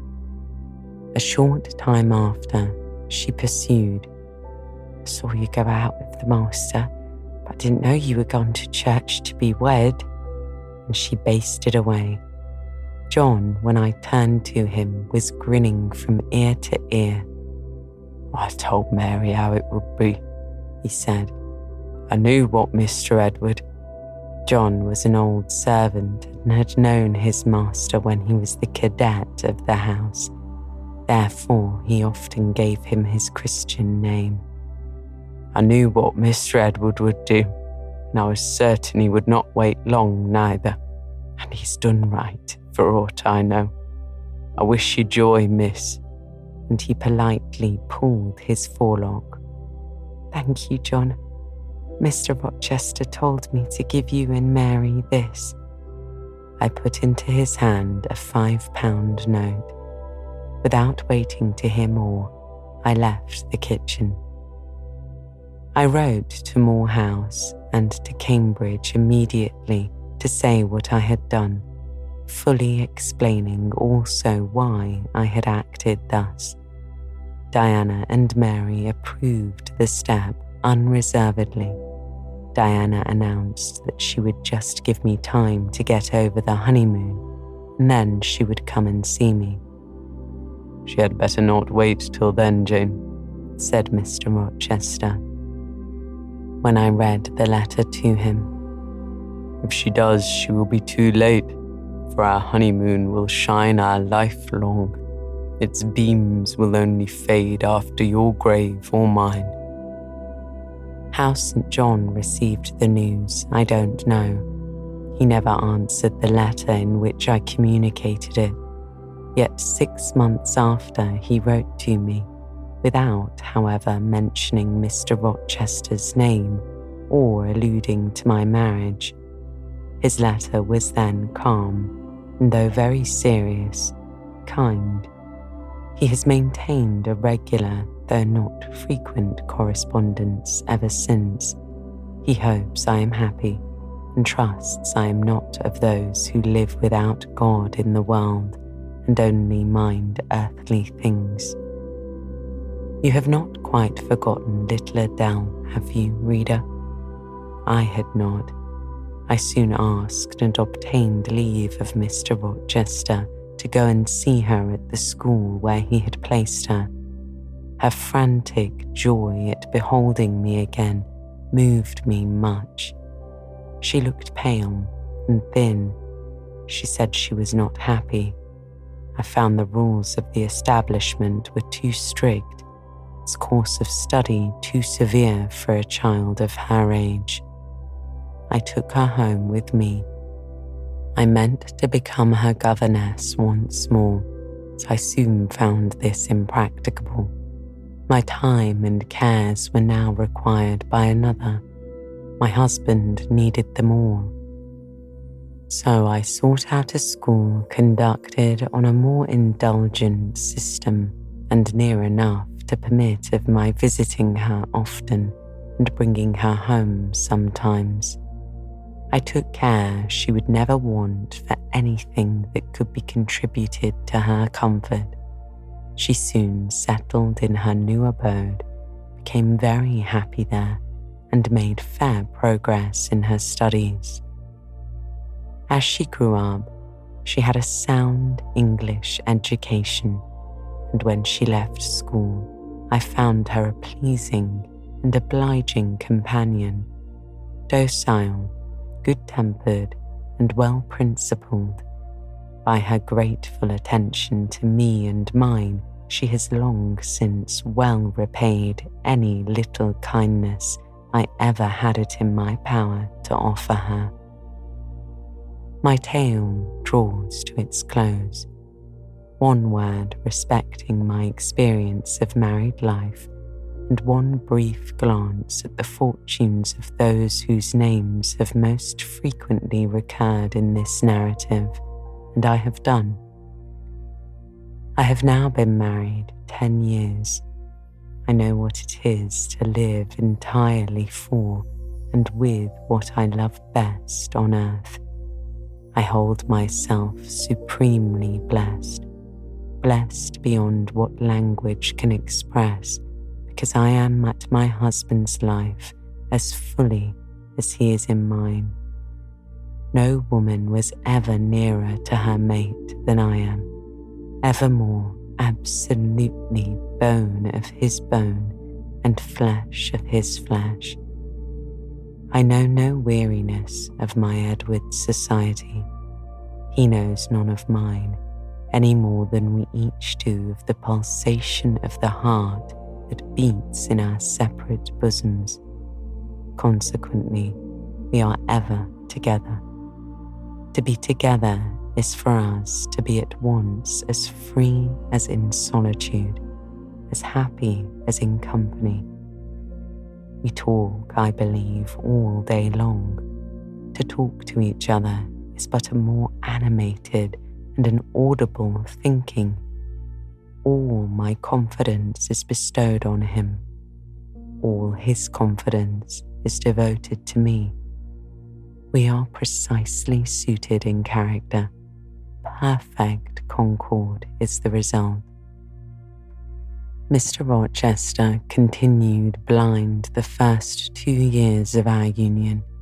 Perhaps it was that circumstance that drew us so very near, that knit us so very close, for I was then his vision, as I am still his right hand. Literally, I was, what he often called me, the apple of his eye.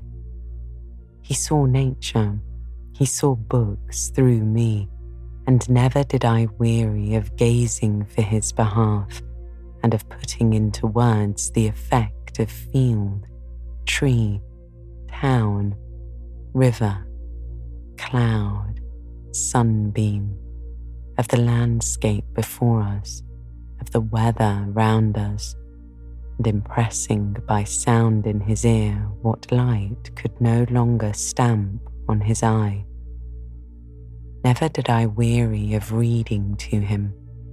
Never did I weary of conducting him where he wished to go, of doing for him what he wished to be done. And there was a pleasure in my services, most full, most exquisite, even though sad, because he claimed these services without painful shame or dampening humiliation. He loved me so truly that he knew no reluctance in profiting by my attendance. He felt I loved him so fondly that to yield that attendance was to indulge my sweetest wishes. One morning, at the end of the 2 years, as I was writing a letter to his dictation, he came and bent over me and said, "Jane, have you a glittering ornament round your neck?" I had a gold watch chain. I answered, "Yes." "And have you a pale blue dress on?" I had. He informed me then that for some time he had fancied the obscurity clouding one eye was becoming less dense, and that now he was sure of it. He and I went up to London. He had the advice of an eminent oculist, and he eventually recovered the sight of that one eye. He cannot now see very distinctly. He cannot read or write much, but he can find his way without being led by the hand. The sky is no longer a blank to him, the earth no longer a void. When his firstborn was put into his arms, he could see that the boy had inherited his own eyes as they once were, large, brilliant, and black. On that occasion, he again, with a full heart, acknowledged that God had tempered judgment with mercy. My Edward and I then are happy, and the more so, because those we most love are happy likewise. Diana and Mary Rivers are both married. Alternately, once every year, they come to see us, and we go to see them. Diana's husband is a captain in the Navy, a gallant officer and a good man. Mary's is a clergyman, a college friend of her brother's, and from his attainments and principles worthy of the connection. Both Captain Fitzjames and Mr. Wharton love their wives and are loved by them. As to St. John Rivers, he left England. He went to India. He entered on the path he had marked for himself. He pursues it still, a more resolute, indefatigable pioneer never wrought amidst rocks and dangers. Firm, faithful and devoted, full of energy and zeal and truth, he labours. He may be stern, he may be exacting, he may be ambitious yet, but his is the sternness of a warrior greatheart who guards his pilgrim convoy from the onslaught of Apollyon. He is the exaction of the apostle who speaks but for Christ when he says, "Whosoever will come after me, let him deny himself and take up his cross and follow me." His is the ambition of the high master spirit which aims to fill a place in the first rank of those who are redeemed from the earth, who stand without fault before the throne of God, who share the last mighty victories of the Lamb, who are called and chosen and faithful. St. John is unmarried. He never will marry now. Himself has hitherto sufficed to the toil, and the toil draws near its close. His glorious sun hastens to its setting. He anticipated his sure reward, his incorruptible crown. I know that a stranger's hand will write to me next to say that the good and faithful servant has been called at length to the joy of his Lord. And why weep for this? No fear of death will darken St. John's last hour. His mind will be unclouded. His heart will be undaunted. His hope will be sure. His faith steadfast. His own words are a pledge of this. My Master, he says, has forewarned me. Daily he announces more distinctly, surely I come quickly. And hourly I more eagerly respond, Amen, even so come, Lord Jesus.